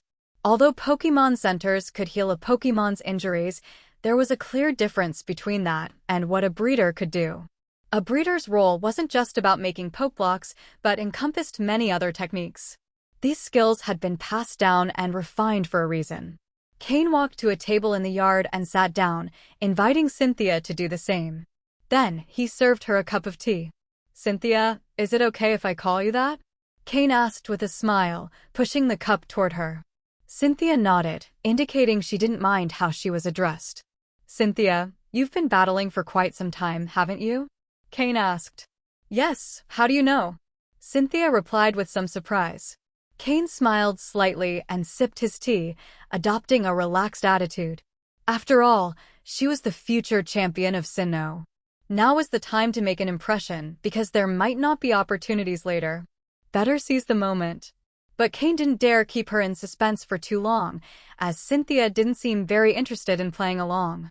If Cain didn't speak, Cynthia wouldn't either, merely sipping her tea in silence. The situation became slightly awkward. "Well, it's just that while massaging Garchomp, I noticed its body was very stiff. Its muscles have been tense for a long time. If this continues, it could develop internal injuries that might affect its growth potential," Cain explained. Cynthia set her cup down and straightened up, paying more attention to his words. "But don't worry, it hasn't suffered any irreparable damage yet. With the potion I gave and the massage, its body has already started healing. However, for its long-term well-being, I'd recommend not using Garchomp in battle for a week," Cain added. "A week?" Cynthia murmured. A week wasn't a long time, but she began to worry about the condition of her other Pokémon. If Garchomp, her strongest Pokémon, was in this state, how were the others faring? "Garchomp hasn't been evolved for very long, has it?" Cain asked. "Yes," Cynthia replied. The change in Cynthia's attitude was noticeable. Not just anyone could tell how long it had been since Garchomp evolved. The great con artist, Cain, had returned to the scene. "Although I don't know why you've been battling so relentlessly, you should consider the condition of your Pokémon, as well as your own body," Cain said. Cynthia was slightly surprised but nodded in agreement. She might neglect her own well-being, but she could never ignore her Pokémon. "Thank you," Cynthia replied. "Here's the plan. Your Pokémon need at least a week of rest. During that time, you can't battle, so you might as well stay in Leafy Town. The Pokémon Center or the gym can offer you free lodging," Cain suggested. "All right. Do you know Steven?" Cynthia asked. "Steven? If you mean Steven Stone, of course I know him well. Can you tell me where he is?" Hearing this, Cain gave Cynthia a peculiar look. Could there be something between her and Steven? However, he had never heard of them having any special relationship. While pondering this, a mischievous smile appeared on his face. He felt as if he had uncovered the world's greatest secret. But he was clearly mistaken because Cynthia, noticing his expression, couldn't help but glare at him. "In Hoenn, there's a rumor that you and Steven are the twin stars of the region. One of my main reasons for coming here was to challenge both of you. I tried to find him in Rustboro City, but he wasn't there. No one at his company knew where he was, so I came to Leafy Town to challenge you first," Cynthia explained, speaking more than usual. She continued, "Your strength is greater than I imagined. No wonder you're called one of the twin stars of Hoenn. Additionally, I've heard you're even better as a breeder. Initially, I didn't believe it, but after seeing how you treated my Garchomp, I'm now convinced. Cain, you're really strong. I'd love to have a full 6-on-6 battle with you," Cynthia said enthusiastically. Cain was starting to sweat. "Miss, you've already seen my strongest Pokémon," he thought. "If we had a full battle, you'd probably be disappointed. Better save that energy for Steven." Meanwhile, Steven, who was training somewhere, suddenly sneezed. With an awkward smile, Cain replied, Well, leave the full battle to Steven. He's far stronger than I am." Hearing that Steven was stronger than Cain, Cynthia's interest grew even more. "I'll send him a message to return as soon as possible. When he arrives, he'll come straight here. In the meantime, you can stay in Leafy Town. I can help check on your Pokémon's condition," Cain offered. With this, He successfully redirected Cynthia's attention away from the idea of a full battle. After interacting with Cynthia's Garchomp, Cain had already used his system to gather all the data on the Pokémon, doing so with incredible detail. Now he could confidently say that no one knew that Garchomp better than he did. If Cynthia trusted him with her other Pokémon, Cain could also gather data on them. While it might not have immediate use, it could prove valuable in the future. This aligned with Cynthia's own wishes. She wanted Cain to check on her other Pokémon, but she didn't know him well enough to ask directly. Now that Cain had offered, Cynthia agreed without hesitation. She chose to trust him, whether it was because of how he treated her Garchomp or his reputation as the gym leader of Leafy Town and one of Hoenn's twin stars. Everything suggested that Cain was trustworthy. She placed 5 Pokeballs on the table and handed them to Cain. These 5 Pokémon, along with the Garchomp he already knew, represented Cynthia's entire battle team. Cain calmly accepted them and summoned all the Pokémon. Spiritomb, Gastrodon, Roserade, Milotic, and Lucario appeared alongside Garchomp. This was Cynthia's complete team. Seeing these 6 Pokémon, Cain couldn't help but feel envious. Amazing! Simply incredible. He was certain that a full battle between Steven and Cynthia would be absolutely thrilling. After giving some instructions to her Pokémon, Cynthia said goodbye and left. She planned to stay at the Pokémon Center in Leafy Town, visiting her Pokémon daily while waiting for Steven to arrive. Meanwhile, Cain would help Cynthia's Pokémon recover and take the opportunity to gather more data on them. He could study their training methods, which were quite refined, and apply them in the future to raise similar Pokémon or find useful strategies for his own team. However, there was an unexpected surprise: Cynthia's Lucario. From the moment it saw Cain, Lucario took an immediate liking to him, drawn by something in Cain. Even Cynthia felt a little jealous seeing how much her Lucario liked Cain. After all, she had worked hard to capture it, and now it seemed enamored with Cain from the very first meeting. If she didn't know that Cain didn't possess aura powers, Cynthia might have thought he was an aura guardian. Cain, of course, knew the reason. The aura gift he had received from the Lucario of Mythical Island was working. Judging by Cynthia's Lucario's behavior, it seemed that Cain would have an excellent relationship with any Pokémon that mastered aura powers in the future.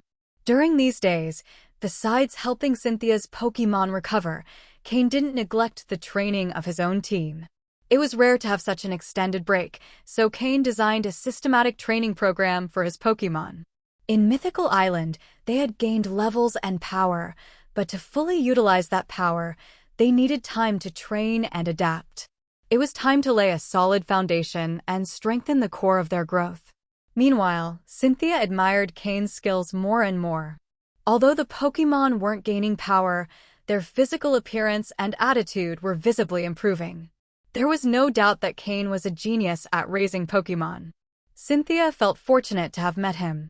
Otherwise, her reckless approach to battles might have caused irreparable damage to her Pokémon. And in the midst of this recovery, Cain received 2 pieces of good news. His system, which had been inactive, was finally back online, and Steven had returned. 3 days after Cynthia settled in Leafy Town, Cain's system was fully operational again. All functions were restored, and the database nearly doubled in size. Thanks to this expansion, the system's analysis and calculation capabilities improved significantly. The greatest benefit was the enhanced information on Pokémon breeding.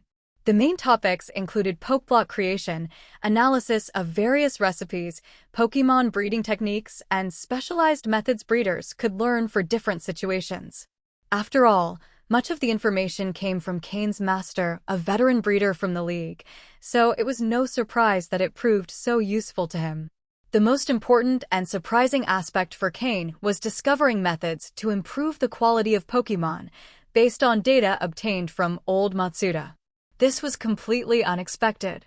Upon reviewing this information, Cain realized that many of these methods were obscure or had low success rates. Most of them involved what trainers could do during the evolution of certain Pokémon to enhance their quality at that critical moment. In reality, The League already knew about the methods Cain had obtained from Team Rocket to improve the quality of bug-type Pokémon. The problem was that these methods were so cruel that the League, as a representative of justice, couldn't condone them, so they were stored as classified files deep within their databases. Without a special password, no one could access them. Old Matsuda knew his computer contained this information, but he had it well protected. Without his permission, no one could access those files. But Cain had an exceptional system. He was able to decrypt old Matsuda's computer and copy all the information, even the most hidden data. After a period of inactivity and classification, that information was now available to Cain. The quality improvement methods obtained from Team Rocket were nearly identical to the dark methods found in the recent data. One of these was the toxin nutrition method used to enhance Drapion. Some methods were even crueler. Cain had finally been exposed to the darkest aspects of this world. As for how the League came to know these methods, it wasn't hard to guess. Apart from the extreme methods, there were also safer and more common ways to improve Pokémon quality. The most common and effective method involved Pokémon that required evolutionary items. For example, Murkrow needs a Duskstone to evolve, Slowpoke uses a King's Rock and a Shedder to become Slowking, and Sneasel uses a Razor Claw. Although these Pokémon have a more complex evolutionary process than others, these complications also represent opportunities to enhance their quality. Cain had managed Slowpoke's evolution well, and as a result, after evolving, Slowpoke reached a dark blue quality level. Using evolutionary stones is one of the most common enhancement methods. While basic evolutionary stones meet the minimum requirements for evolution and don't provide much energy to optimize quality, intermediate, superior, or even supreme-level stones can do so. The difference lies in the degree of improvement the different stones can offer. Murkrow, for instance, used a supreme-level stone, allowing its quality to increase by 1 level after evolving into Honchkrow. Cain has another Pokémon that requires an evolutionary stone to evolve, Floette, which he caught on Mythical Island. Floette needs a shiny stone to evolve into Florges. Cain has high hopes for Floette, and if she masters the move Camouflage to change her type, she will no longer be just a support member of his team.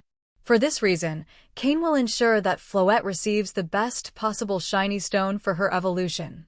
In the new system data, aside from the cruel methods and those involving evolutionary items, there were also safer methods, though with milder effects. These focused primarily on what trainers could do during a Pokémon's evolution. Since Pokémon undergo physical and form changes when evolving, that is the best time to improve their quality. Most of the Pokémon in Cain's main team had already reached their final forms, so this method could only be applied to those in his second team. Fortunately, none of the Pokémon in his second team had evolved yet, giving him plenty of room to apply these methods. Although this method is safe, it has a variable success rate. It depends on both the Pokémon and the trainer's expectations. If the goal is a minor quality improvement, the success rate will be high. But if aiming for significant improvement, one must be prepared for failure. Failure not only means the Pokémon won't improve, but it could also lose some of its innate talent, resulting in a decrease in quality. Trainers seeking these kinds of enhancements must be ready to take these risks. The last enhancement method, the most common among breeders, is a long-term, safe but slow approach. This involves gradually improving Pokémon quality through consistent use of food like Poke Blocks over an extended period. Although the results are slow, the Pokémon's quality improves gradually. An example is Aerodactyl, old Matsuda's Pokémon, whose quality improved significantly thanks to this method. Of course, this method requires both skill and resources, with skill being the biggest limiting factor. This is why advanced breeders are so highly valued and custom Pokeblock recipes are so expensive. For Cain, this method is perfect. Thanks to his system, he has no technical limitations, especially after copying old Matsuda's data and some information from the Breeder Guild. Moreover, Cain no longer lacks resources. The minerals and diamonds provided by the Carbink colony on Mythical Island have eased the pressure on resources needed to train Larvitar and Aaron. Although these resources aren't enough to maximize their potential, Cain knows that their growth will bring more income sources in the future. Additionally, Cain ensured that he brought the entire carbon colony with him. All of this feels like a blessing for Cain. Both his first and second teams will greatly benefit from the system's database enhancements. Cynthia truly spent 7 peaceful days in Leafy Town. During these 7 days, she left all her Pokémon with Cain, maintaining a daily routine of 1 hour to interact with them. The rest of her time was spent at the Pokémon Center, reading data on Pokémon and expanding her knowledge. Noticing Cynthia's dedication, Cain couldn't help but admire her. It was no wonder she would become the champion of the Sinnoh region in the future. Her discipline made Cain feel a bit ashamed. It wasn't that Cain in this life hadn't reached his full potential, but in his past life, once he reached the quasi-elite level, he became prideful and then stagnated.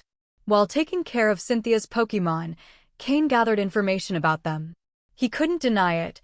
Cynthia's Pokémon were exceptionally impressive, both in aptitude and combat ability. Aside from Lucario, with whom Cain had formed a good bond, the Pokémon that caught his attention the most was Milotic. Cynthia had a Milotic, just like Wallace, who would later succeed Steven as the champion of Hoenn. Pokémon: Milotic, light purple. Gender: female. Level: 49. Type: water. Ability: Marvel Scale. Held item: none. Egg moves: Dragon Breath, Mist, Brine, Iron Tail. Basic moves: Water Pulse, Wrap, Water Gun, Water Sport, Refresh, Disarming Voice, Twister, Aqua Ring, Captivate, Recover, Aqua Tail, Attract, Safeguard, Coil, Hydro Pump, Rain Dance. Learned moves: Dragon Pulse, Icy Wind, Bind. TM moves: Protect, Hidden Power, Grass, Ice Beam, Scald, Dragon Tail, Surf.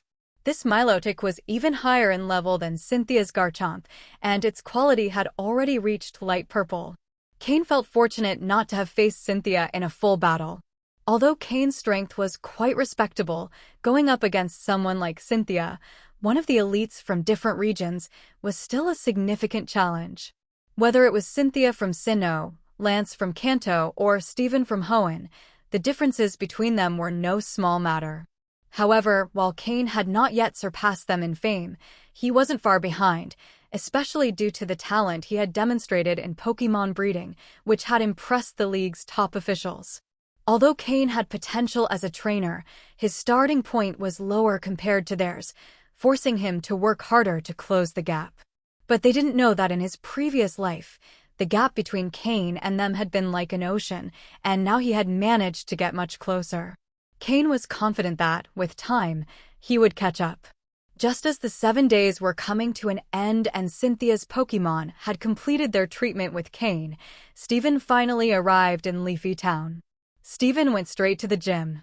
Observing the newly renovated and functioning gym, along with the bustling commercial street around it, he knew the Devon Corporation had made an excellent investment. When Cain learned Steven was about to arrive, he stepped outside the gym to wait for him. The two, being good friends, greeted each other with a smile. Steven hadn't changed since the last time Cain saw him, still dressed in his elegant suit, with his usual confident smile. Since his Metagross had evolved, Steven's confidence had only grown more evident. It was easy to notice the powerful aura emanating from Steven, who had undoubtedly become the Prince Charming in the hearts of many girls, meeting all the criteria: young, wealthy, attractive, charismatic, and, most importantly, extremely strong.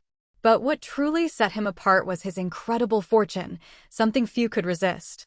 "You look refreshed after being away for so long. Your energy has changed," Cain said with a laugh as he led him into the gym. At that moment, the gym was closed, but when enough challengers gathered, it would reopen, and they would line up one by one to face the gym leader, as had happened with Cynthia. However, ever since the video of Cain and Cynthia's battle was published online, no one had dared loudly challenge the real gym leader. Cain's reputation had grown considerably after that battle. Before, while he was known, he didn't have any notable battles to prove his worth, and many had only heard about him. But now, after battling Cynthia, he had gained widespread recognition. A small online fan base had even emerged, admiring him, particularly for his sloking and his achievements. Compared to Cain, Cynthia's fame was much greater. After all, there were many videos of her battles available online. In fact, people had given her a powerful nickname, the Battle Queen, representing both her passion for battles and her incredible strength. And considering that Cain's sloking had gone head-to-head with Cynthia's Garchomp, it was clear he wasn't an easy opponent.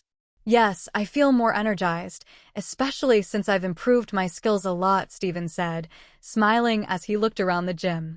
You've done a great job with this gym, and the commercial street is thriving. I'm sure the Devon Corporation is generating stable revenue from this project.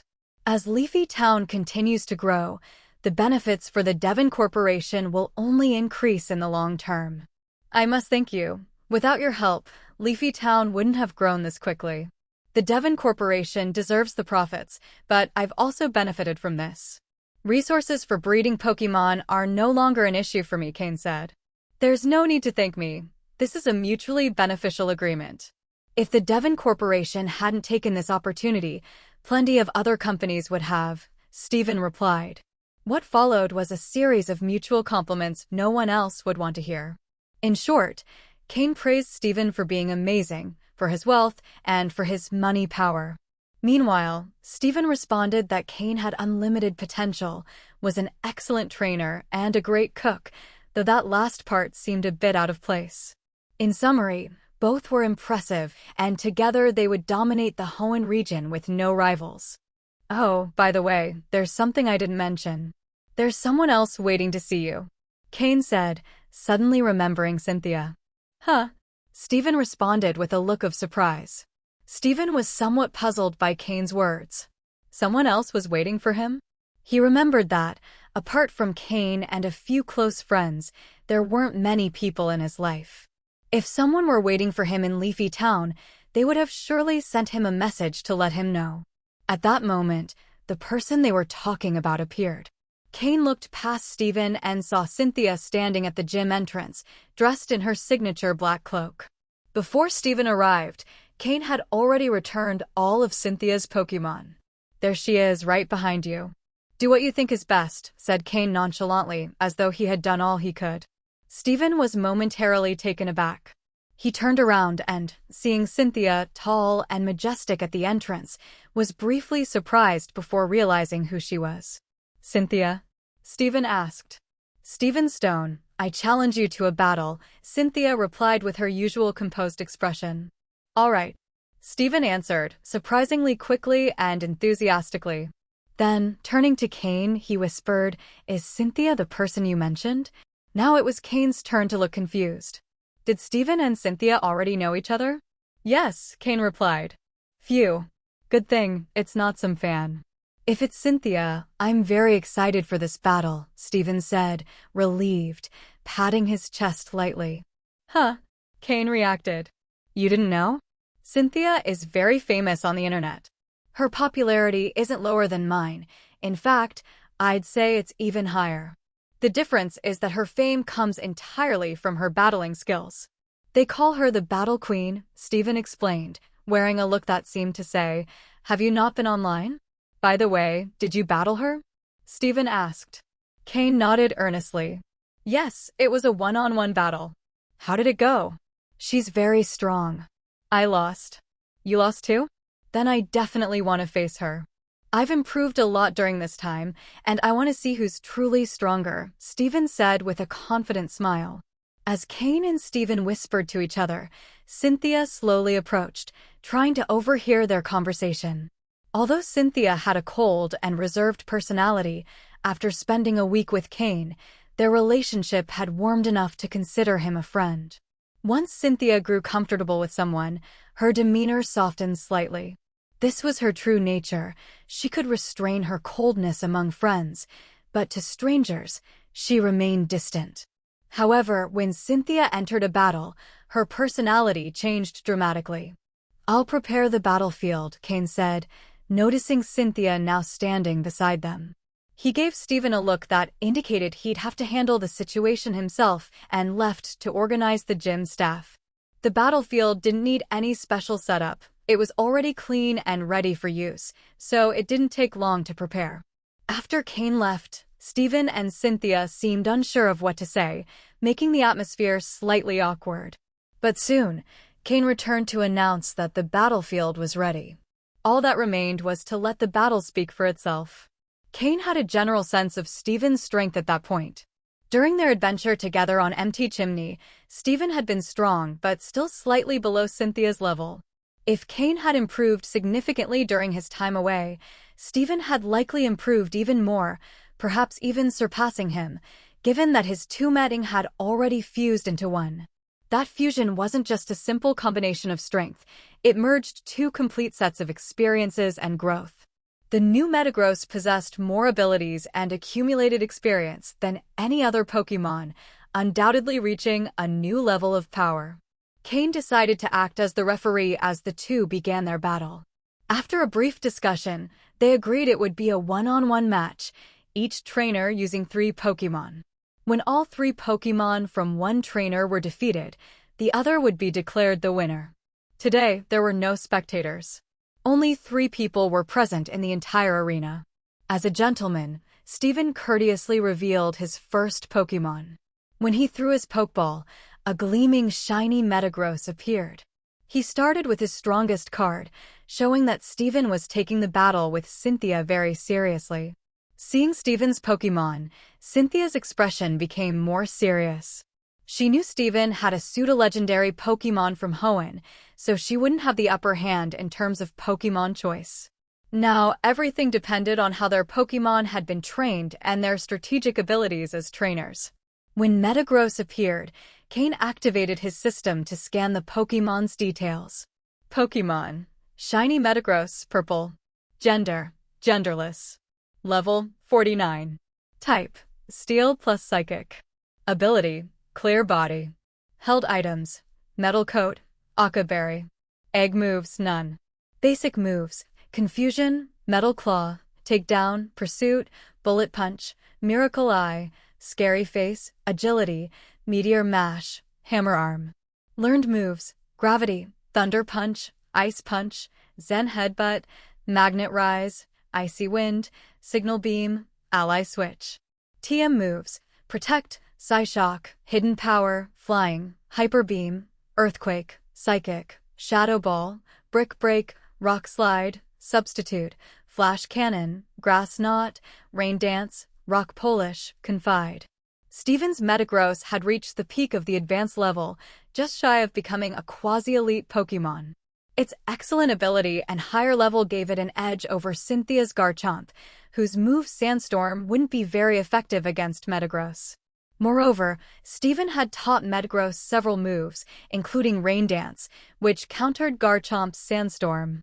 Although Metagross had a double weakness to ground-type attacks, it could use Magnet Rise and its psychic capabilities to evade some of those moves.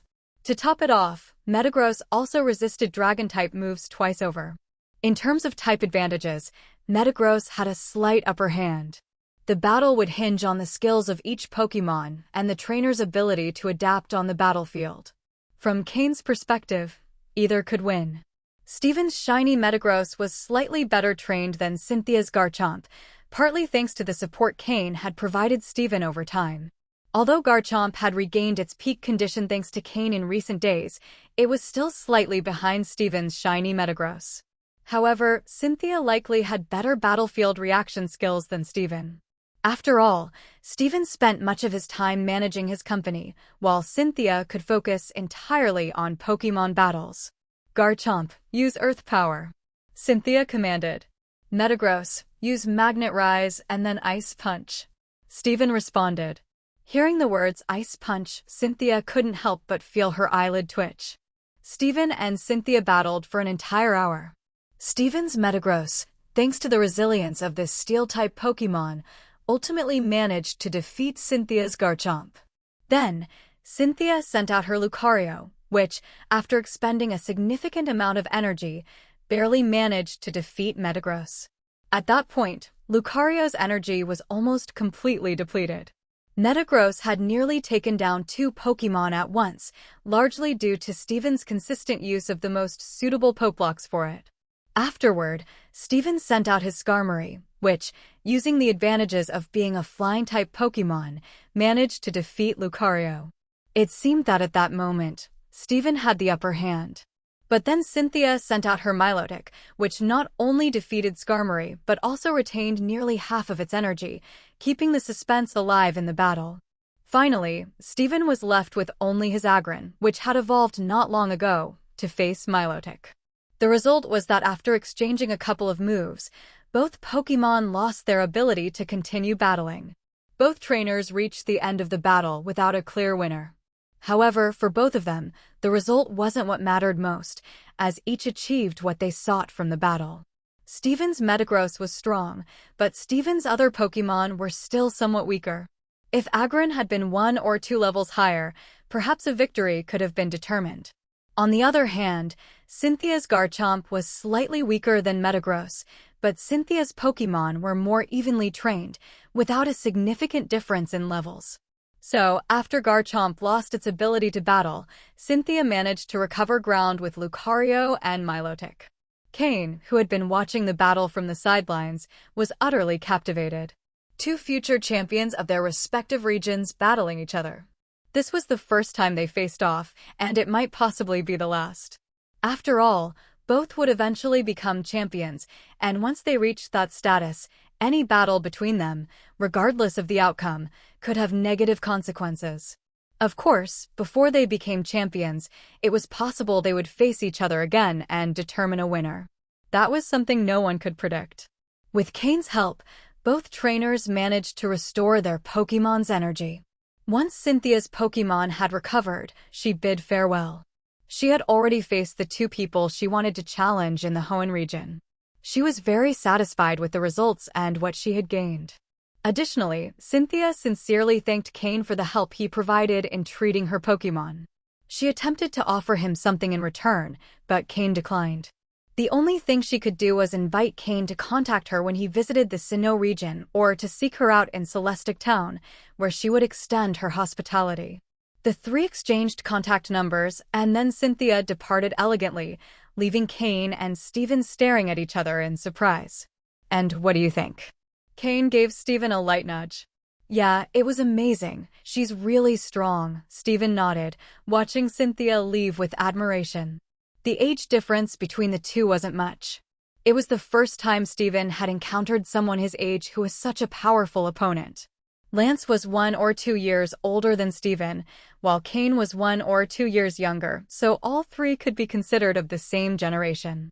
However, between Steven and Cynthia, the age difference was small enough that they could be considered peers. This age difference is fictional. This made Steven feel a certain pressure. He had always thought he was the best of his generation, but now he realized that while he had the talent to make the most of his money ability, Cynthia, with her natural talent and willingness to dedicate so much time to training, could keep up with him. It was as if one was a high-budget player and the other a tireless expert. Both invested different resources but pursued the same goals. As for Cain, he was like a cheater in the game, so he didn't count for comparison. A high-budget player, a tireless expert, and a cheater. Obviously she's strong, but that's not what I was asking about. Cain shot Steven a frustrated look. You weren't asking about her strength? Then what were you asking about? Steven asked, confused, as he looked at Cain. There was a brief silence. Forget it, it doesn't matter. Cain waved his hand and headed toward the gym. Since the gym had officially opened, Cain hadn't had the chance to fully explore it. Everything had been managed by Sky, who took care of furnishing and stocking the upper areas of the gym with various items.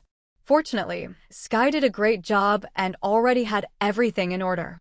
Cain led Steven to the reception area on the gym's upper floor. As the host, Cain didn't even know where the tea was, which was a bit embarrassing. Did you get anything out of this last trip? Cain, unable to find tea, pulled out a bottle of mineral water from his storage space and tossed it to Steven. Steven didn't mind in the slightest, opened the bottle, and took a big gulp. The previous battle had left him parched from shouting so much. I learned a lot. My Pokemon's levels have improved quite a bit, and I think Metagross is about to reach the quasi-elite level, so I thought I'd return to settle down a bit. Cain nodded in agreement. Indeed, Metagross had already reached level 49 and would soon enter the quasi-elite Pokemon category. Once it surpassed that threshold, its power would grow significantly. That's great, but now you've got a pretty noticeable power gap. Don't neglect training your other Pokemon, Cain reminded him. At that moment, Metagross was Steven's strongest Pokemon, carrying the weight of his team, while the other Pokemon were a bit weaker. Luckily, Agron had already managed to evolve. Yeah, I want to improve my other Pokemon, but Metagross is at its peak development stage right now, so I need to focus most of my time on it, Steven replied with resignation. Cain understood completely. By the way, what happened with the 2 fossils you mentioned last time? Hearing this, Steven showed an expression of joy. Thanks to your help, after talking to some friends, I finally managed to revive both fossils. Although I'm not sure how to train these 2 ancient Pokemon species, one reason I returned was to have you take a look at them. Anorith and Lileep? Cain was also intrigued by them. Oh, I also have something else to tell you. Last time, you asked me to look for some rare stones. Well, during my training, I got lucky and found one that might be what you're looking for. Saying this, Steven pulled out a small box and, upon opening it, revealed a small stone inside. Seeing it, Cain's expression showed surprise. Keystone. Although the Keystone is relatively less rare compared to the Megastone, it remains quite valuable to Cain. For a Pokemon to achieve Mega Evolution, both the Keystone and the Megastone are essential. Of course, cases like Ash and his Greninja are an exception, purely the result of protagonist's aura. Cain extended his hand and took the Keystone from the small box. Its colorful surface bore a sort of black pattern that resembled a dark eye or perhaps a strange symbol. At this point in time, Mega Evolution has yet to be discovered, so the true value of the Keystone remains unknown. Thank you, Steven. Although I don't know exactly what this stone does, I feel like it holds a power that will allow me to achieve something unexpected, Cain said as he returned the stone to the box. Lying without batting an eye was already a skill Cain had completely mastered. Steven waved his hand and replied, "There's no need to thank me. Even though I've never seen a stone like this before, compared to the 2 ancient Pokemon fossils you gave me last time, this stone seems insignificant." While the Keystone looked rather peculiar, without a Mega Stone to activate it, it was just a brightly colored marble. In terms of real value, it's true that the 2 ancient Pokemon fossils are worth more than a Keystone, though the difference isn't as vast as Steven believes. Of course, if it were a Mega Stone, then their values would be roughly equal. After all, not everyone has the capability to revive an ancient Pokemon. Alright, you can leave those 2 Pokemon to me. I'll give you a satisfactory answer, Cain said, easily agreeing to Steven's request after obtaining the Keystone. They were just 2 Pokemon, and though they were ancient Pokemon, with the system in his possession and all the training information he had obtained from old Matsuda, there was nothing to worry about. All it took was analyzing them and calculating the best training method and the appropriate Pokeblock recipe for them. With that, Steven took out 2 luxury balls and placed them in front of Cain. Inside were the newly revived Anorith and Lileep. Cain activated the system and briefly scanned their data. Pokemon, Anorith, dark blue. Gender, male. Level, 15. Type, rock plus bug. Ability, battle armor. Held item, none. Egg moves, sand attack, cross poison, water pulse, aqua jet. Basic moves, scratch, harden, mud sport, water gun, fury cutter, smack down. Learned moves, bug bite, earth power. TM moves, none. Pokemon, Lileep, blue. Gender, female. Level, 20. Type, rock plus grass. Ability, suction cups. Held item, none. Egg moves, recover, curse, mega drain, endure. Basic moves, astonish, constrict, acid, ingrain, confuse ray, ancient power. Learned moves, seed bomb, giga drain, synthesis, earth power. TM moves, none. The qualities of these two Pokémon surprised Cain, as both achieved blue-level quality. Anorith had a dark blue tone, while Lileep was blue. It makes sense that these Pokémon managed to survive since ancient times. They were probably the most outstanding of their species. Perhaps, due to their high quality, the strongest Pokémon in their tribes protected them to preserve a minimal chance of survival for the species. Therefore, it wasn't entirely surprising that these two Pokémon had such qualities. Cain couldn't help but admire Steven's luck. Reviving ancient Pokémon carries certain risks, and the fact that Steven managed to bring them back was pure good fortune. Anorith evolves into Armaldo, and Lileep into Cradily. Both are excellent Pokémon. Armaldo, being rock plus bug type, has weaknesses like rock, steel, and water types. However, its sturdy armor and defensive capability make it a formidable physical tank, while its specialty is physical attack. It's a strong frontal attacker, and its ability, Battle Armor, prevents it from being taken out with a single critical hit. Of course, Armaldo also has a hidden ability, Swift Swim, which makes it a great physical attacker for a rain-based team. As for Cradily, a rock plus grass type, it's an excellent addition to Steven's team, as he has always had a preference for steel and rock types. Having a grass-type Pokémon compensates for his weakness in that area, much like Cain managed to do with his Floette. In truth, these two Pokémon don't perfectly fit into Steven's current team, but that's not a problem since he values them. Although both Pokémon can become very powerful, Cain knows that in the future, he'll need to advise Steven to catch other Pokémon better suited for his team to avoid disadvantages in battles. For example, a ground plus steel Pokémon like Excadrill would be a perfect addition to Steven's team. It has only one small flaw. It's not imposing enough. Steven's current team, with Metagross, Aggron, and Skarmory, is composed of truly impressive Pokémon. The contrast between Steven and his Pokémon results in a combination that intimidates opponents. In the future, Armaldo will also be quite an imposing Pokémon. If possible, Steven could also catch a Scizor or a Steelix. Not only do they fit his style, but both can Mega Evolve, further strengthening Steven's team. A Steven modified by Cain, specializing in steel types, would probably be the most powerful champion of all. At that point, facing legendary Pokémon would no longer be a dream. While these thoughts ran through Cain's mind, he concluded that having Steven as a champion would only bring benefits, as long as his true identity remained hidden. "Leave them with me for a few days. I'll give you a satisfactory answer," Cain said, putting away the Pokeballs with a smile. "Of course, I trust you completely," Steven responded without hesitation. "When do you plan to return to the Devon Corporation? You've been avoiding several tasks." "They've even called me asking about you," Cain said, taking out his phone and waving it in front of Steven. Over the past week since Cain had returned, the Devon Corporation had called multiple times asking about Steven. Now, everyone at the Devon Corporation knew Cain was friends with their future president. When they couldn't find Steven, they preferred to ask Cain. Steven rubbed his forehead in resignation. "They're always the same. Look, I'll stay a few more days in Leafy Town, but don't tell anyone. When you finish researching these little ones, I'll go back, but don't rush. Take your time." "Hey, that's taking advantage of me. Are you using me as your shield?" Cain looked at Steven, who had already settled comfortably on the couch, and couldn't help feeling frustrated. "Don't worry, the elders in the family love that I spend time with you. With the Breeders' Guild coming to Hoenn thanks to you, they just want to seize the opportunity.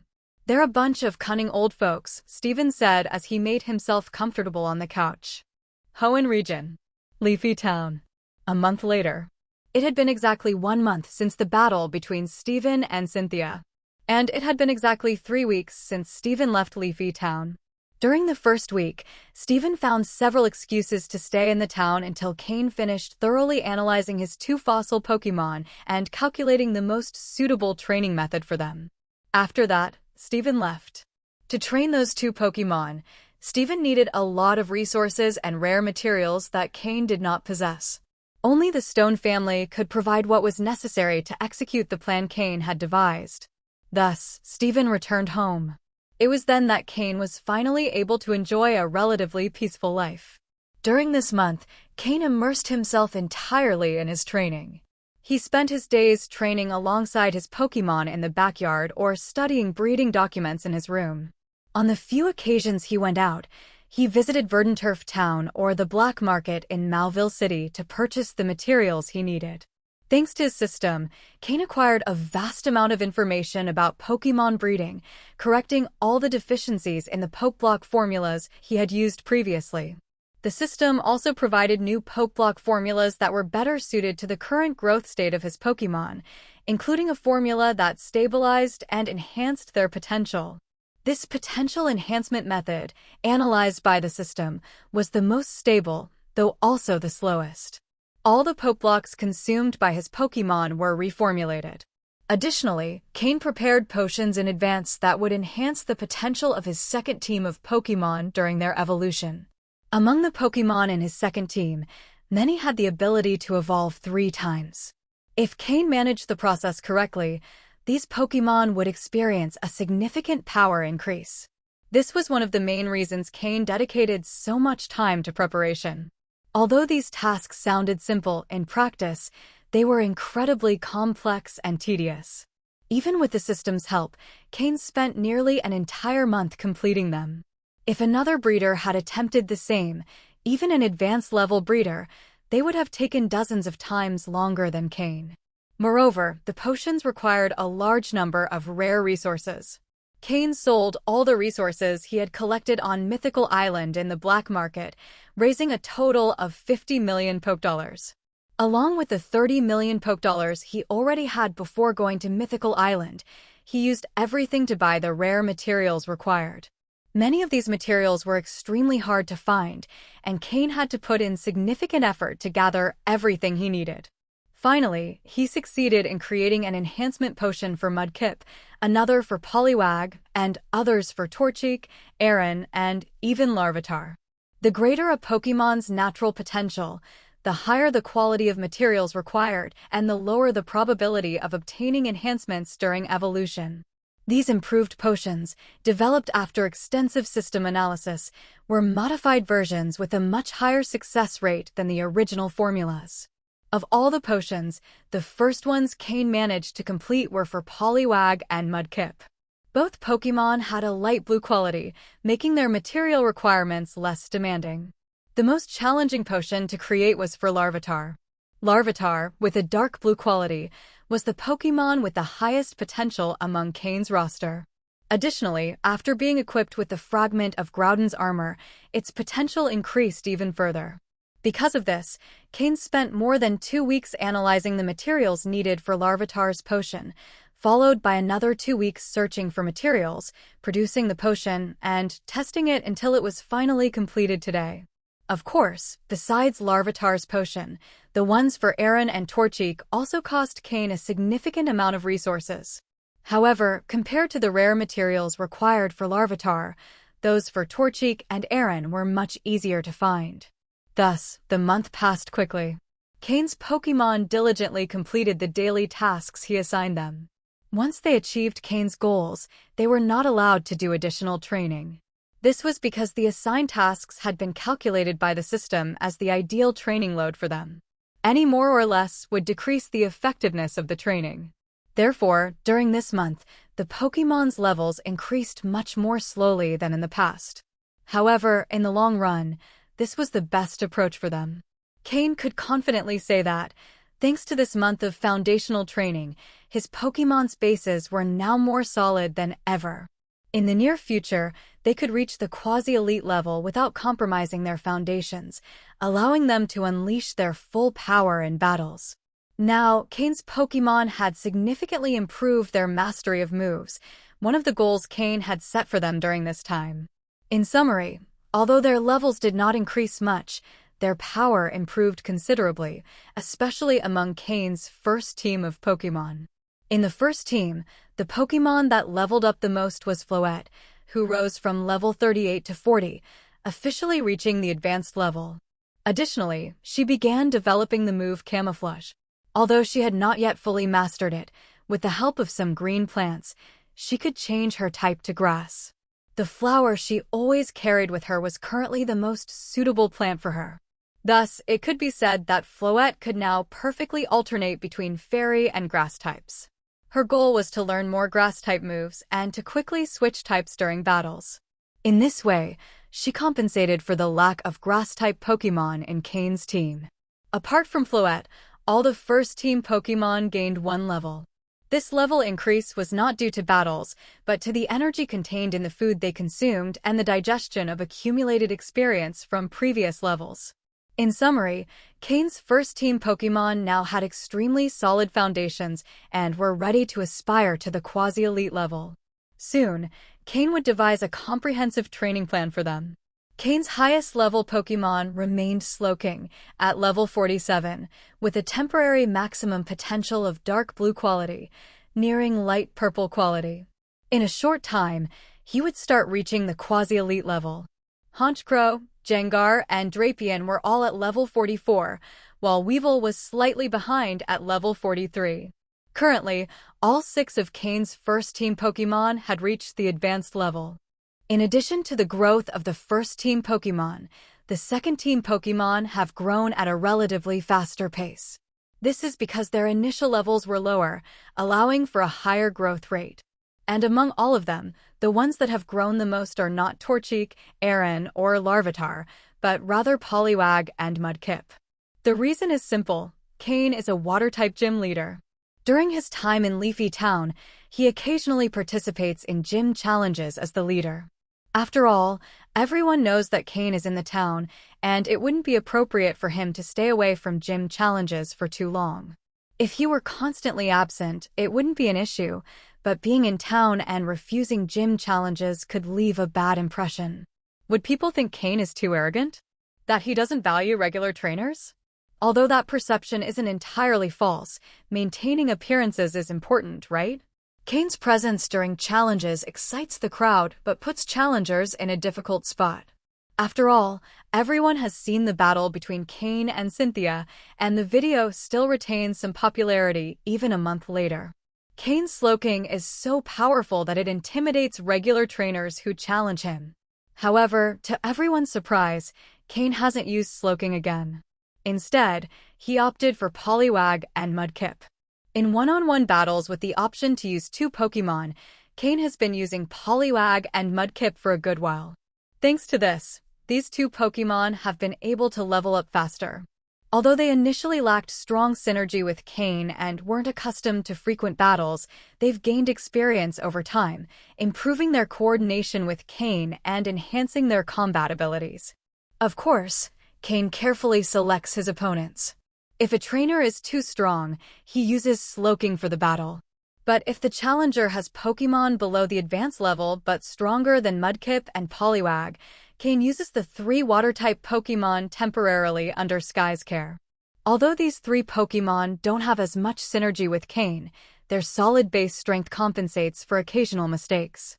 In summary, Cain doesn't recklessly send Mudkip and Poliwag into battles against opponents they can't defeat. The advantage of having this system is clear: Cain can choose suitable opponents for his Pokémon. It's not about damaging his Pokémon's confidence, but rather providing the necessary training.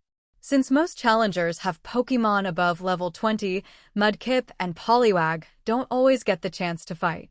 Currently, Poliwag has reached level 18, and Mudkip is at level 15. At that moment, in the garden, Cain was directing a training battle between his team. Mudkip was battling Torchic, who is now at level 14. Torchic's level increase hasn't been significant since Cain has been more focused on adjusting his Pokémon's physical condition to ensure they reach their full potential. Cain prepared a special potential enhancement potion to be used during evolution, ensuring his Pokémon achieve their peak performance before evolving. Only then would the potion have the desired effect. For this reason, his Pokémon's levels haven't risen much recently. Cain has been focusing on developing their capabilities to the fullest. The battle between Torchic and Mudkip was smooth, with each dismantling the other's moves. Torchic took advantage of its special ability, Speed Boost, giving it an edge in prolonged battles. However, Mudkip understood that its water-type advantage over Torchic's fire-type was inevitable. After exchanging a few moves under Cain's orders, the two Pokémon stopped the battle. Despite being opposing types, Torchic and Mudkip had a good relationship, and after Cain's command, both ceased the combat. Torchic, always cheerful, tried to drag Mudkip off to play since they had completed their daily task. However, at that moment, a white light began to envelop Mudkip. Torchic, surprised, froze in place. Cain, on the other hand, displayed a look of joy, seeing that Mudkip would be the first Pokémon from the second team to evolve. More experienced Pokémon like Slowking quickly intervened to move Torchic away, ensuring nothing interrupted Mudkip's evolution. Slowking, through telepathy, informed the other Pokémon that this was the moment they had all been waiting for: evolution. The two Swablu flying overhead descended and perched on Cain's shoulders, one on each side. The brother on the left and the sister on the right. Since Altaria prepared a place for them to stay, the two Swablu spent almost every day in the garden, returning to their nest only at night to sleep. Altaria occasionally appeared as well, fully trusting Cain to care for the little ones. Carbink also appeared next to Cain, its ear-like appendages tightly gripping Cain's pants as it curiously observed Mudkip's evolution with its bright blue eyes. Larvitar and Aaron also rushed over to Cain, joining the group. Polyag, using its control over water energy, created a small aquatic sphere in which it floated, observing its companion's evolution. All the Pokémon gathered, while those who had yet to evolve watched with envy. Mudkip, as the first Pokémon from the second team to evolve, would now be part of Cain's main battling Pokémon. Cain quickly retrieved a special potion stored in a test tube labeled with Mudkip's name. This was the potion he had prepared especially for Mudkip, designed to maximize its potential during evolution. This was the moment to see if Cain's efforts would bear fruit. Using his psychic ability, Cain made the potion float toward Mudkip, who, upon seeing it, didn't hesitate to drink it in one gulp. Then, the evolution and transformation began simultaneously. Mudkip's light blue body began to transform. Originally standing at only 40 centimeters tall, it started to grow visibly through the glow surrounding it. The three yellow, whisker-like fins on its cheeks gradually fused into a single one. The fins on its head and tail darkened, and the rounded fin on its head slowly transformed into a sharp spine-like structure. Mudkip, which used to walk on all fours, began lifting its front legs, adopting a bipedal stance. Its blue skin also began to change, blending shades of blue and green into a new color. Beyond these basic changes, tiny vein-like patterns could be seen coursing through its body, as if searching for the most optimal place to settle. Each time one of these veins integrated into Mudkip's body, the muscles in that area visibly strengthened. This was the effect of the quality enhancement potion Cain had prepared for Mudkip, and it was beginning to show results. Cain observed Mudkip closely, not missing a single detail. This was his first time using a quality enhancement potion, and the results on Mudkip would determine how he would use these potions on his other Pokémon. The system was fully active, monitoring Mudkip's status in real time. All its values were steadily increasing, breaking previous limits. This was the transformative power of evolution. The evolution of a Pokémon always represents a drastic change. Even a Pokémon of ordinary quality experiences a significant boost in physical strength and energy control upon evolving. "It's almost done," Cain murmured softly. "Mash." Suddenly, Mudkip, no, now Marshtomp, let out a loud cry. The white light surrounding it disappeared, revealing a Marshtomp about 70 to 80 centimeters tall. After its cry, Marshtomp collapsed onto the ground, visibly exhausted. Cain quickly placed his hand on Marshtomp's body while the system evaluated its current status. He wanted to confirm whether the potion had produced the desired effect. Pokémon, Marshtomp Blue. Gender, male. Level, 16. Type, water plus ground. Ability, torrent. Held item, none. Egg moves, ancient power, bite, ice ball, refresh. Basic moves, tackle, growl, water gun, mud slap, foresight, mud shot. Learned moves, water pulse, aqua tail, icy wind, taught by Weevil. TM moves, none.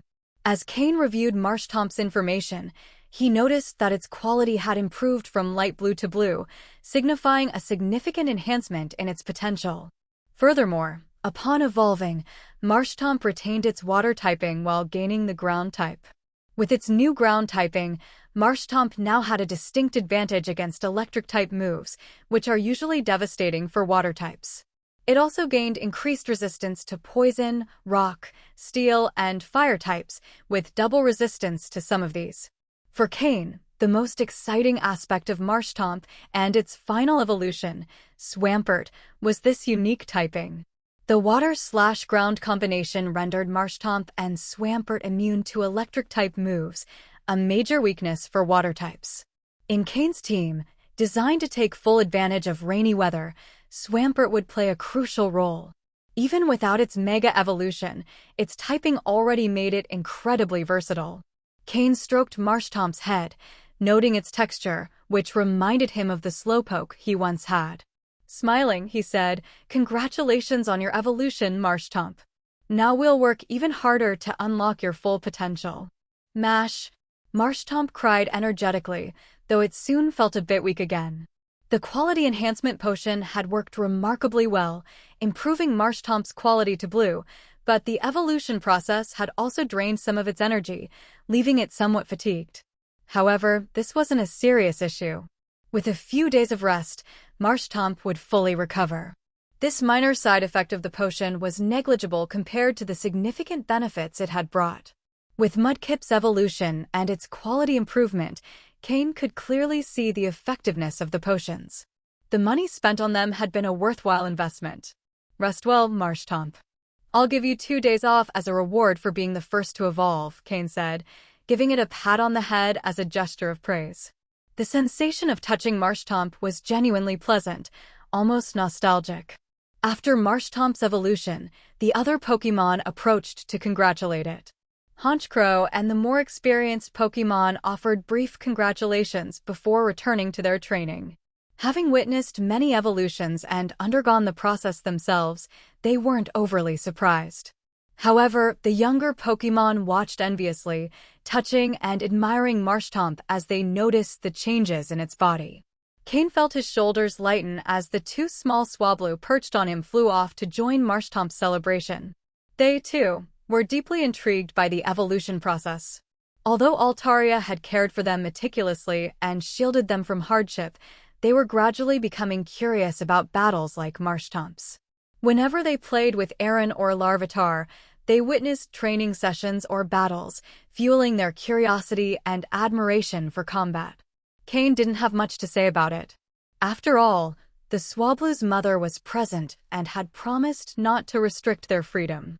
He couldn't impose limits on them. And most importantly, he wouldn't stand a chance in a battle against Altaria. Altaria's strength remained considerable. After a month of rest, Cain felt it was time to venture out again to continue training and improving his Pokémon's combat skills. Staying at the gym only helped develop Marshtomp and Poliwag, but for Torchic and the others, progress was too slow. In Cain's mind, Torchic would be the next to evolve. It was already at level 14, just 2 levels away from its evolution. Torchic had a dark blue quality, so Cain was very curious to see if the quality enhancement potion, which required very expensive materials, would have a significant effect on it. That evolution might be even more pivotal than Marshtomp's. That night, Cain used the Pokémon World's signature transport system to send out 2 packages. The recipients of these packages were Steven and Cynthia. After Cynthia had left, she kept Cain's contact information and wanted to leverage their connection to ask his mentor, Matsuda Takashi, for help in creating advanced Pokeblocks, ideally suited to her Pokémon's current state. Cain immediately agreed. All the information about Cynthia's Pokémon was stored in his system, giving him deep insights. Moreover, with his skills, he had no trouble crafting exclusive advanced Pokeblocks for them. Or, to be bolder, after obtaining all the data from old Matsuda, Cain had become more proficient than his own mentor at creating advanced Pokeblocks. Creating advanced Pokeblocks for Cynthia would not only earn her favor, but also a considerable sum of money. With closer contact, seeking her help in the future would become much easier. As for what he sent Steven, It was exactly what he had requested, advanced poke blocks. Ever since his Metagross had evolved, its exclusive poke block recipe required adjustments. When Steven learned that Cain had crafted exclusive poke blocks for all of Cynthia's Pokémon, he also requested Cain to do the same for his team. Under the pretense of fairness, claiming he shouldn't favor one friend over another, Steven tasked Cain with making poke blocks for his Pokémon as well. Someone offering money? Cain couldn't refuse. So, that night, Cain sent out 2 boxes of exclusive advanced poke blocks. Because he had plans to leave the next day. Everything in Leafy Town was on track. The gym was under Sky's management, so there wasn't much to worry about for now. The Heaven team was also steadily growing. After giving Alec and the other 2 members some fairly strong Pokémon, their abilities had noticeably improved. If they could master the Pokémon Cain had given them, they would be on the brink of reaching the advanced level. As for Leafy Town itself, there was no cause for concern. With Master Matsuda Takashi, a veteran expert, as the town's guardian, and the gradual establishment of the Joy and Jenny families, safety was ensured. In addition to these 2 families, the Stone family had sent some members since the entire commercial street had been developed.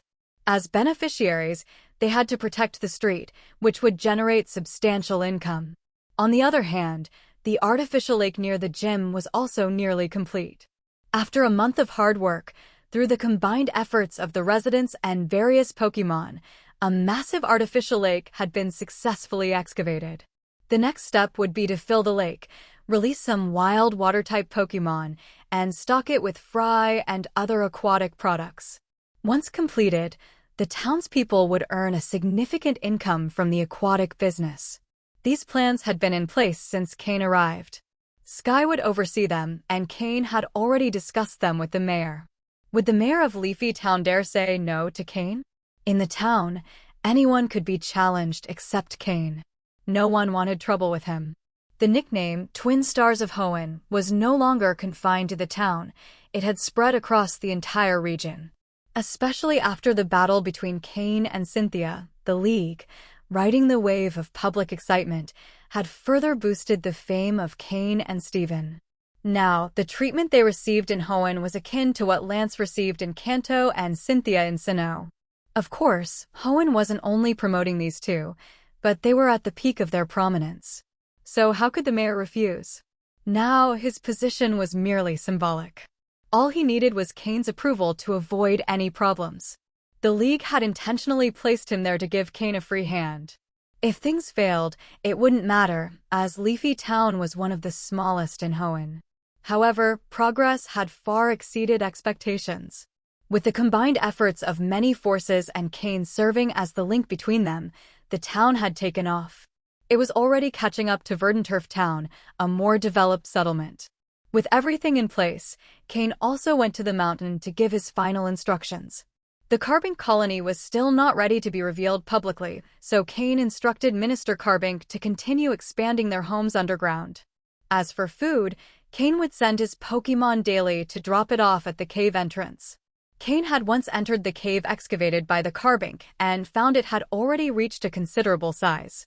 Though not as impressive as Mythical Island, the cave walls now had more diamonds embedded in them. If they continued to work hard, the colony could grow even larger than the one on Mythical Island, especially with Cain's food supply. If they ever gained a Diancie, the Carbink colony could experience explosive growth. In addition to the Carbink, Cain also said goodbye to Altaria. He explained that he would be away for some time, but left a large amount of poke blocks for them to eat in his absence. Altaria said nothing, but the 2 Swablu were inconsolable.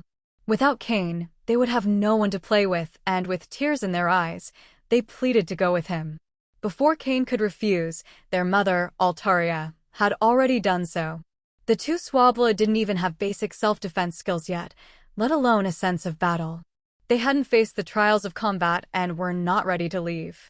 Though unhappy, there was nothing they could do. Cain had already noticed the determined look in Altaria's eyes, indicating she was ready to be stricter with them and begin serious training until they could fend for themselves. Cain didn't want to bring them along anyway. This time, his journey would be complicated, and he didn't want them to have any connection to Team Rocket. With everything on the mountain and in the backyard under Altaria's care, Cain felt reassured. At her quasi-elite peak level, Altaria could protect the small area without any trouble. The next day, before dawn, Cain departed silently. This time, he was going to reclaim something that had been his in a past life. After leaving Leafy Town, Cain summoned a new Pokémon. Flygon. Yes, this was the same Flygon that had belonged to Ren on Mythical Island, and also the only one of Ren's Pokémon that Cain deemed worthy. With ground and dragon typing, Flygon shares the same typing as Garchomp. However, while Garchomp is known as the Land Shark Dragon, Flygon is simply referred to as the Desert Spirit Dragon. This is because Flygon's primary type is ground, with dragon as its secondary type, whereas Garchomp is the opposite, a purebred dragon. That was why Ren had held Flygon in such high regard. Looking at its egg moves, it was evident that Flygon's affinity with the dragon type wasn't particularly strong. And given Ren's lack of talent in Pokémon training, Flygon had only reached a high level without being able to fully tap into its potential. If Cain had trained Flygon from the beginning, by the time it reached level 49, it would undoubtedly have been capable of standing up to early-stage quasi-elite Pokémon. In its current state, however, Cain primarily used it as an aerial mount. Of course, Cain still trained it a little, and if Flygon could adapt to his training style and show significant improvement, Cain wouldn't hesitate to fully accept it. After all, Dragon-type Pokémon were always valuable and quite rare. In the future, even the Dragon Champion wouldn't have a Flygon like this. Though perhaps that's because their standards were higher, uninterested in so-called second-tier dragons. Flygon was captured by Cain after being taken back from Mythical Island and receiving medical treatment. Initially, as a proud Dragon-type Pokémon, Flygon didn't want to be Cain's mount. While it had been Ren's mount before, Ren preferred using Charizard, leaving Flygon to be showcased only occasionally. But there was nothing it could do. Cain had captured it. For a month, Flygon underwent a series of grueling training sessions, a small battle every day, a major battle every 3 days, and a group battle once a week. After just a week, Flygon had already learned to behave. Cain didn't stop there, though. After 2 additional weeks of training, Flygon finally surrendered completely. Now, just Cain's stern gaze was enough to instill fear in it. After all, for over a month, Cain's Pokémon hadn't had the chance to engage in combat. This was especially tough for them, as many were battle enthusiasts. Their only amusement during this time was beating up Flygon. Without a trainer's guidance, Flygon couldn't maximize its potential. In fact, it was weaker than wild Pokémon. Weevil, Honchkrow, Slowking, Drapion, and Gengar took turns battling it. Each of them thrashed Flygon so many times that it almost developed a trauma. Every day, a different Pokémon faced it, then 2 at once, and by the 7th day, all of them together, including Floette, who appeared calm and kind, joined in. Eventually, Flygon gave in. Now, sitting on Flygon's back, Cain was quite comfortable, as Flygon flew steadily. Additionally, thanks to Flygon's presence as a dragon-type Pokémon, wild flying types in the sky dared not provoke it.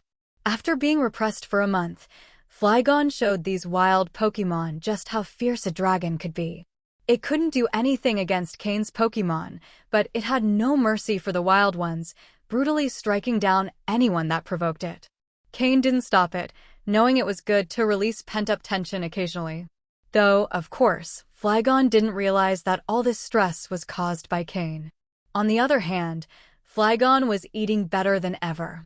Cain was feeding it the same food Cynthia gave her Garchomp, an ideal blend for ground and dragon Pokémon, with only slight adjustments to the proportions. Despite everything, Flygon experienced a mix of pain and pleasure. After a week, it decided to submit to Cain entirely. Unfortunately for it, Cain's Pokémon continued beating it up for 3 more weeks. In the last 2 weeks, it was only because Honchkrow and the others were bored and wanted a fight. During that time, Cain also began teaching Flygon some of his battle strategies. How much Flygon could learn depended on its aptitude.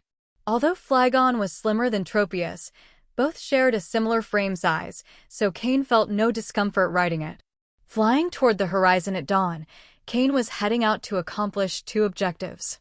The first was to find the key Pokémon from his past life. According to his timeline, this Pokémon should have been born recently and wouldn't have faced many hardships yet. Capturing it early and training it well would avoid the issues from his previous life. The second goal was to locate a Mega Stone that Cain had obtained in his past life, but never had the chance to use. Now, with proper knowledge and Pokémon capable of Mega Evolution, the stone could prove useful. Currently, Cain already had a Mega Stone and a Keystone he had obtained from Steven. If he found a stone suitable for one of his Pokémon, he would focus on training one to Mega Evolve.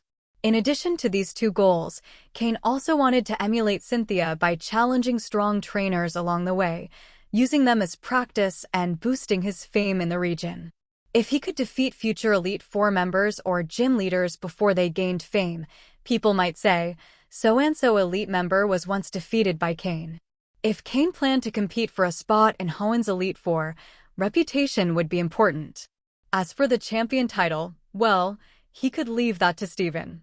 Steven didn't seem keen on holding the position for long, and by then, Cain might be ready to compete for it. This was Cain's current plan. Following his planned route, the first city he would visit was Rustboro City. Although he would pass through Verdanturf Town, he wasn't particularly interested, as the gym leader wasn't very strong. Rustboro City, on the other hand, was one of Hoenn's largest cities and had a well-reputed gym. Additionally, Steven was still in Rustboro City. Flygon was significantly faster than Tropius. This was mainly due to Flygon's ability, Levitate, which reduced the effects of gravity on it. Additionally, Flygon was much slimmer than Tropius, and its level and strength were also much higher, which greatly increased its speed.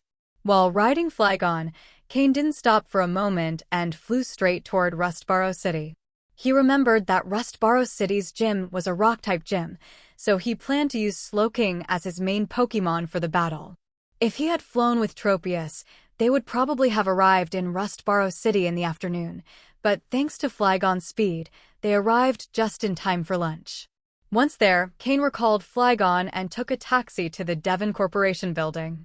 The driver, noticing Cain was a Pokémon trainer, chatted with him the entire ride.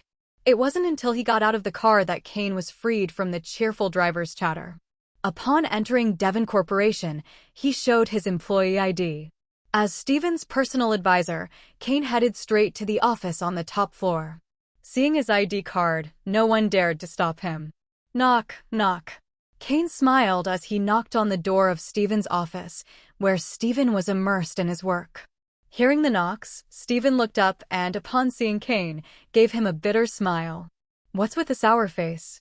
Cain teased as he settled onto the sofa. Steven pointed to the mountain of documents on his desk. "Look at all this paperwork. How could I possibly be in a good mood?" Cain burst out laughing. "Well, there's no other way. You gain something and you also have to pay the price." Steven could only shake his head in resignation and continue going through the documents. "What brings you to Rustboro City?" "I thought you'd take some time to rest in Leafy Town." "I've rested enough, and it's been a month, so I decided it was time to move on," Cain replied. Suddenly, Steven stopped writing and looked up in surprise. "What? It's already been a month." Hearing this, Cain realized Steven had been so focused on his work that he'd lost track of time. "What did you expect?" Cain said with little enthusiasm. Luckily, Steven came from a well-off family and had access to a specialized training center where he left his Pokémon. He didn't have to worry about his Pokémon deteriorating from lack of battles. Moreover, the training center provided regular battle simulations, ensuring that his Pokémon's levels and skills continued to improve steadily. But Steven felt that, in contrast, he himself was growing rusty from being cooped up in the office for so long. However, seeing the pile of documents, he deflated like a balloon.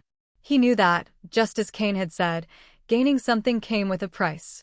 He increased his pace in reviewing the documents, intending to finish as soon as possible so he could go out to train. He couldn't afford to let Cain surpass him. "Where are you headed this time?" Stephen asked as he continued reviewing the papers. I want to try Cynthia's method and see if it works for me. While Cain traveled across the region searching for certain items, though he knew where they were, he couldn't be entirely sure things hadn't changed from his previous life. Having a legitimate reason to move around Hoenn would be better than wandering aimlessly. Cynthia's method? In terms of battle awareness, you're not inferior to her in the slightest. In fact, if we consider your telepathic ability, your reaction speed in battle is even better, Stephen remarked, somewhat puzzled. I want to use her method to give my Pokémon more experience. By facing different types of opponents, they can learn many new tactics and familiarize themselves with various battle styles, something both my Pokémon and I need to refine, Cain explained. Hearing this, Stephen understood. Cain had great skill and power, but as he had only been a trainer for a short time, his Pokémon hadn't yet fully reached his level. Stephen couldn't help but feel a bit frustrated for Cain. Most trainers found their Pokémon surpassed their skills, forcing them to work hard to improve and match their companion's level. Cain, however, had the opposite situation. As a trainer, his abilities were exceptional, but his Pokémon had yet to catch up to his commanding prowess. So, you're starting in Rustboro City? Yes. I know the Rustboro City gym leader. She's an old friend. She uses rock-type Pokémon. Are you prepared? Stephen asked. I've heard about her. She's an outstanding graduate of Rustboro City's Pokémon Trainer School and specializes in rock-type Pokémon. Her goal is to apply the theoretical knowledge learned in school to real battles. She's a very powerful academic trainer, and I was told she recently took over as the gym leader. Cain recalled some information about Roxanne. Within the Pokémon League, trainers are generally divided into two groups. One group is the academics, consisting of those who study at Pokémon training schools. If they manage to graduate, they can participate in league tournaments. Of course, graduating isn't an easy task. However, these trainers have a deep understanding of Pokémon and possess clearly defined battle strategies, almost always based on what they learned in school. Trainers in this category often have guaranteed success if they graduate. The other group consists of travelers. These trainers choose to receive their starter Pokémon at a certain age and embark on a journey, exploring different places, encountering all kinds of Pokémon, and participating in countless battles. As they haven't received the systematic training of the academics, they often make mistakes in battles due to a lack of knowledge. Traveler trainers start from the very bottom. Although their success rate is much lower than that of the academics, it's common for the most outstanding trainers to come from this group. An iconic example is Professor Oak from Kanto. In his youth, he also started as a traveler. Even after becoming a champion, he decided to retire from battles and dedicate himself fully to research, to the point of declining the champion title. Oak's successes wouldn't have been possible without the knowledge he gained during his travels. What one learns in practice often surpasses what's studied in books. Rustboro City's gym leader, Roxanne, is a classic example of an academic trainer. Cain hadn't yet had many opportunities to face trainers of this style. Cain and Stephen were having lunch together in the latter's office, enjoying a working meal provided by the Devon Corporation. Once again, Cain witnessed the extravagance of the wealthy. It was simply excessive. On a large dining table lay a multitude of dishes, and Stephen barely tasted a bit of each. Since his Pokémon weren't nearby, most of the food was likely wasted every day. This made Cain's earlier comparison of spilling a glass of soy milk seem trivial. This was more like wasting an entire truckload of milk. The power of money is terrifying. True to his principle of not wasting food, when Stephen finished eating, Cain called Slowking, Drapion, and Jengar to help finish off the leftovers. For Drapion, with its enormous appetite, even all that food wasn't nearly enough. After the meal, using Cain as an excuse, Stephen skipped out on work entirely. He said he would take Cain to Rustboro City to meet the gym leader and formally introduce them. No matter what the secretary said, Stephen rushed Cain out with him. Rustboro City Gym wasn't far from the Devon Corporation, so Stephen drove there quickly. That day, the gym was closed. Without Stephen's introduction, Cain probably wouldn't have been able to get inside. Every city gym has fixed days for being open or closed. After all, even gym leaders have their own affairs and can't sit around all day waiting for challengers. So gyms typically have specific open days, announced on signs at the entrance. Challengers can choose to challenge another gym, wait, or train a bit before returning on an open day. This system also helps gyms sell tickets for battles. After all, you can't sell tickets just for someone to watch one fight, right? That would be a bit unfair. Although the Leafy Town Gym, where Cain was the leader, never sold tickets and offered free access, Cain hadn't ruled out changing the rules in the future. Gym battles were usually held only on challenge days. Without Steven, Cain wouldn't have been able to enter that day. And then, both of them met Rustboro City's gym leader, Roxanne. She wore a short skirt that resembled a school uniform, had 2 large pigtails, and exuded youthful energy. She appeared younger than Steven, likely the same age as Cain. No wonder she was an outstanding student at the Pokémon school. At just 16 or 17, she was already a gym leader. Moreover, she was the sole gym leader in Rustboro City, one of the largest cities, which spoke volumes about her skill. Roxanne was training her Pokémon when she noticed Steven entering with Cain, and her face immediately lit up with surprise and joy. After recalling her Pokémon, she ran towards Steven with open arms, shouting, "Steven, cousin, it's been so long."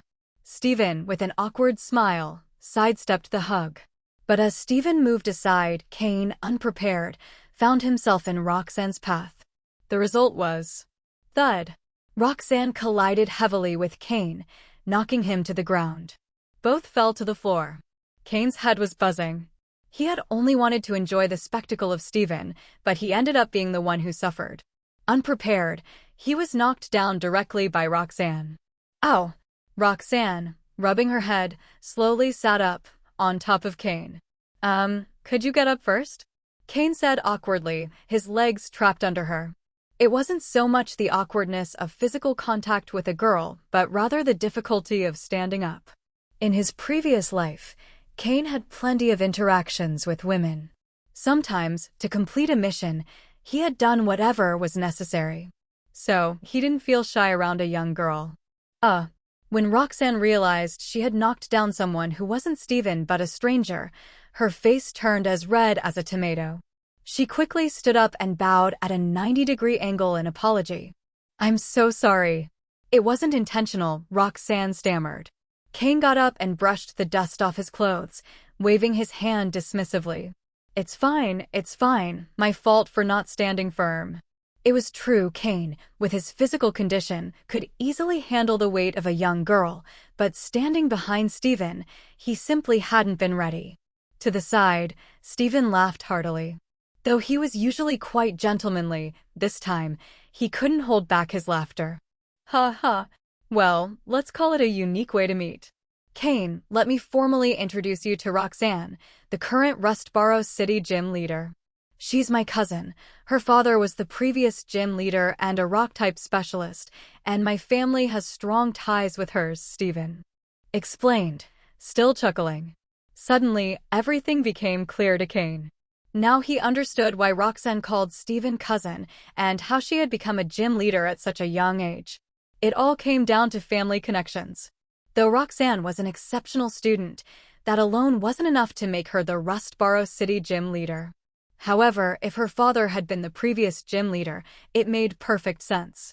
Plus, the Stone family's strong ties with Roxanne's family explained how they secured a gym in such a major city.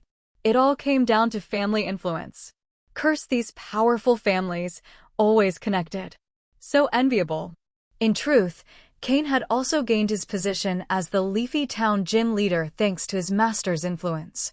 So, in a way, Cain had relied on connections too.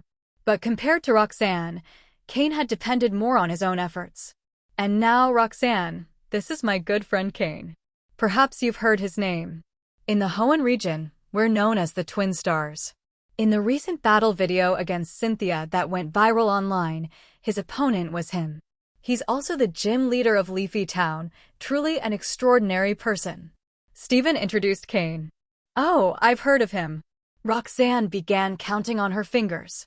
Leafy Town Gym Leader, one of Hoenn's twin stars, the youngest intermediate breeder in history.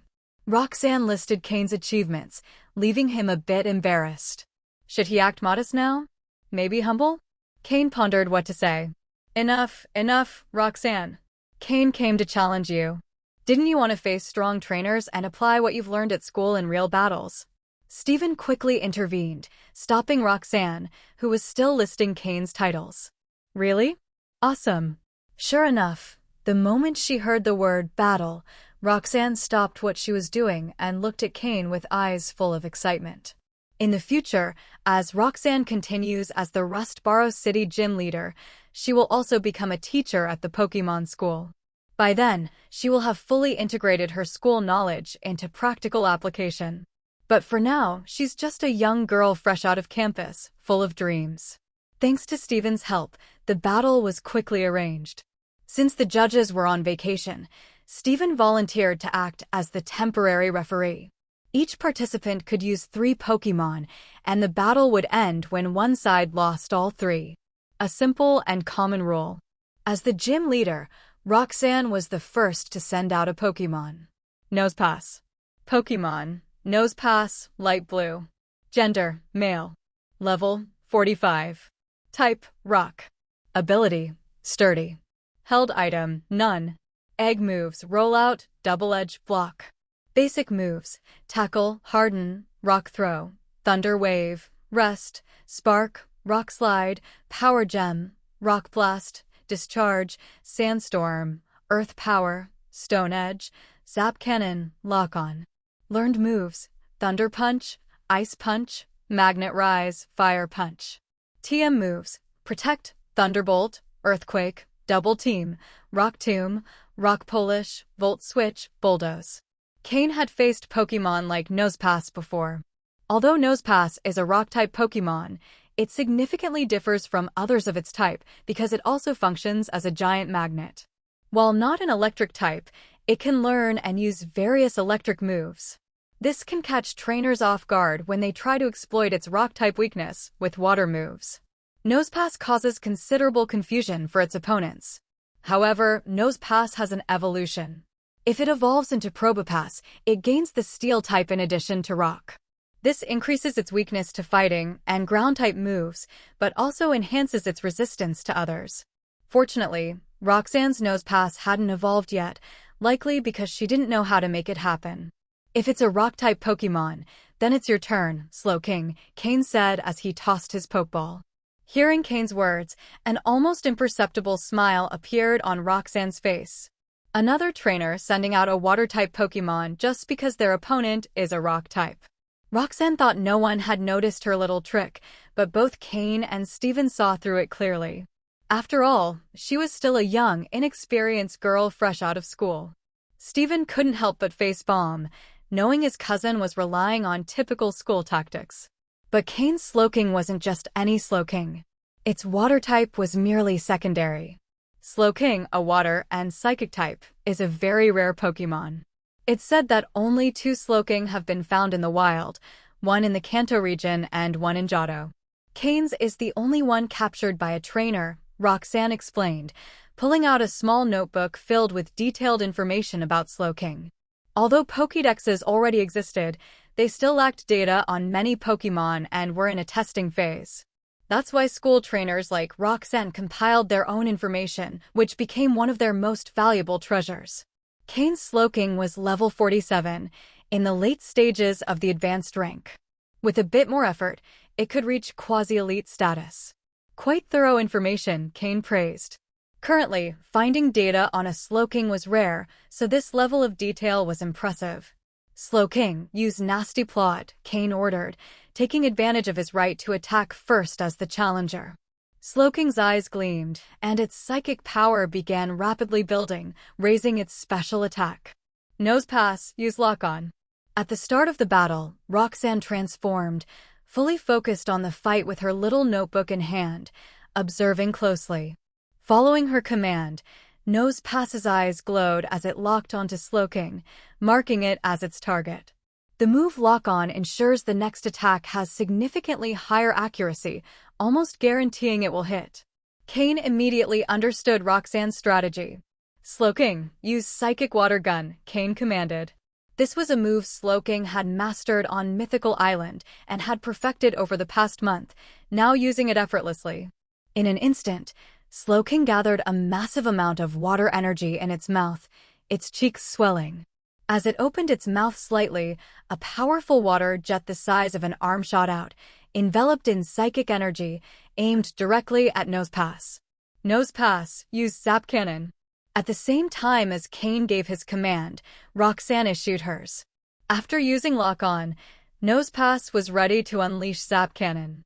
This move is incredibly powerful, with a base power of 120, but it has the drawback of low accuracy, which is why it's not often used.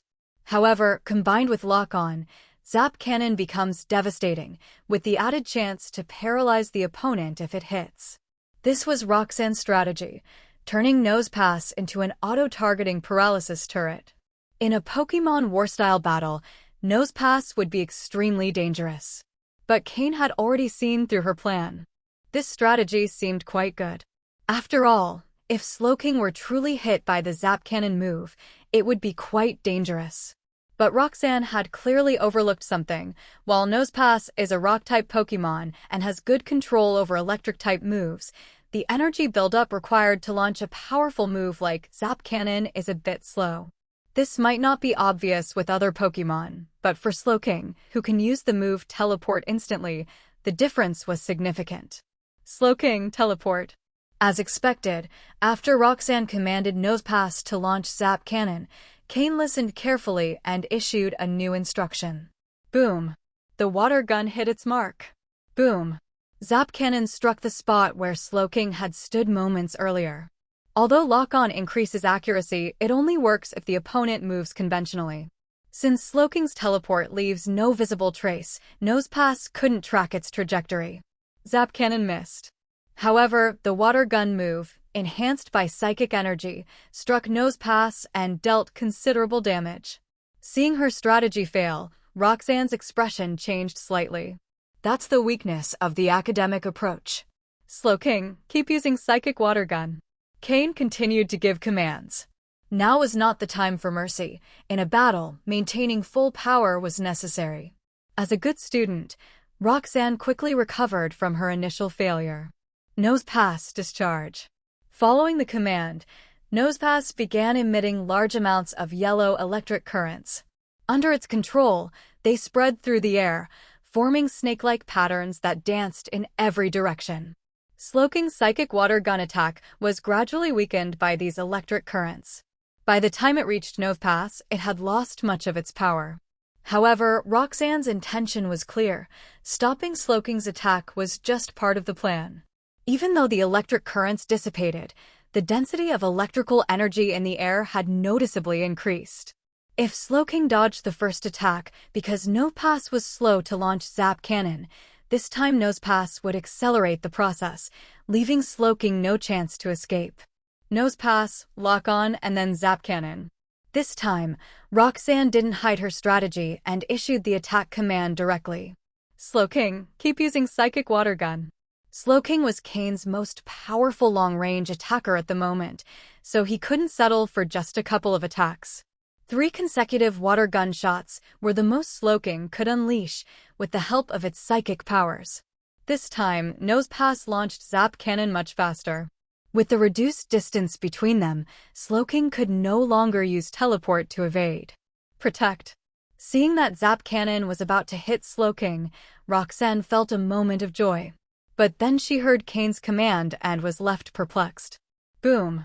This time, Slowking didn't dodge, but the Zap Cannon move was blocked by Protect. When the electric currents disappeared, Slowking remained completely unharmed. No matter, Protect can only be used once. Nosepass. Roxanne tried to reassure herself, but at that moment, she saw Nosepass collapse, unable to withstand the third psychic water gun from Slowking. Maybe your next attack would have worked, Cain said, but you forgot about Slowking's attack power, in addition to the water-type advantage against a rock-type Pokémon. Even though Nosepass can use electric-type moves, it's still not an electric-type Pokémon, Cain added. In truth, Roxanne's strategy wasn't bad. Although her initial approach was somewhat rigid, using discharge to increase the electrical energy in the air was a good tactic. Her ability to adapt quickly was commendable, but she underestimated Sloking's attack power. A single water gun had left Nosepass in bad shape, and 3 in a row were impossible to endure. Ugh. I really underestimated Sloking's attack power, Roxanne said as she recalled Nosepass into its Pokeball. In that case, it's your turn, Kabutops. Seeing this Pokemon enter the battlefield, Cain's eyes lit up. Kabutops.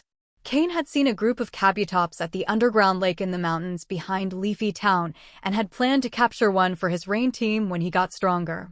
He hadn't expected Roxanne to have a Kabutops as well. As a water and rock-type Pokemon, Kabutops could resist some of Sloking's water-type attacks. Cain's system quickly scanned Kabutops' data. Pokemon, Kabutops, light blue. Gender, male. Level, 42. Type, rock plus water. Ability, battle armor. Held item, none. Egg moves, bubble beam, confuse ray, screech. Basic moves, slash, night slash, faint, scratch, harden, absorb, leer, mudshot, sand attack, endure, aqua jet, mega drain. Learned moves, liquidation, iron defense, snore, stealth rock, earth power. TM moves, protect, hidden power, grass, smackdown, scald, rock polish, stone edge, X-scissor, surf. Kabutops is also a fossil Pokemon. It wasn't clear whether Roxanne had caught it directly or, like Steven, revived it from a fossil. However, even though Kabutops is a water and rock type and can resist some of Sloking's attacks, at only level 42, it wouldn't stand up to Sloking's powerful psychic attacks. After all, Sloking's strength lies in its psychic abilities. From his judge's seat, Steven sighed slightly. Roxanne continued to make the mistake of overvaluing type advantages. Types are important, but a Pokemon's combat capabilities also need attention. Fortunately, Cain had no intention of completely crushing Steven's cousin. It would be awkward if he made her cry. Cain recalled Sloking and looked at the Floette nestled against his chest. Floette, it's your turn this time. Floette was very small, especially after trading her large flower for a smaller one. It leaped out of Cain's pocket, using its flower as a parachute, slowly descending to the ground.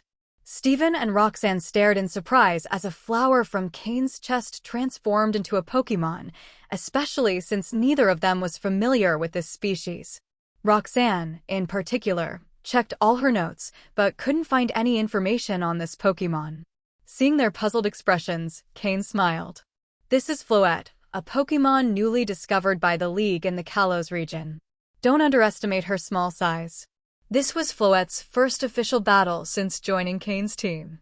However, after more than a month of training, it was no longer unfamiliar to her. Internal battles often occurred within the team, especially the daily match against Flygon, in which she always participated. Upon entering the battlefield, Floette automatically used the move Camouflage, changing her type to Grass. During this time, Floette had reached level 40 and had gained good mastery of 2 newly learned moves, Petal Blizzard and Aromatherapy. Since Floette acquired the ability to change her type to Grass, Cain subjected her to specialized training with Grass-type moves. Now, considering her as a Grass-type Pokemon was not a bad option. Floette. Steven and Roxanne said upon hearing Cain's explanation, pronouncing the Pokemon's name. They knew about the newly discovered Kalos region, but were still unfamiliar with its Pokemon. Even Steven, with his busy schedule, hadn't had much time to research the newly discovered Pokemon. Only Cynthia recognized Floette immediately, as her constant travels had given her broader knowledge about various Pokemon. By changing her type to Grass, Floette activated her ability, Flower Veil, which prevents Grass-type allies from having their stats lowered or being affected by status conditions. In this form, Floette was at her best. Roxanne, on the other hand, found herself at a loss on how to fight a Pokemon she knew nothing about. From Floette's appearance, she seemed to be a Grass-type Pokemon, which placed Kabutops, her Rock/Water-type Pokemon, at a massive disadvantage, being highly vulnerable to grass moves. Finally, after 20 minutes of battle, the outcome was clear. Floette still stood on the battlefield. Roxanne's defeat was primarily due to three factors. First and foremost, she knew nothing about Floette, which nullified the main advantage of an academically inclined trainer: reliance on knowledge. The second factor was the type advantage. With Floette's grass type, Kabutops took 4 times the damage from grass-type moves, while his water moves dealt only half the damage to Floette. The third crucial factor was Floette's incredible regeneration ability. As long as Kabutops couldn't take her down in one hit, Floette found multiple ways to recover her energy. Additionally, her mastery of support moves allowed her to control the battle with ease. The battle lasted so long because Floette completely wore down Kabutops with disorienting and draining moves. Even Steven, observing from the judge's bench, couldn't help but shiver at Cain's overwhelming strategy. This victory was achieved purely thanks to Cain's strategic ability. As the battle progressed, Roxanne began to understand Floette better, but she still couldn't find a way to counter Cain's strategy. Roxanne joined the club of trainers who found Cain's tactics nauseating. Steven was the first, Cynthia the second, and now Roxanne. However, Roxanne was the most unfortunate, as at least Steven and Cynthia managed to win, while she was completely defeated by Cain's tactics. But if anyone suffered more than her, it was Kabutops. Lying on the ground, Kabutops seemed utterly exhausted. Realizing she might have gone too far, Floette used the move Grassy Terrain at the end of the battle to heal Kabutops slightly, leaving him on the verge of tears. He had truly been through a lot. Finally, Roxanne returned Kabutops to his Pokeball after he recovered some health. Roxanne fully felt the difference between herself and Cain, not just in terms of Pokémon strength, but also in trainer abilities. Although she didn't know Cain had the ability of telepathy, if she had known, she would have felt even worse. After storing Kabutops' Pokeball, Roxanne sighed deeply. Despite the uncomfortable battle, she had learned a lot from it. For her, the final result no longer mattered. She knew she wouldn't have been able to win anyway. Her last Pokémon was Golem. With a light blue hue, Golem had reached level 43. However, being a rock/ground type, he was 4 times weak to water and grass moves. Cain could have chosen Slowking or Floette again to easily defeat Golem. But he decided to use Drapion. After a long time without battling, Drapion entered the field with an imposing presence, demonstrating his power. Golem, seeing this much larger Drapion, began to understand how Kabutops must have felt. Drapion didn't fight from a distance like Slowking or wear down his opponent like Floette. As the strongest physical Pokémon on Cain's team, Drapion simply lifted Golem into the air with his arms. Roxanne stood speechless at such a display of strength. Standing over 2.5 meters tall, this Drapion was much larger and stronger than any she had seen before. Seeing this scene, Roxanne knew she had been completely defeated. Cain had defeated her 3 Pokémon with his own without the slightest effort. Although all were in the advanced level, the difference in trainer skills was evident. Despite the defeat, Roxanne had learned a lot from this battle. It gave her many ideas on how to apply academic knowledge to real battles. In gratitude, Roxanne handed Cain the stone badge. Cain easily defeated Roxanne. Although no one knew it at the time, it was likely that the video would soon appear online. This was because the gym's surveillance system hadn't been turned off. Even if Cain didn't want the video to be shared, Roxanne would almost certainly upload it to the internet. For Roxanne, this battle with Cain was an opportunity for self-promotion. She had just become the gym leader of Rustboro City, and due to her age, she wasn't taken very seriously. Although the battle with Cain had been entirely one-sided, with Cain sweeping through the fight, the fact that Cain challenged her gave her a certain level of prestige. And losing? Wasn't that normal? Among the new generation of trainers in Hoenn, Cain and Steven were the twin stars, representing the highest potential of youth. Losing to them wasn't shameful. In fact, losing gracefully could even be a point of pride. It's like when Cynthia challenges someone, no matter who receives the challenge, they always accept it gladly. Because losing to Cynthia is normal, but if someone is lucky enough to defeat her, it showcases exceptional skill, earning them recognition from many online. The battle between Cain and Cynthia was a perfect example. Although Cain lost, the fight was thrilling and very close, earning him a lot of followers and admirers.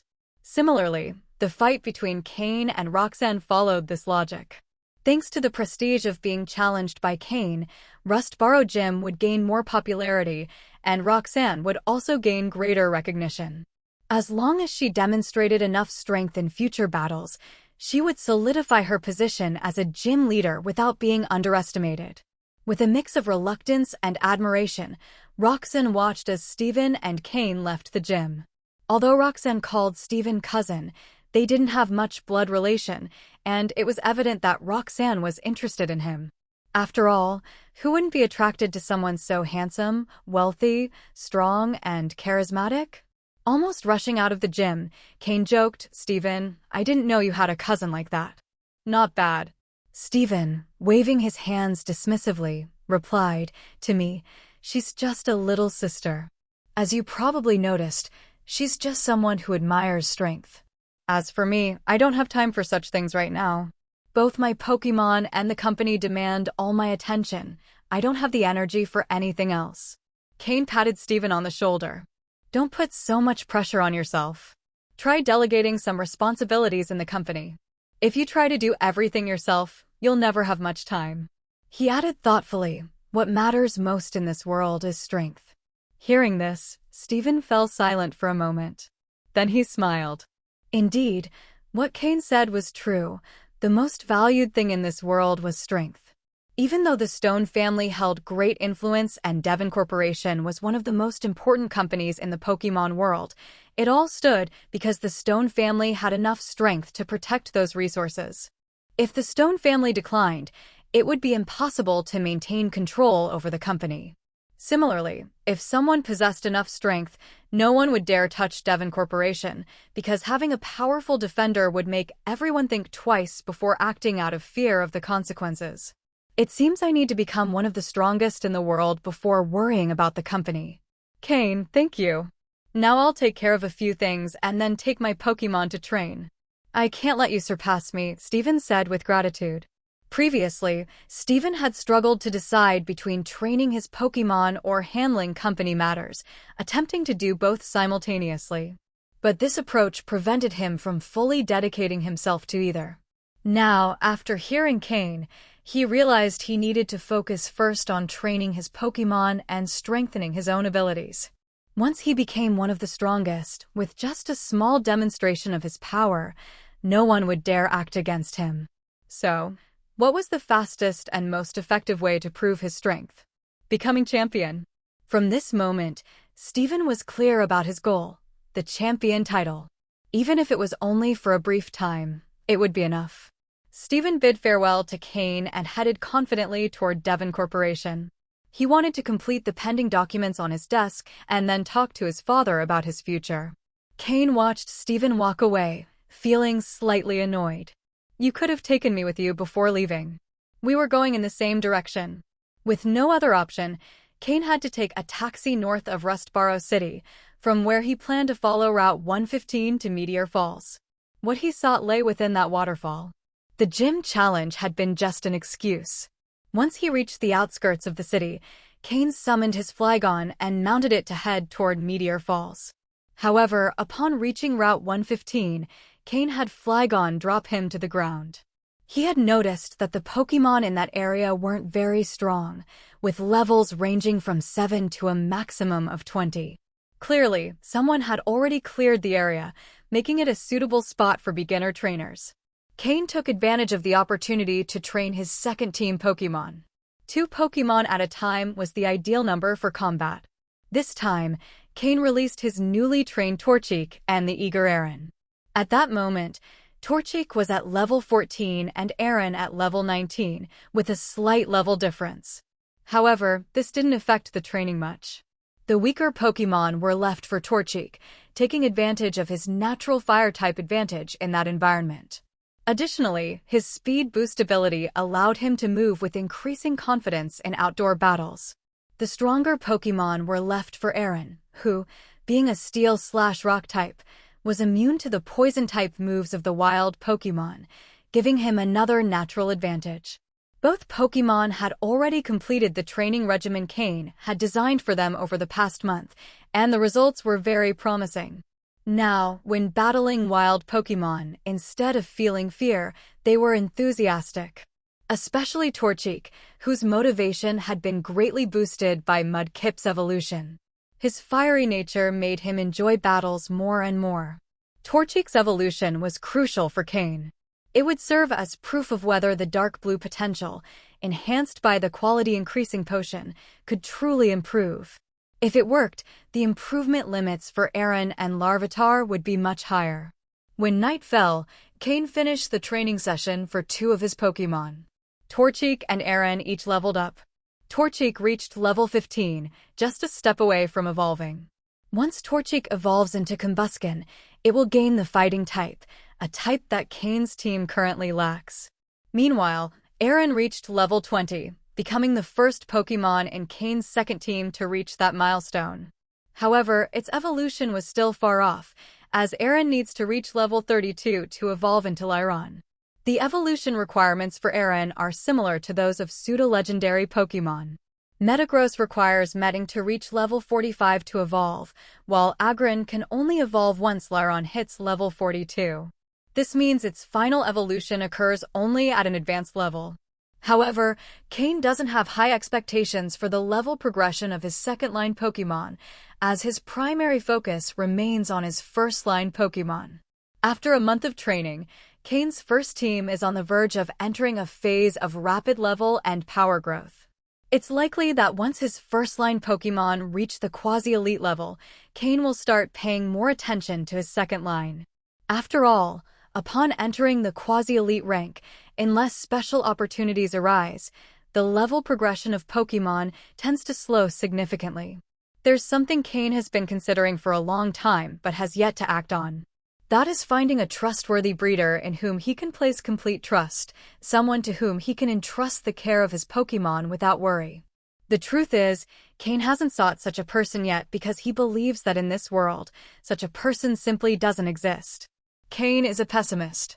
When faced with any situation, he tends to anticipate the worst-case scenario. As a result, he is unlikely to ever fully trust anyone. Not even Steven. Despite their close relationship, an unspoken barrier of identity still exists between them. Using drugs to control a person doesn't guarantee complete trust either. Pokémon are the foundation of Cain's survival in this world, his most cherished bond, something he could never abandon. Perhaps, the only person Cain could ever fully trust is himself. It would be great to create a clone, Cain thought. As he pondered this, he froze mid-motion while cooking. A clone. A bold idea surfaced in his mind. He didn't necessarily need to create a real clone. It would suffice to have a tool or a device he could fully control. It could even be a Pokémon, as long as he could manipulate it in real time. Cain began formulating a plan, still in its very early stages. If it proved viable, he could finally entrust the care of his Pokémon without concern. With that thought tucked away, Cain continued preparing dinner. The wild Pokémon in this area were not high-level, and with his first-line Pokémon present, there was no risk of surprise attacks. Moreover, with a Dragon-type Pokémon like Flygon around, wild Pokémon were unlikely to attack. The next day, Cain didn't continue his Pokémon training. He flew on Flygon, heading toward Meteor Falls. As he approached, he felt a surge of excitement that was hard to contain. In truth, he had avoided thinking about this moment because in his previous life, this particular Pokémon was the reason he ended up being hunted by other trainers. Owning this Pokémon had aroused jealousy and envy in many, turning Cain into a constant target of betrayal. Although Cain had reached the quasi-elite level in his past life, it was this Pokémon that made him the center of unwanted attention. More importantly, the relationship between Cain and this Pokémon had never been ideal. He had captured it too late in his past life, and due to special circumstances, the Pokémon had lost all trust in humans. At that time, Cain also believed in the supremacy of strength, so he had forcibly captured it without gaining its genuine loyalty. That series of events led to his current predicament. But in this life, Cain planned to capture it while it was still young, believing its heart would not yet be as closed off. Cain was eager to capture this Pokémon again, as, despite the trouble it had caused him in the past, it was an extremely rare and powerful Pokémon. Meteor Falls lies at the intersection of routes 114 and 115 in the Hoenn region. It is famous due to a large meteorite that created a deep crater, within which a waterfall formed. Inside this crater, due to the meteorite's heat, numerous complex underground caverns emerged, forming a labyrinth without a defined pattern. Over time, more explorers visited the site, and maps of Meteor Falls began to appear. However, those maps were incomplete, as many tunnels remained undiscovered and uncharted. In his past life, Cain had gotten lost in Meteor Falls' intricate tunnels, which eventually led him to encounter that Pokémon. At the time, he thought he had been blessed with protagonist-level luck, but later he realized he had exhausted all his good fortune in one go. While trainers hadn't fully explored all the caves, Pokémon had made their homes there. In the deeper areas, it was possible to encounter more powerful Pokémon, deterring trainers from fully exploring the site. As Cain was about to reach Meteor Falls, he decided to recall Flygon and, using his psychic abilities, descended slowly to the ground. Finally, he could make a dramatic entrance. Nearby trainers had noticed him flying on Flygon, and many looked at him with admiration, respect, or envy. However, when they saw Cain landing gently using his psychic powers, they quickly averted their gaze. A psychic. Cain was wearing simple League trainer clothing and wasn't wearing his mask, but no one could discern his face. This was a small trick he had learned from the psychic ability guide Sabrina had given him. By condensing his psychic energy on his face to reflect light, he created a blurred image. Others felt they were on the verge of seeing him clearly but never could. This trick was known as the psychic mask. Unless someone with stronger psychic abilities attempted it or a psychic contacted him directly, his identity would remain hidden. Someone like Sabrina, for instance. Even if he were discovered, it wouldn't matter much. Several people already knew about Cain's psychic abilities. Steven knew, and his mentor Matsuda Takashi had found out after Cain confessed it to him. In fact, when old Matsuda discovered it, he immediately retreated to train, feeling slightly disheartened by his pupil's talent. He was worried about the possibility of Cain surpassing him as a master soon, a situation that, while painful, also filled him with pride and joy. As Cain approached Meteor Falls, the number of people increased, and he blended into the crowd, ensuring no one paid him any attention. He walked straight past the waterfall entrance and ventured into the complex tunnels inside. At first, there were many people with widely varying skill levels. Cain didn't buy a map, as his system already had part of the area's information recorded. He headed directly toward the location he remembered. Aside from Floette, who stayed quietly in his shirt pocket, Cain did not bring any other Pokémon with him. Nevertheless, Gengar remained in his shadow, so there was no need for concern. As he delved deeper, the number of people gradually dwindled. Because the crater was created by a meteorite, there were numerous rock-type Pokémon species in the area. With the nearby waterfall, water-type Pokémon were also abundant. The tunnels were teeming with wild Pokémon. Bit by bit, Cain found himself alone, a sign that he had reached a depth where most people dared not go due to the strength of the wild Pokémon. Cain decided to release Slowking, leaving psychic marks along the way to avoid getting lost. From this point onward, the maps no longer provided information, so Cain had to explore the path himself. Although he vaguely remembered the route from his previous life, he couldn't be certain the Pokémon he was searching for would be in the same place. Careful exploration was his only option. Fortunately, the area was almost deserted, increasing his chances of finding what he was looking for. However, as he rounded a corner, Cain saw two figures. Two people in distinctive uniforms. Cain immediately recognized the uniforms, particularly the symbol on them. Team Aqua. In the past, while traveling from Kanto to Hoenn aboard the SS N, Cain had been attacked by Team Aqua and was nearly captured. Fortunately, with the help of old Matsuda and other strong trainers, he managed to escape. He hadn't expected to encounter members of Team Aqua here. Previously, alongside Steven, Cain had faced Team Magma members at MT Chimney, indicating that both Team Magma and Team Aqua were becoming increasingly active. This meant it wouldn't be long before both teams fully revealed their clandestine operations. Cain wondered what Team Aqua was doing at Meteor Falls. Was there something here they needed? He intended to follow them to uncover their purpose and, if possible, sabotage their plans. After all, Cain had a score to settle with Team Aqua. Additionally, Team Aqua and Team Magma were the two largest underground criminal organizations in the Hoenn region.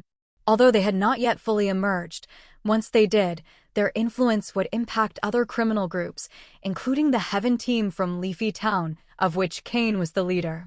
Delaying the rise of these two organizations would be advantageous for Cain. Maintaining his distance and utilizing Sloking's psychic abilities, Cain tracked the two Team Aqua members without being detected. He observed their battles with wild Pokémon, noting that both were strong trainers. Cain knew getting too close would be dangerous and offer no advantage. Moreover, the two members spoke very little to each other, so Cain couldn't glean any clear information about their objective. After observing them for a while, Cain decided to retreat. There was no sense in risking an unnecessary fight. His primary mission was to capture the Pokémon he had come for.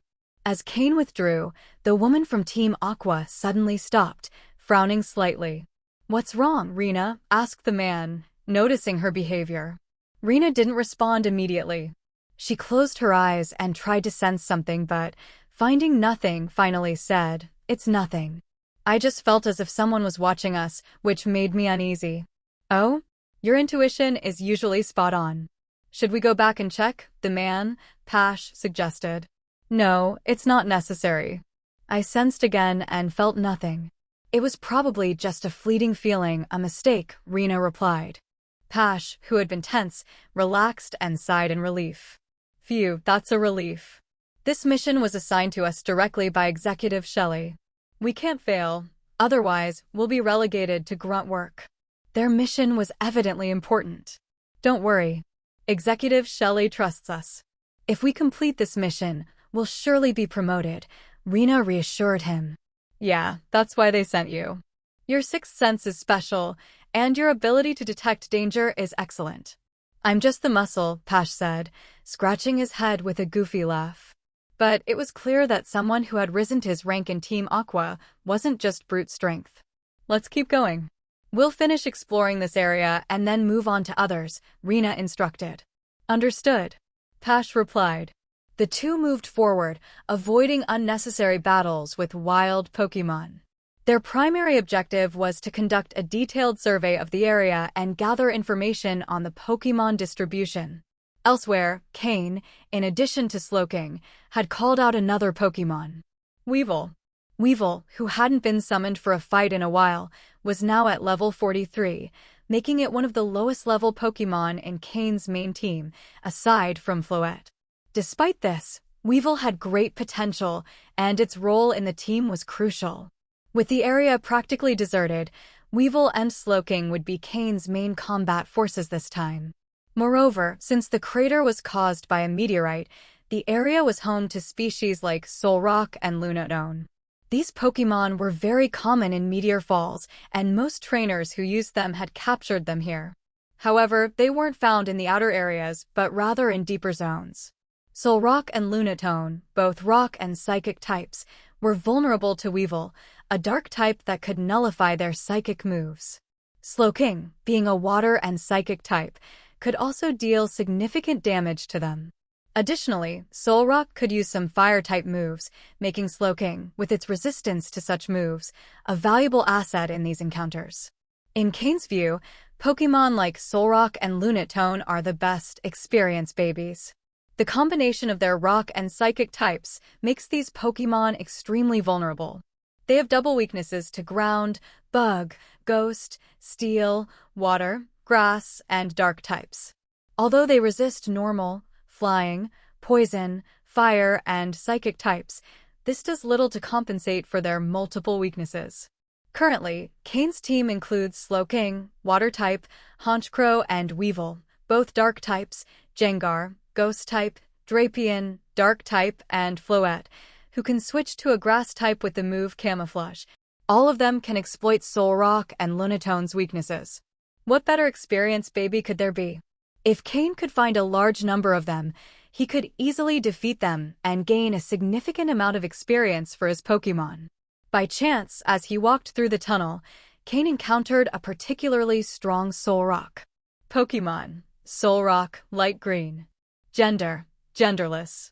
Level: 45. Types: Rock plus Psychic. Ability: Levitate. Held item: Stardust. Egg moves: none. Basic moves: Flare Blitz, Tackle, Harden, Confusion, Rock Throw, Fire Spin, Rock Polish, Psywave, Embargo, Rock Slide, Cosmic Power, Psychic, Heal Block, Stone Edge, Solar Beam, Explosion. Learned moves: Telekinesis, Gravity, Iron Defense, Earth Power. TM moves: none. This Solrock was at a notable level for a wild Pokémon, reaching 45. Its potential was decent, indicating it had survived in this area for a long time. It carried Stardust, a small meteorite fragment that gave it a special shimmer and emitted a faint glow in the dark tunnels. Stardust is valuable in the market, particularly among jewelers. But Cain had a more practical use in mind.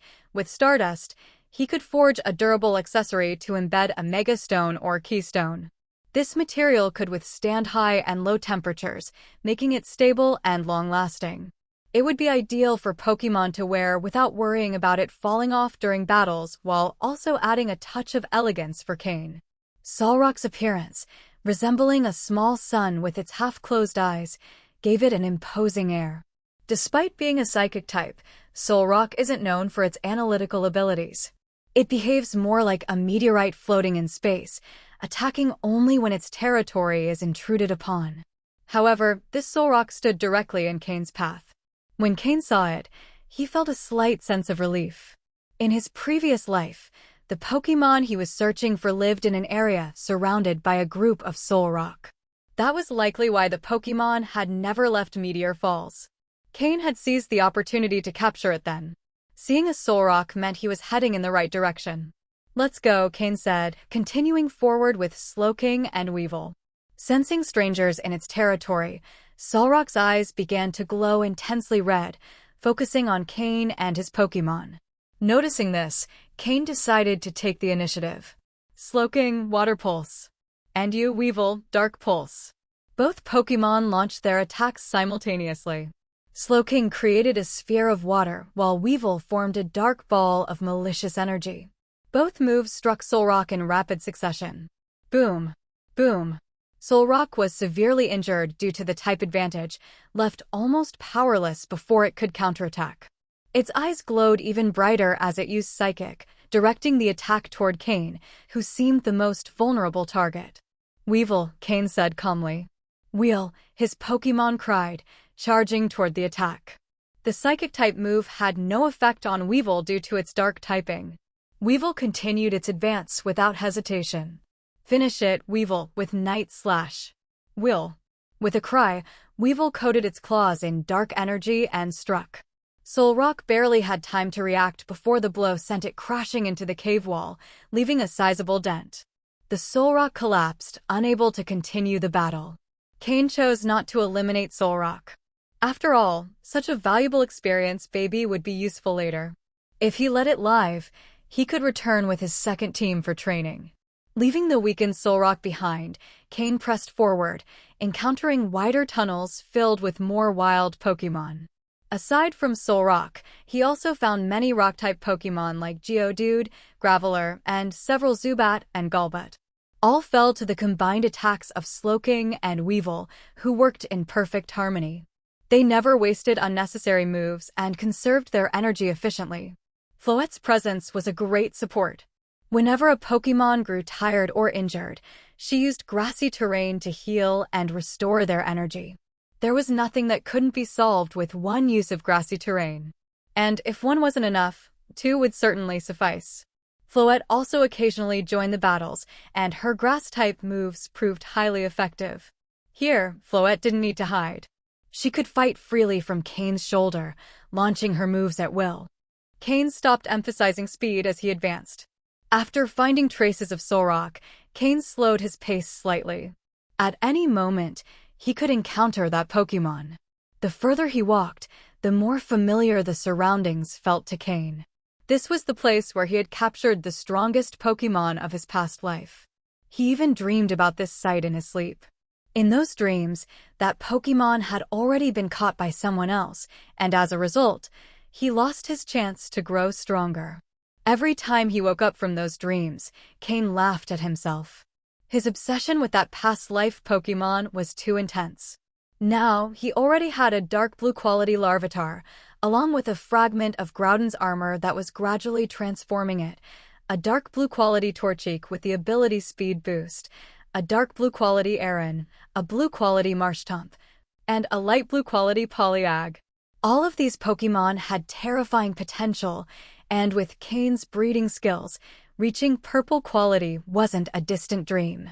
Not to mention, he already had a shiny Slowking of quasi-purple quality.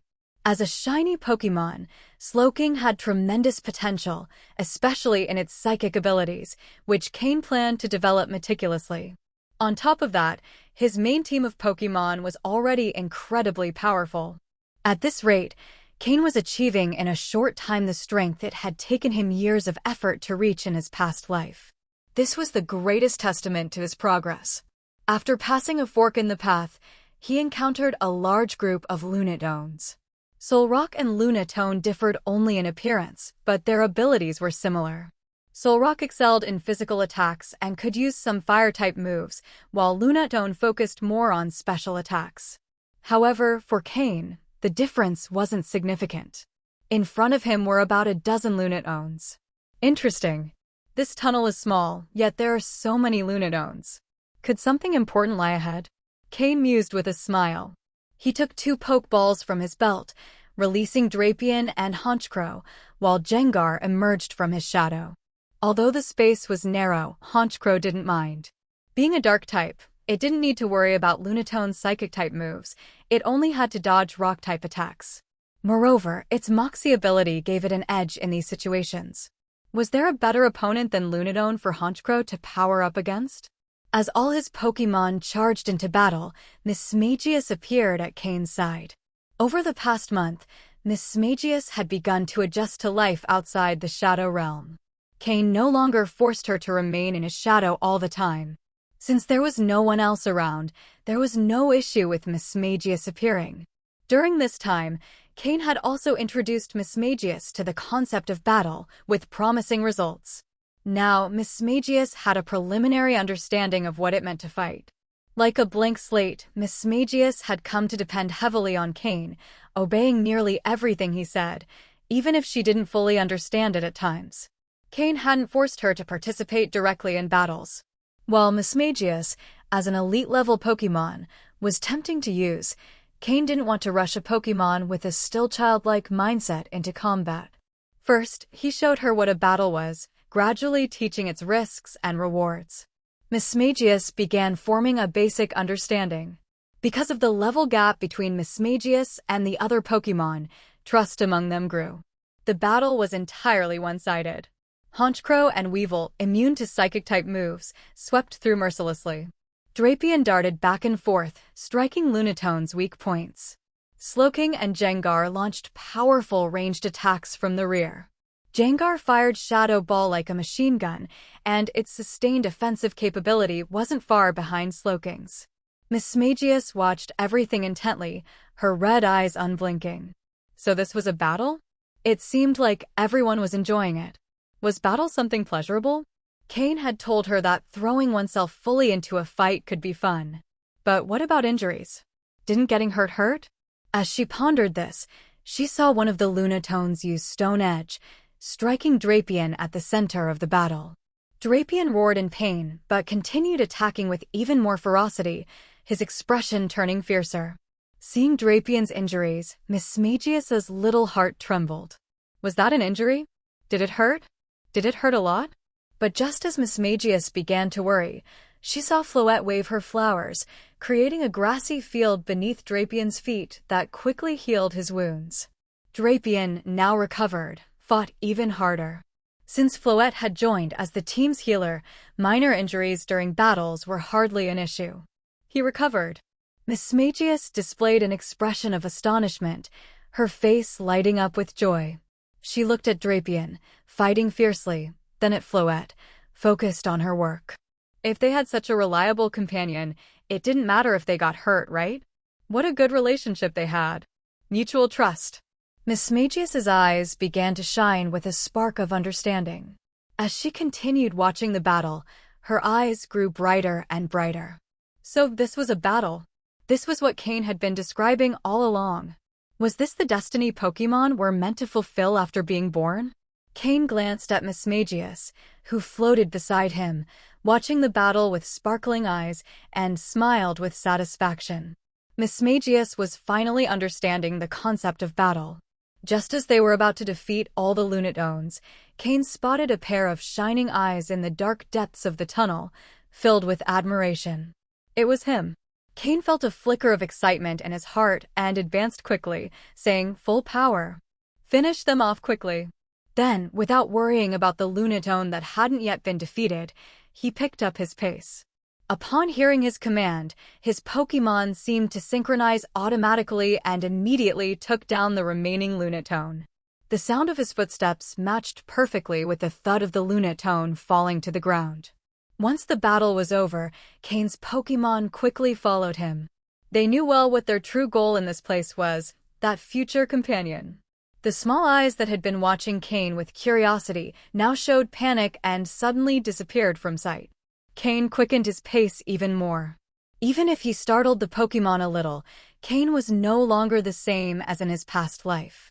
That little Pokémon had only recently been born, and the hostile personality it would develop hadn't yet formed. Turning a corner, Cain saw what he had been searching for. It was the same place where, in his past life, he had encountered this Pokémon. In the cluttered interior of the rocky cave, a few glowing particles of stardust provided some light, but aside from the rocks, there was nothing else. Not even a pile of dry grass where one might rest comfortably. It was hard to imagine how uncomfortable it must be for a Pokémon that wasn't a rock or ground type to live in a place like this. Without a steady food supply, it had to be malnourished. With a complex expression, Cain slowly advanced into the narrow passage. In his past life, when he had captured this Pokémon, he never stopped to think about the environment it lived in. But now, seeing it brought an inexplicable sadness to his heart. There, huddled in a corner, was that Pokémon.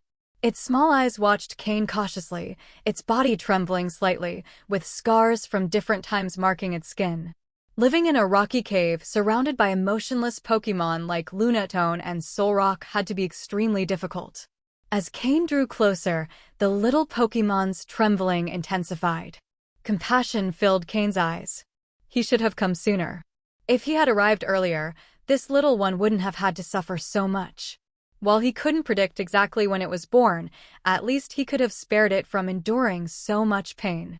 Finally, the Pokémon's full form came into view. It hadn't changed much from his past life.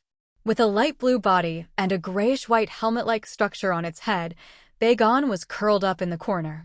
Its small arms wrapped around its legs, and its head was tucked into its body as though it believed that hiding this way would make it invisible. Its tiny hands were tense, and its body visibly trembled. Does it already have psychological trauma? I thought arriving at this moment would be enough, but it seems the trauma has already begun to develop, Cain thought as he stopped his hand mid-reach. In his past life, Cain had believed that Bagon's hostile attitude was due to spending so much time in this place. But now he realized the trauma had started shortly after its birth. A newly hatched Pokémon, in its baby stage, left in such a dark place with no source of food or water. The broken shell of its egg had been its only meal and the sole thing it remembered as something good. In his past life, this Bagon's bitter and hostile personality had seemed excessive, but now Cain completely understood. Any being that grew up in such conditions would turn out the same. Surrounded by emotionless Pokémon like Solrock and Lunatone, even trying to search for food and getting too close to them might result in being attacked. And let's not forget, this Bagon was still just a baby. Surviving in such conditions was almost a miracle. I'm so sorry. I should have come sooner, Bagon. Cain's voice trembled slightly. In his past life, Bagon had fought by his side until the very last moment before choosing to flee. That had been its way of showing gratitude. Cain had never considered how Bagon must have felt. Hearing Cain's voice, Bagon's body began to tremble even more. It didn't understand what Cain was saying, but believed it was probably about to be hurt. Yes, this timid and frightened Pokémon was, in fact, a Bagon. The Hoenn region has two pseudo-legendary Pokémon. One is Steven's Metagross, which has already reached its final evolutionary stage, and the other is Salamence. The Bagon before Cain would one day evolve into Salamence. That Salamence, whose trainer earned the title of the Blood Red Moon. But at this moment, this Bagon showed no trace of the aura a Salamence should possess. In fact, it was the epitome of weakness. In his past life, when Cain had found Bagon, it already had a fairly high level, with scars all over its body and a deep knowledge of the cave's geography. Cain had cornered it in a dead end and captured it by force. After obtaining Bagon, Cain had poured all his resources into training it. Although he hadn't managed to unlock its full potential, when Bagon evolved into Salamence, Cain had felt superior to many trainers. It was then that Cain started to grow arrogant. He thought that with his system and a fully evolved Salamence, no one could stop him on his path to becoming a champion. But reality was cruel. Cain's enemies in Team Rocket couldn't tolerate him owning a pseudo-legendary Pokémon like Salamence. Not only them, but other Team Rocket members also envied Cain for having Salamence. That's when his enemies within the team informed the Pokémon League about the location of his base. Cain was ambushed by two elite-level trainers. Although both were powerful, they underestimated Cain and didn't use their strongest Pokémon, allowing Salamence to defeat two of their Pokémon. When they finally brought out their best, Salamence chose to retreat, leaving Cain behind. Salamence had done everything it could, but its bond with Cain was never strong enough for it to sacrifice itself for him. Before closing his eyes, Cain had seen his Salamence flying in the sky under a blood-red moon and finally understood why it had earned that title. He never knew what became of Salamence after that. But now here he was, standing before this young Bagon. Cain would no longer make the same mistakes. To have a perfect connection with a Pokémon, you must open your heart and truly communicate with them. Pokémon, Bagon, Blue, declining quality. Gender, male. Level 1. Type, Dragon. Ability, Rock Head. Held item, none. Egg moves, Hydro Pump, Dragon Dance, Fire Fong, Dragon Rush. Basic moves, Rage. Learned moves, none. TM moves, none. The system scanned the data for this Bagon. Its quality was blue, but it was already in a state of decline due to prolonged malnutrition, leaving it in an abnormal condition. Its original quality was likely dark blue, but due to deterioration, it now only retained standard blue quality. In his past life, when Cain found this Bagon, its quality had already stabilized at blue. Even so, for Cain at that time, this Pokémon was an invaluable treasure. This Bagon had inherited the move Hydro Pump as well as two powerful Dragon-type moves, which suggested its innate potential was exceptionally high. However, due to malnutrition since birth and the numerous injuries still present on its body, its quality had degraded over time. Only because Cain now had the knowledge of the breeder Matsuda Takashi did he know how to handle this situation. Otherwise, Cain would regret it for the rest of his life. The higher a Pokémon's quality, the harder it is to restore once it starts to decline. Upon reviewing the system information, Cain saw that Bagon had been born almost 2 months ago. In those 2 months, it had neither left its infant stage nor entered the growth stage, highlighting just how little energy it had received during this time. The fact that it was still alive was a miracle. It had probably been surviving by eating damp moss in the tunnels. A proud Dragon-type Pokémon reduced to eating things that didn't even qualify as grass. How could it grow properly? Bagon, don't be afraid. I'm here to take you out of this place. Cain's hand, suspended in the air, finally touched Bagon's trembling body. The moment Cain touched him, Bagon's body tensed up completely, as if it was bracing for a blow. But what it expected didn't happen. Feeling the warmth of Cain's hand, Bagon slowly lifted its head, an expression of astonishment crossing its face, as if wondering why it hadn't been hit. Cain's heart ached slightly. Yet he smiled and said, "Bagon, are you hungry? Would you like something to eat?" As he spoke, Cain took out 2 poke blocks and placed them in front of Bagon. Bagon's snout twitched slightly, catching the scent of the poke blocks in Cain's hand. Immediately, hunger surged through its stomach. Since birth, it had never had a full meal, and gastric juices began to flow as its mouth filled with saliva. Gulp. The sound of Bagon swallowing its saliva echoed in the cave. No one laughed at it, and Bagon didn't even notice. Its eyes were entirely focused on the poke blocks. "If you're hungry, eat them," Cain said, pushing his hand slightly closer. Finally understanding Cain's intent, Bagon quickly grabbed the poke blocks in its hands. Carefully, it brought one to its mouth but didn't devour it entirely. Instead, it took a tiny bite with its teeth. Slowly chewing, it savored the taste of the poke block. In that moment, its eyes shone like beacons in the darkness of the cave. It looked at the poke blocks in its hands, one intact and the other with a small bite taken out, then hesitated for a while, as if making a significant decision, and took another tiny bite from the already nibbled piece, chewing it slowly. It chewed so deliberately as though savoring the most exquisite delicacy. As for the remaining 1.5 poke blocks, it clutched them tightly in its hands. They were its food, and no one could take them away. This was the food it needed to save for the future.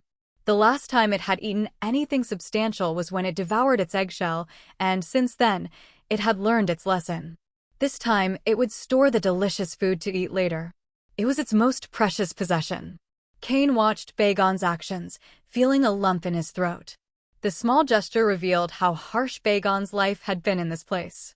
Even with delicious food in front of it, and despite its hunger, it saved the last portion to ensure it wouldn't starve later.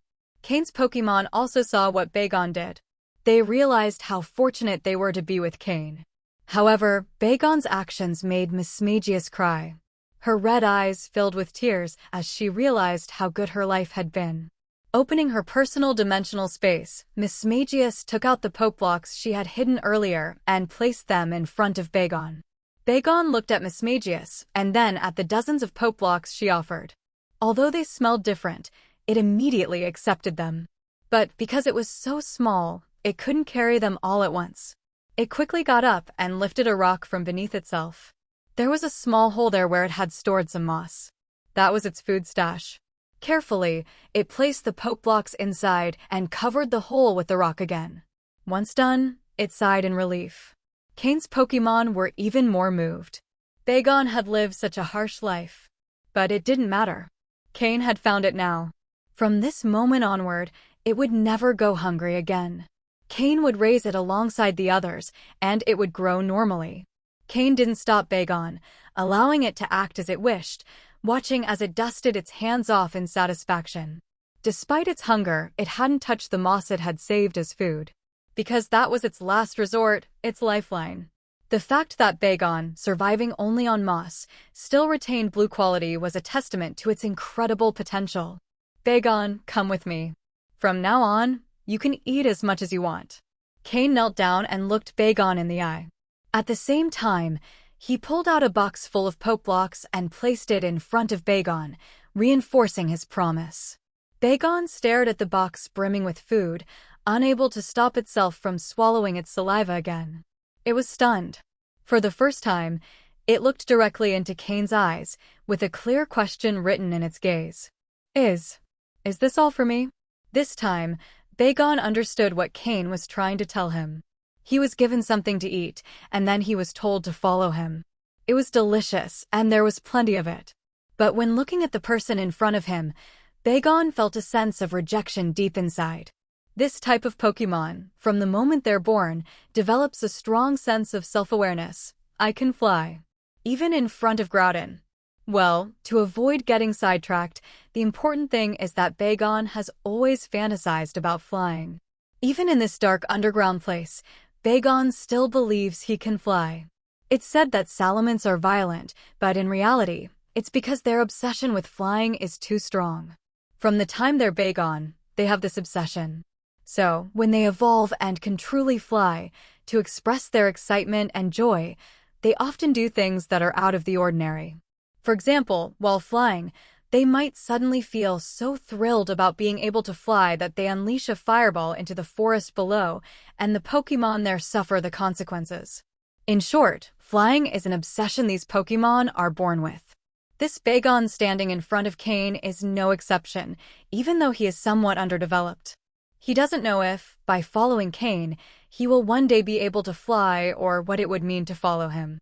Cain, noticing his hesitation, smiled and said, "I know your goal is to have wings and fly.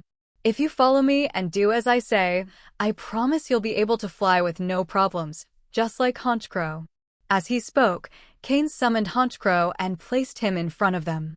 Bagon looked at Honchkrow's wings in admiration. "Fly." Bagon seemed tempted. Cain knew that with a little more persuasion, Bagon would accept him.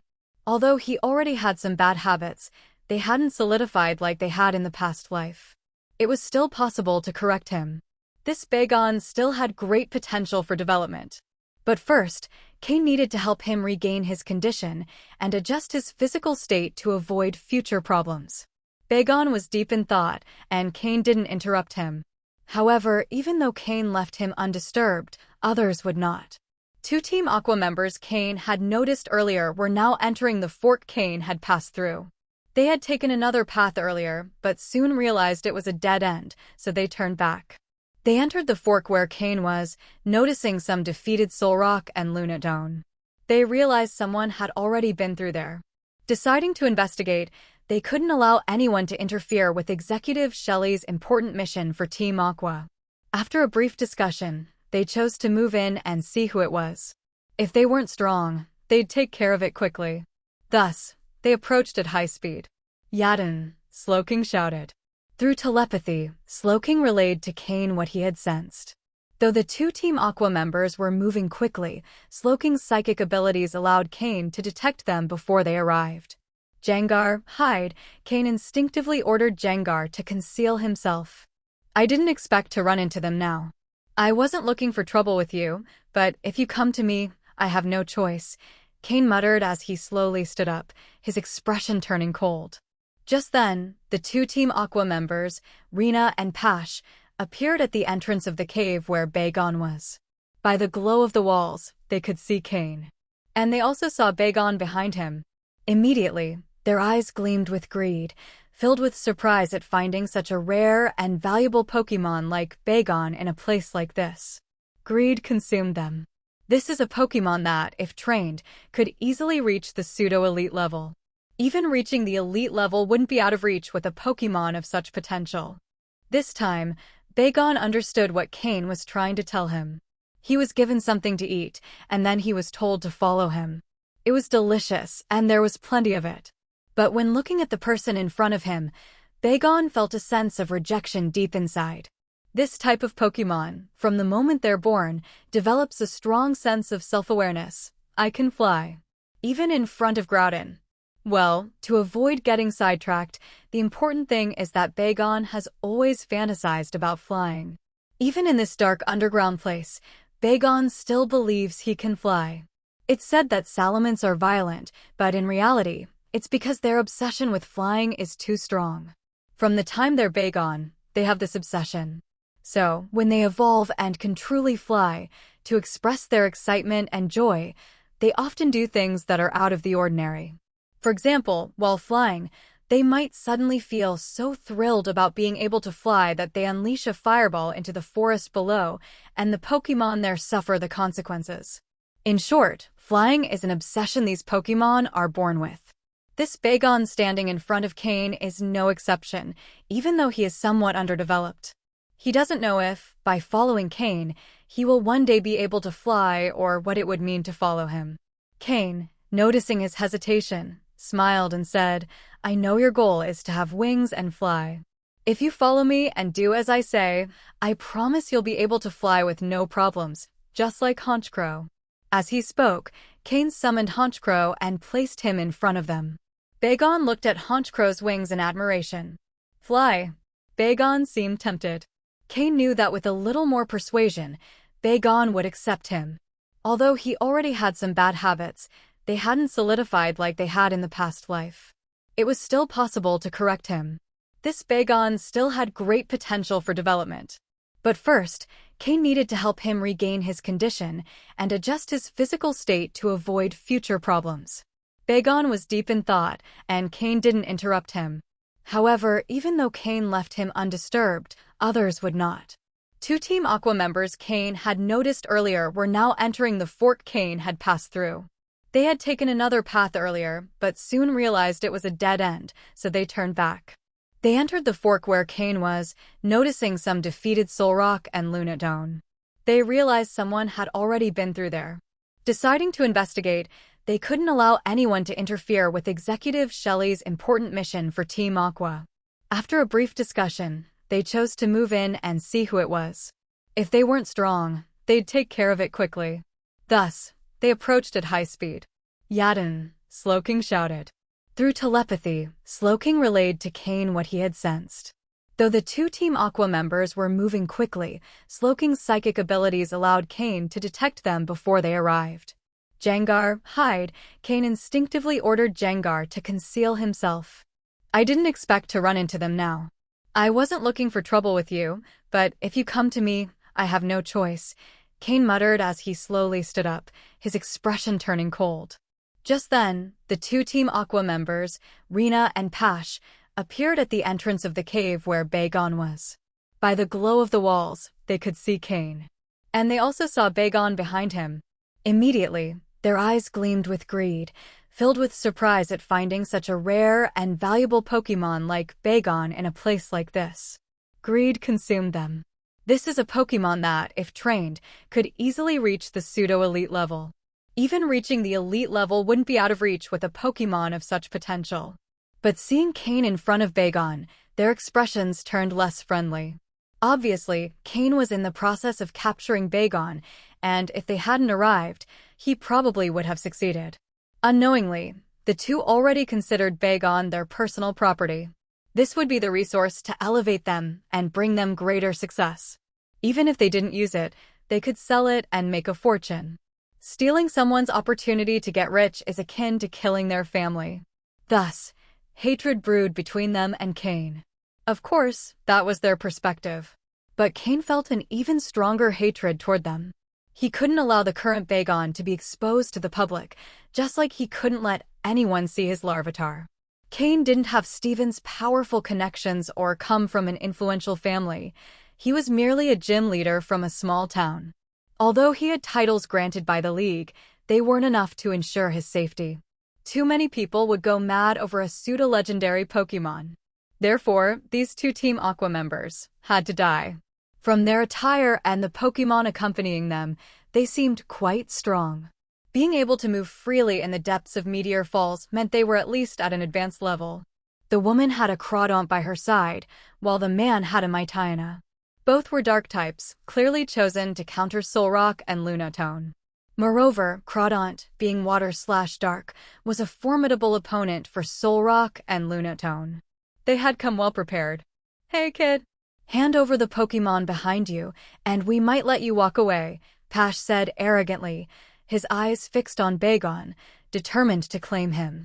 Bagon noticed their menacing gazes and gave a small tremble, retreating a few steps to the back of the cave. Mismagius, who was near Bagon, reassured him with a gentle pat. At that moment, Mismagius was also furious. Pokémon are not tools. Don't look at Bagon with those eyes. In that instant, Mismagius seemed to transform into an elder sister, while the frail Bagon was the younger brother she wanted to protect. Bagon's injuries and earlier actions had touched Mismagius's softest side. Although her mind wasn't very mature, that didn't mean she lacked the desire to protect Bagon. After receiving Mismagius's support, Bagon regained some composure. He looked at Cain, who hadn't moved a step from his spot, and saw him as a towering figure. For the first time, he thought that this human wasn't bad. If he's strong enough, Maybe he can teach me how to fly. Slowking, use Nasty Plot and Miracle Eye. Honchcrow, Tailwind. Weevil, Icy Wind. Drapion, Toxic Spikes. Cain wasted no time with words. After scanning the information on the enemy Pokémon, he launched his attack immediately. A Crawdaunt at level 43 with dark green quality and a Mytina at level 45 with green quality. These weren't particularly strong opponents, so there was no need to waste time. At that moment, they had struck Cain's most sensitive nerve. Straight to action. Slowking simultaneously used Nasty Plot and Miracle Eye, its eyes flashing with a multicolored, commanding glow. Both Crawdaunt and Mytina were Dark-type, so for Slowking to attack them, Miracle Eye was necessary. Honchcrow, having already defeated several Lunatone, had accumulated 3 stacks of the Moxie ability. After boosting with Tailwind, it prepared to attack at full force. However, the tight space limited its movements. Drapion charged forward, using toxic spikes beneath the enemy's feet. By now, it had mastered this move completely. Meanwhile, Weevil used Icy Wind. In such a confined area, the move was highly effective, affecting not only the enemy Pokémon, but also their trainers, who were chilled to the bone. Damn it, Mytina, charge! Pash shouted, tossing another Pokeball. A Swalot appeared, stepping in to block Weevil's Icy Wind. On the other hand, while Rena was also being attacked, she didn't react with the same fury as Pash. Instead, she frowned, deep in thought, feeling a vague familiarity with Cain. Mytina advanced alone, but even with its strength, it couldn't handle 4 Pokémon simultaneously. It was swiftly intercepted by Drapion. Drapion knew Mytina well. During its time as a Skorupi, it had defeated many of them, knowing exactly where their weak points were. Drapion, Toxic Strike, Poison Fang plus Venoshock. Cain ordered. If Poison Fang caused poisoning, Venoshock would deal double damage, enough to finish Mytina in a single blow. Drapion let out a roar and grabbed Mytina with its pincers. The grip was so strong that Mytina couldn't even struggle.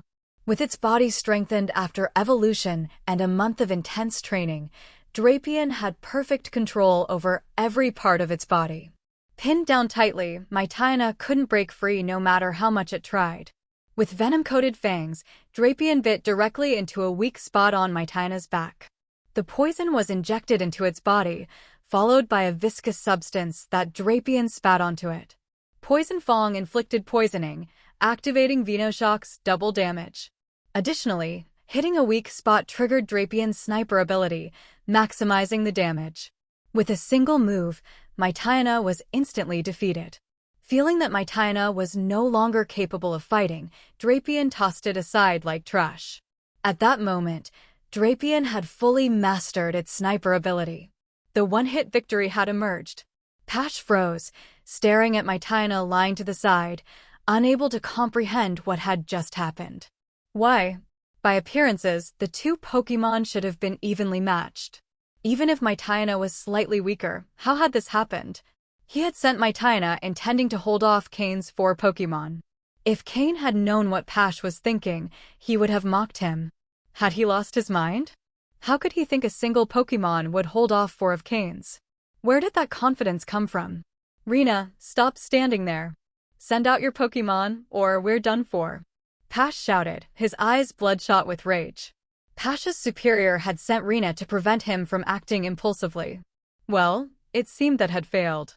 Rena sighed in frustration but had no choice. As Pash had said, if they hesitated any longer, both of them would be eliminated. Pash, let's go all out. Send out all your Pokémon, Rena said, throwing 4 Pokeballs. After witnessing Drapion's combat abilities, it was clear defeating it wouldn't be easy. If they didn't give it their all, they stood no chance. Pash gritted his teeth and released 3 more Pokeballs. Suddenly, the cave was filled with 7 additional Pokémon. Including Crawdaunt and Swalot, there were now 9 Pokémon on their side. Meanwhile, Cain had only revealed 4 of his Pokémon.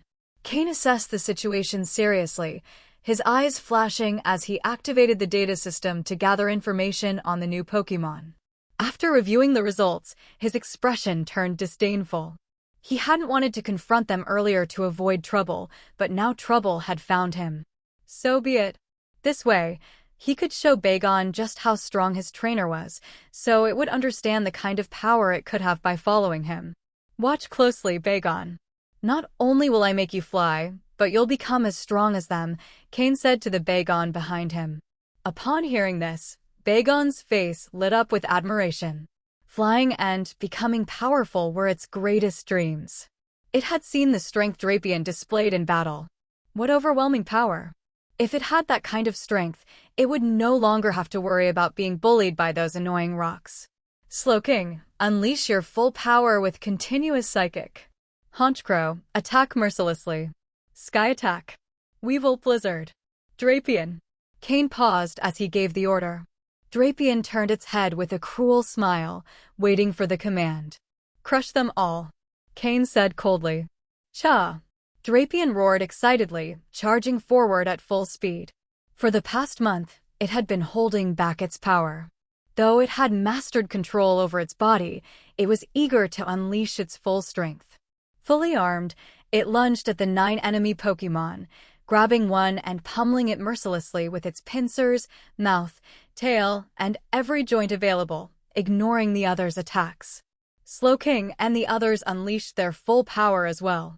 This was the first time Slowking used its maximum psychic power since consuming the blood of Mew. For their enemies, facing this gang of beasts was a grave danger. Cain's Pokémon unleashed their maximum combat potential, fueled by the rage simmering within them. It wasn't just anger toward the 2 Team Aqua members, but also toward himself for arriving too late to find Bagon. Just as the 2 Team Aqua members crossed paths with Cain, he found an outlet to vent his frustration. Drapion charged into the group of Pokémon, targeting a Dustox that didn't seem very strong, pinning it to the ground and mercilessly pummeling it without giving it the slightest chance to resist. The other Pokémon tried to help, but Drapion paid them no attention. At that moment, the attacks from Cain's other Pokémon also began to land. Slowking, in its most powerful form, utilized its maximum psychic energy, its attack level amplified far beyond its expectations by the blood of Mew. Each dark psychic energy ball it generated was not only faster, but had also doubled in size. Originally, it needed 6 psychic energy balls to execute the move Psychic, but now it only needed 3. It had turned into a long-range automatic turret, with double the firepower. The psychic cannon is ready, all units stay alert. It specifically targeted Pokémon vulnerable to psychic-type moves, launching relentless attacks as if they cost nothing. This significantly alleviated the pressure on Drapion. Slowking's offensive capability alone was equivalent to half of the enemy's 9 Pokémon. It was incredibly strong. Next, Weevil unleashed Blizzard, a move it now mastered perfectly. With precise control, it adjusted the area of effect and snow quantity, ensuring Drapion, in the middle of the enemy Pokémon, was unharmed. Snow quickly filled the confined space, and with Weevil's full power and control, the ice fully enveloped the blizzard. The temperature around several enemy Pokémon dropped to over 10 degrees below zero, reducing their speed, making it easier for Drapion and Slowking to land precise attacks. Then came Honchkrow. Its Moxie ability had already stacked 3 layers, and with the charged Sky Attack, no Pokémon it struck could escape without being incapacitated. Thanks to Alteria's advice, Honchkrow had drastically reduced its charge time, and its aerial combat skills had also improved. The blue energy layer forming the celestial bird was much more detailed and sharp, with all patterns clearly visible. It was far stronger compared to when it first learned the move. Caw! With a cry, Honchkrow soared through Weevil's blizzard. The celestial bird's blue layer was adorned with snowflakes, making the attack appear even more impressive. Boom! With a single strike, Honchkrow withdrew without checking the attack's effect, folding its wings and flying backward out of Weevil's blizzard. As it emerged, Honchkrow felt its energy surge once again. With 4 stacks accumulated, its explosive power intensified even further. Pash and Rena's faces were pale, partly due to the blizzard's cold and partly due to humiliation. Their 9 Pokémon were no match for Cain's 4. Rena suddenly remembered why Cain seemed vaguely familiar. Earlier, she had felt as though someone was watching her, but the sensation quickly faded, and she ignored it. Thinking back now, it was probably Cain who had been observing her.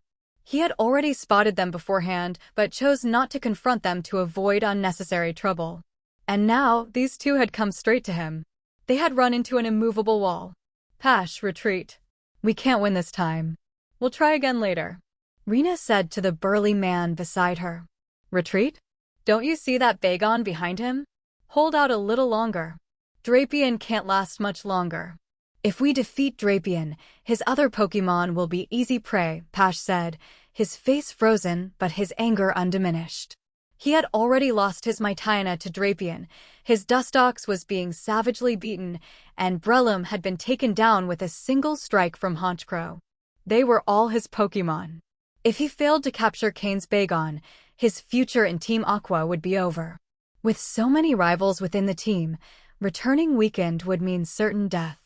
He had no choice but to fight to the end. Give it everything you've got. Take down Drapion first. At that moment, Drapion, covered in scars, was just beginning to snap out of its frenzy of pummeling Dustox. Dustox, utterly defeated, showed no signs of life. However, Drapion had also sustained multiple injuries. Floette, use grassy terrain on Drapion. Cain ordered the small Floette on his shoulder, who had been ignored until now. Fleet. With a spin of its flowers, Floette created a bright green field beneath Drapion, glowing lights quickly restoring its energy. Feeling a surge of renewed strength, Drapion roared and leapt back into the fight. This time, instead of just venting its anger, Drapion attacked the enemy Pokémon's weak points with precision, achieving great results with simple moves. Seeing the effect of Floette's grassy terrain, even Pash realized they couldn't win this battle. However, Rena had already decided to abandon him. In his current state, Pash was just a burden. As she turned to flee, she saw a grotesque, ghostly face slowly emerging from her shadow. The fright was genuine. Kikik. Jengar was staring at her, laughing sinisterly. Jengar, capture them both, Cain ordered coldly. Kikik. Jengar laughed again, but this time with a serious expression, shedding its mocking grin. It could joke when it wanted, but it always carried out Cain's orders without fail. With two dark balls floating in its hands, it stared coldly at the two enemies, ready to strike if they tried to escape. The dark balls were ready to be unleashed. Of course, Jengar didn't just stand watch. Once certain they couldn't escape, it turned to the enemy Pokémon and began its relentless assault.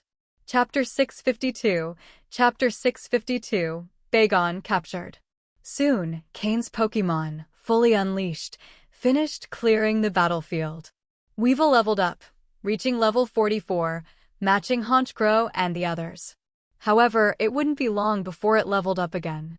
After a month of accumulation, the energy within them had reached a critical point, and they would only need a few more battles to experience consecutive level-ups. Among them, Weevil, who had fought the most, was the first to level up. Both Team Aqua trainers, with a total of 10 Pokémon, lost their lives when Cain decided to show no mercy. The small Bagon behind Cain watched all this in astonishment. When those two Team Aqua trainers released their 9 Pokémon, Bagon truly thought it was done for. The 9 Pokémon they released didn't hide their presence and were far more intimidating than Pokémon like Solrock and Lunatone that it usually encountered. However, when Cain's Pokémon unleashed their full combat power, those 9 Pokémon looked like mere chickens before a hawk, quickly being wiped out. All that remained were the 2 trainers, sitting on the ground, unable to accept what they had just witnessed. 10 Pokémon. They had 10 advanced or near-advanced level Pokémon, and Cain had eliminated them with ease. The reason was simple. Cain's Pokémon completely outclassed Team Aqua's in potential, aptitude, and training. Moreover, the cooperation between his Pokémon was flawless. That Cain defeated them so easily was no surprise to him. If, after so much effort training them, feeding them the best Pokeblocks, teaching them the most suitable moves, and subjecting them to a rigorous regime of training and battle tactics, they couldn't even defeat ordinary level trainers, then all that effort would have been in vain. With so much time spent on development and attention to detail, the sum of those small improvements resulted in something much greater, determining success in battle. The prolonged use of high-quality poke blocks, in contrast to basic level ones, created a notable difference in the Pokémon's power. While the differences might not be noticeable at first, over time, Cain's Pokémon easily outperformed those of ordinary trainers. Now, Cain had become one of the vanguard leaders. No rival at his level could surpass him. This was the result of all his effort, and now he was quite satisfied with it. Without paying attention to the defeated trainers, Cain turned toward Bagon, who was still stunned by the scene. Cain crouched down and gently patted Bagon's head, and this time, the little Pokémon didn't show fear or resistance. Smiling, Cain said, "What do you think? Have you seen my strength? Do you still doubt joining me? You'll have plenty of food, grow stronger, and one day, you might even learn to fly." Cain felt his persuasion skills had improved significantly. "If you follow me, I promise you won't be inferior to any of them, and you might even reach the top of this world. No one will dare bother you again, and you'll never lack food. You'll be able to soar high in the skies, becoming the true blood moon." As Cain spoke, Bagon's eyes lit up more and more. It imagined itself being powerful, enjoying delicious food, and seeing those who once bothered it bowing before it. It also thought about flying, reaching the skies. But what was the sky like? And what did the outside world look like? Bagon's eyes filled with curiosity and desire. Though its body bore many wounds, its pride as a dragon-type Pokémon didn't allow it to live in a dark place like this. The sky, that was its destiny. Grew. Bagon nodded decisively. Cain smiled and took out a luxury ball. "If you're ready, enter." Bagon looked at the Pokeball, a bit hesitant. "What's wrong?" Cain noticed its hesitation. Bagon immediately began digging with its paws, revealing its food, a few dried mosses and the poke blocks Cain had given it earlier. It was clear that Bagon didn't want to leave its food behind. It had a terrible fear of going hungry again. Cain smiled, though he felt a bit remorseful. However, he didn't stop it, as this would build Bagon's trust in him. "All right, take it with you," Cain nodded. Bagon became excited, carefully gathered its food, and pressed the Pokeball's button. A red beam enveloped it. Before it was fully absorbed, Cain placed a box full of poke blocks into its hands and said, "This is for you too." Before Bagon could react, it disappeared into the red light. Without resistance, the luxury ball emitted a soft sound, indicating that Bagon had been captured. Cain immediately released it again, and Bagon reappeared carrying moss and the box of poke blocks, almost completely obscuring its vision. "Ha ha, I was just kidding." "Welcome to our team, Bagon," Cain said as he extended his hand toward it.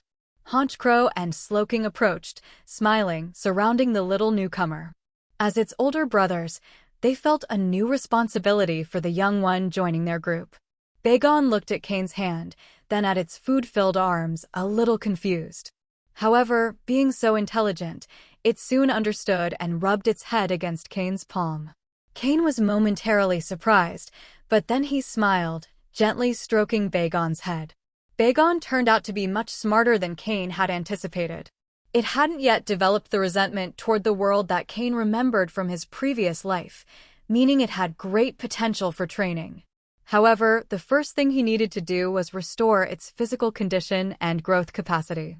The box of poke blocks Cain had given it was specially made to help Pokémon that had suffered a loss of vital energy regain their full potential. In time, Bagon would become as strong as it was destined to be. After capturing Bagon, Cain was finally able to resolve a significant matter on his mind. As a pseudo-legendary Pokémon from the Hoenn region and a pure dragon type, Bagon's future potential would not be inferior to that of Larvitar.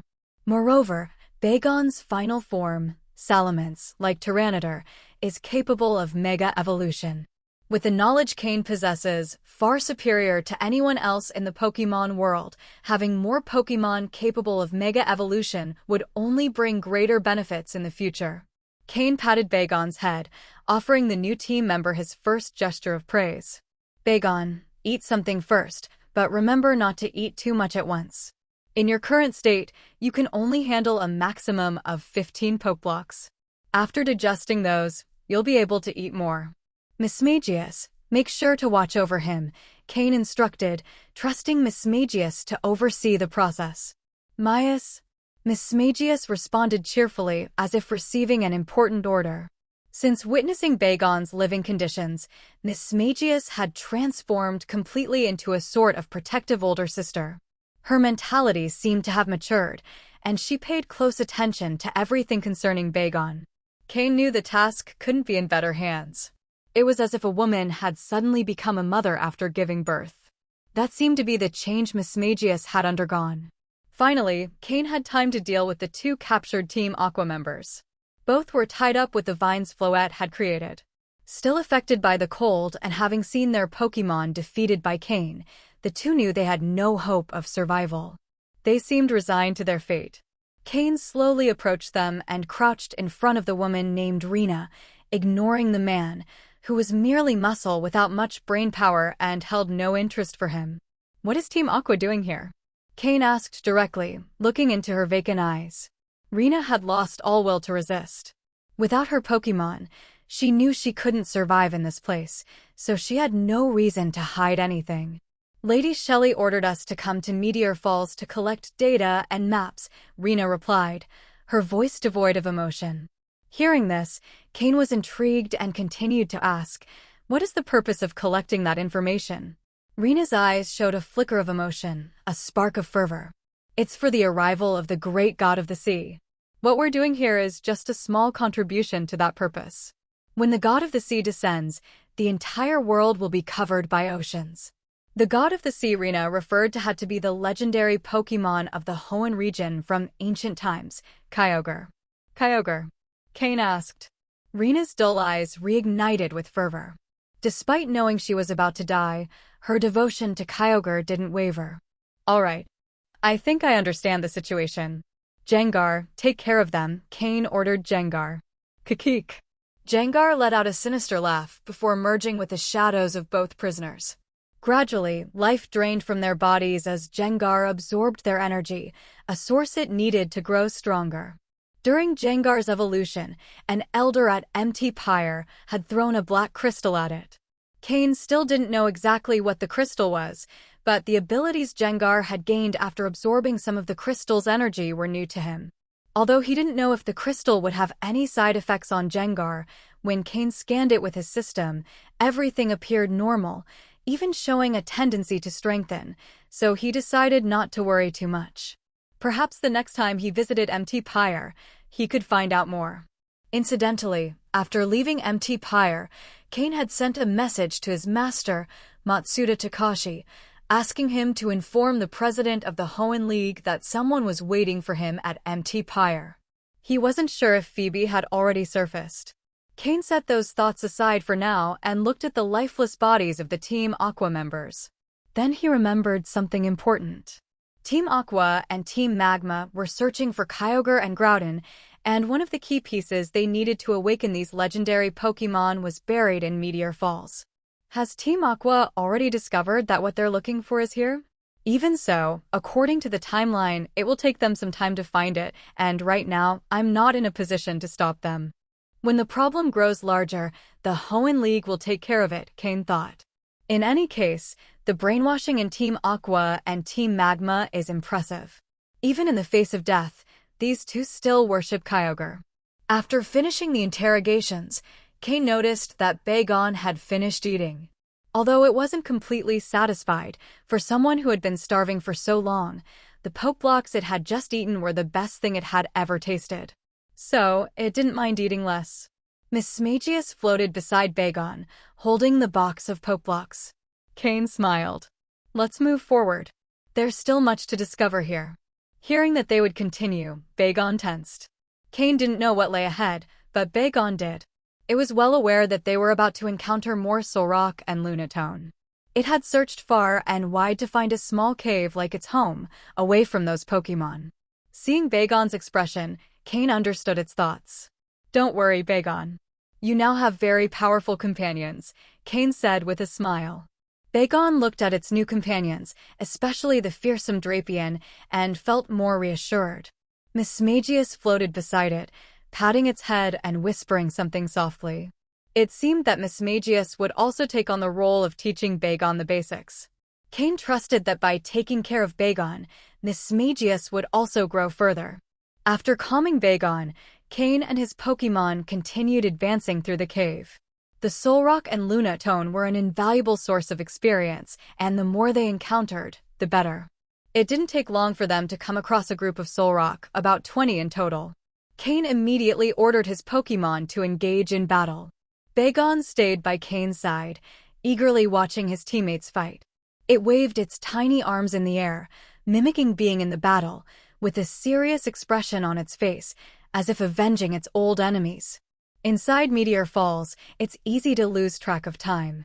Moreover, since they had been in constant battle, time flew by. But it had been a very fruitful experience. When Cain exited Meteor Falls, a large full moon was already hanging in the sky. Cain hadn't been in the cave for just a day. In fact, 3 days had passed. On the first day, he found and captured Bagon, and the next 2 days were spent entirely sweeping through groups of Solrock and Lunatone. Not only that, but his Pokémon's levels also increased significantly. All the Pokémon actively participated in battles, leading to very balanced growth. Of course, this was also because his Pokémon had been holding back for over a month, so upon finding enemies, they practically fought each other to take part in the battles. Additionally, since Honchkrow, Weevil, and Drapion are dark types, they are completely immune to the psychic-type moves of Solrock and Lunatone, allowing them to fight very aggressively. This left Bagon, walking at Cain's feet, looking up to his teammates with admiration in his eyes. He used to be bullied by these enemies and couldn't defend himself, but now he watched Drapion and the others defeat them as if facing small children, taking them down in a single blow. Even Floette, when shifting into her grass-type form, became a solid offensive force. Cain was already considering buying some good grass-type moves to further improve her offensive capabilities. The small body of Floette contains immense energy. And Slowking, with its sturdy physique, also harbors infinite power. Ahem. In summary, Cain's Pokémon had improved their levels and skills. Slowking leveled up, reaching level 48, edging closer to quasi-elite status. Honchkrow, Weevil, and Drapion, the wild trio, stormed through the Solrock and Lunatone groups as a well-coordinated team, each gaining 2 levels, reaching level 46. Jengar, acting as an open-fire turret, displayed impressive offensive capabilities. Free from the need to defend, it continuously launched Shadow Ball attacks, gaining 2 levels and reaching level 46 as well. Finally, Floette, despite focusing on healing and support, also gained 2 levels, reaching level 42. At this point, Floette had already reached the level necessary to evolve. All that remained was for Cain to obtain a shiny stone, allowing her to complete her evolution. However, Floette's quality was still dark green. If Cain wanted her to keep up with his other Pokémon, he needed to find a supreme quality shiny stone. Now Cain had become more ambitious. He was no longer content with superior quality stones. If he couldn't find a supreme quality one, he'd prefer for Floette to stay in her current form, where she could serve as an excellent protector. In addition to his Pokémon's level improvements, Cain also gathered a good amount of Stardust. While each Pokémon had only a little, collecting it from all of them amounted to a considerable quantity. It was enough for Cain to craft 3 or 4 accessories. Now, regarding Mega Evolution, Cain had everything ready. He only lacked a suitable Mega Stone and a compatible Pokémon. Upon exiting Meteor Falls, Miss Magius returned to Cain's shadow. This time, after being out for so long, she seemed to have understood what battling was all about. Probably wanting to set a good example for Bagon, Miss Magius quietly asked Cain if she could join the training and, if possible, have a proper training plan designed for her. Cain, of course, was delighted to oblige. That Miss Magius wanted to join battles was excellent news. Regardless of how much strength she could show, as an elite-level Pokémon, her participation in battles would be a great help to Cain. Meanwhile, Bagon had finally overcome its fear of Solrock and Lunatone. In his previous life, even after evolving into Salamence, Cain discovered that Salamence had a deep fear of these Pokémon. While it could fight them, it could never fully exert its power. Fortunately, in his previous life, his enemies never realized this to take advantage. This fear had formed in Bagon during its time living under the shadow of these Pokémon, and its body expressed it unconsciously. Knowing this, Cain decided to take the opportunity, while Bagon's fear wasn't too overwhelming, to help it eliminate this weakness. That's why, during battles with Solrock and Lunatone, Cain made Bagon accompany him to realize these Pokémon weren't that strong. Now that its teammates could defeat them easily, Bagon began losing its fear. By the time they exited Meteor Falls, Bagon's fear of these Pokémon had reduced to a minimum. Cain was confident that, with time, that fear would disappear entirely. Meteor Falls was quiet at night, so Cain's exit didn't draw much attention. Everyone assumed he was just another explorer.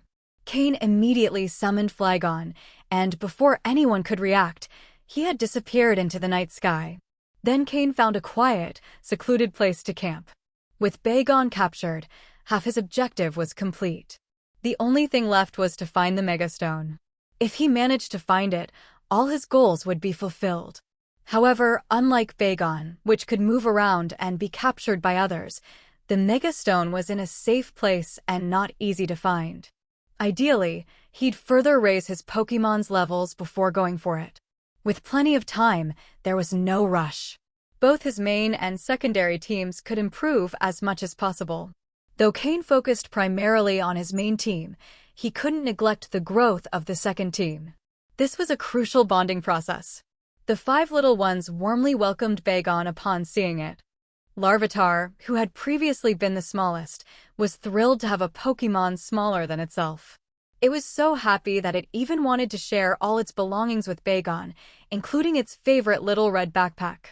Luckily, it eventually realized the backpack was its most prized possession and decided to keep it.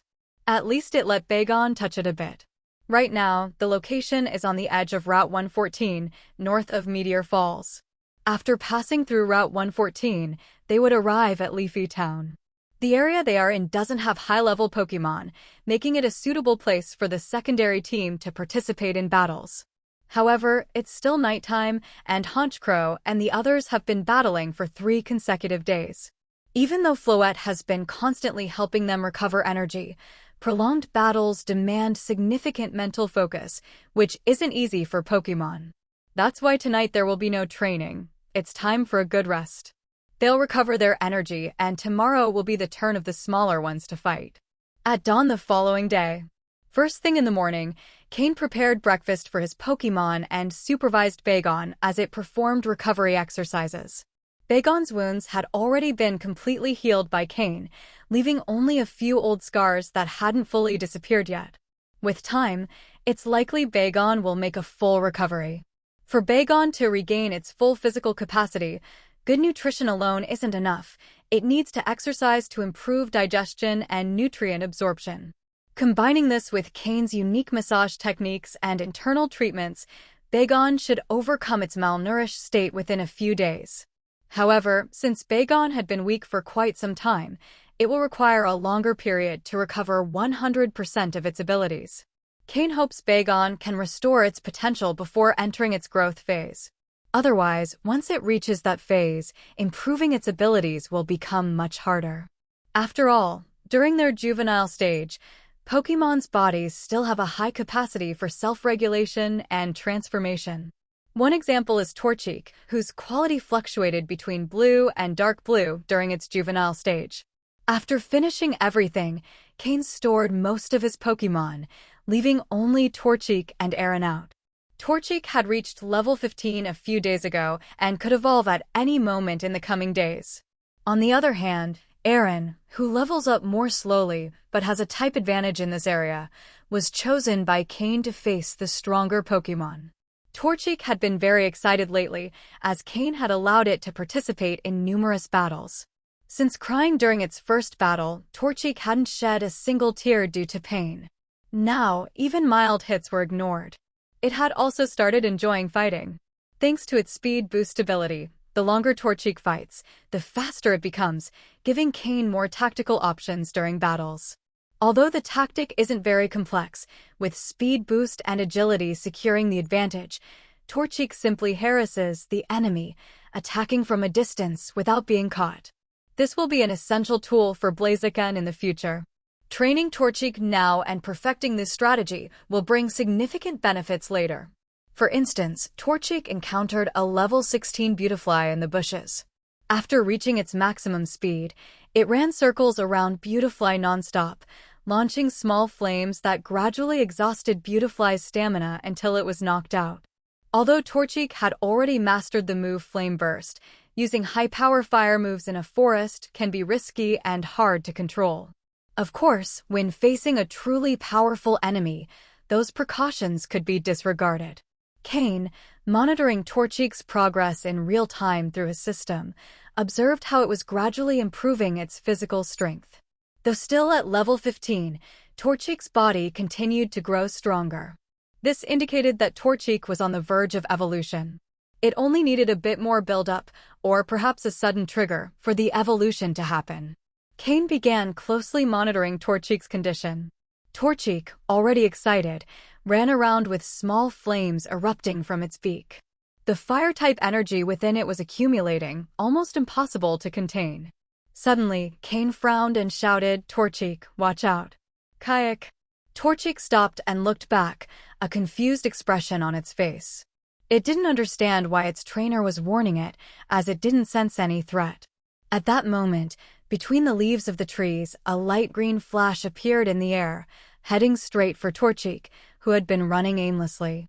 Torchic, sensing the imminent danger, barely managed to dodge the attack, thanks to the speed it had previously accumulated.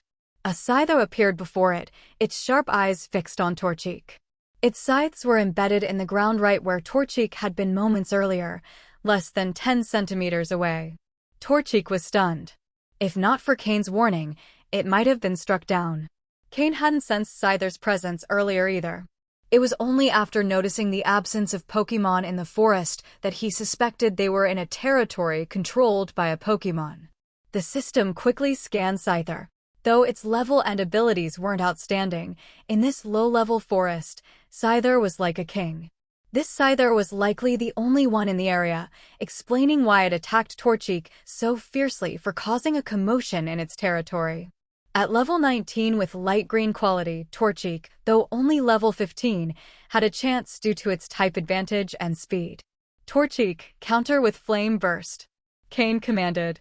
Torchic, still enraged by the surprise attack, couldn't contain the flames within it. With a fiery explosion, it launched a powerful flame directly at Scyther's face, burning several parts of its body. Scyther, furious from the pain, slashed at Torchic with its scythes. "Torchic, use agility and follow up with Flame Burst," Cain continued. Torchic obeyed, darting rapidly across the ground and dodging Scyther's attack, all while spitting small flames from its beak, burning its opponent more and more. The air soon filled with the smell of burnt wood. Scyther, disoriented and covered in burns, finally collapsed. Torchic, victorious, climbed on top of Scyther with a defiant attitude. The excess fire energy in its body had pushed it into a brief frenzy. Standing atop Scyther, its body began emitting more and more flames. Hello, everyone! As we wrap up this video, I want to share a quick note. I have a Patreon account. If you'd like to support me and enjoy on-demand audiobooks, you can become a Patreon member. Alternatively, you can check out my Google Drive link, which has 500+ novel audiobooks available through my Ko-fi or Patreon shop. I appreciate your support.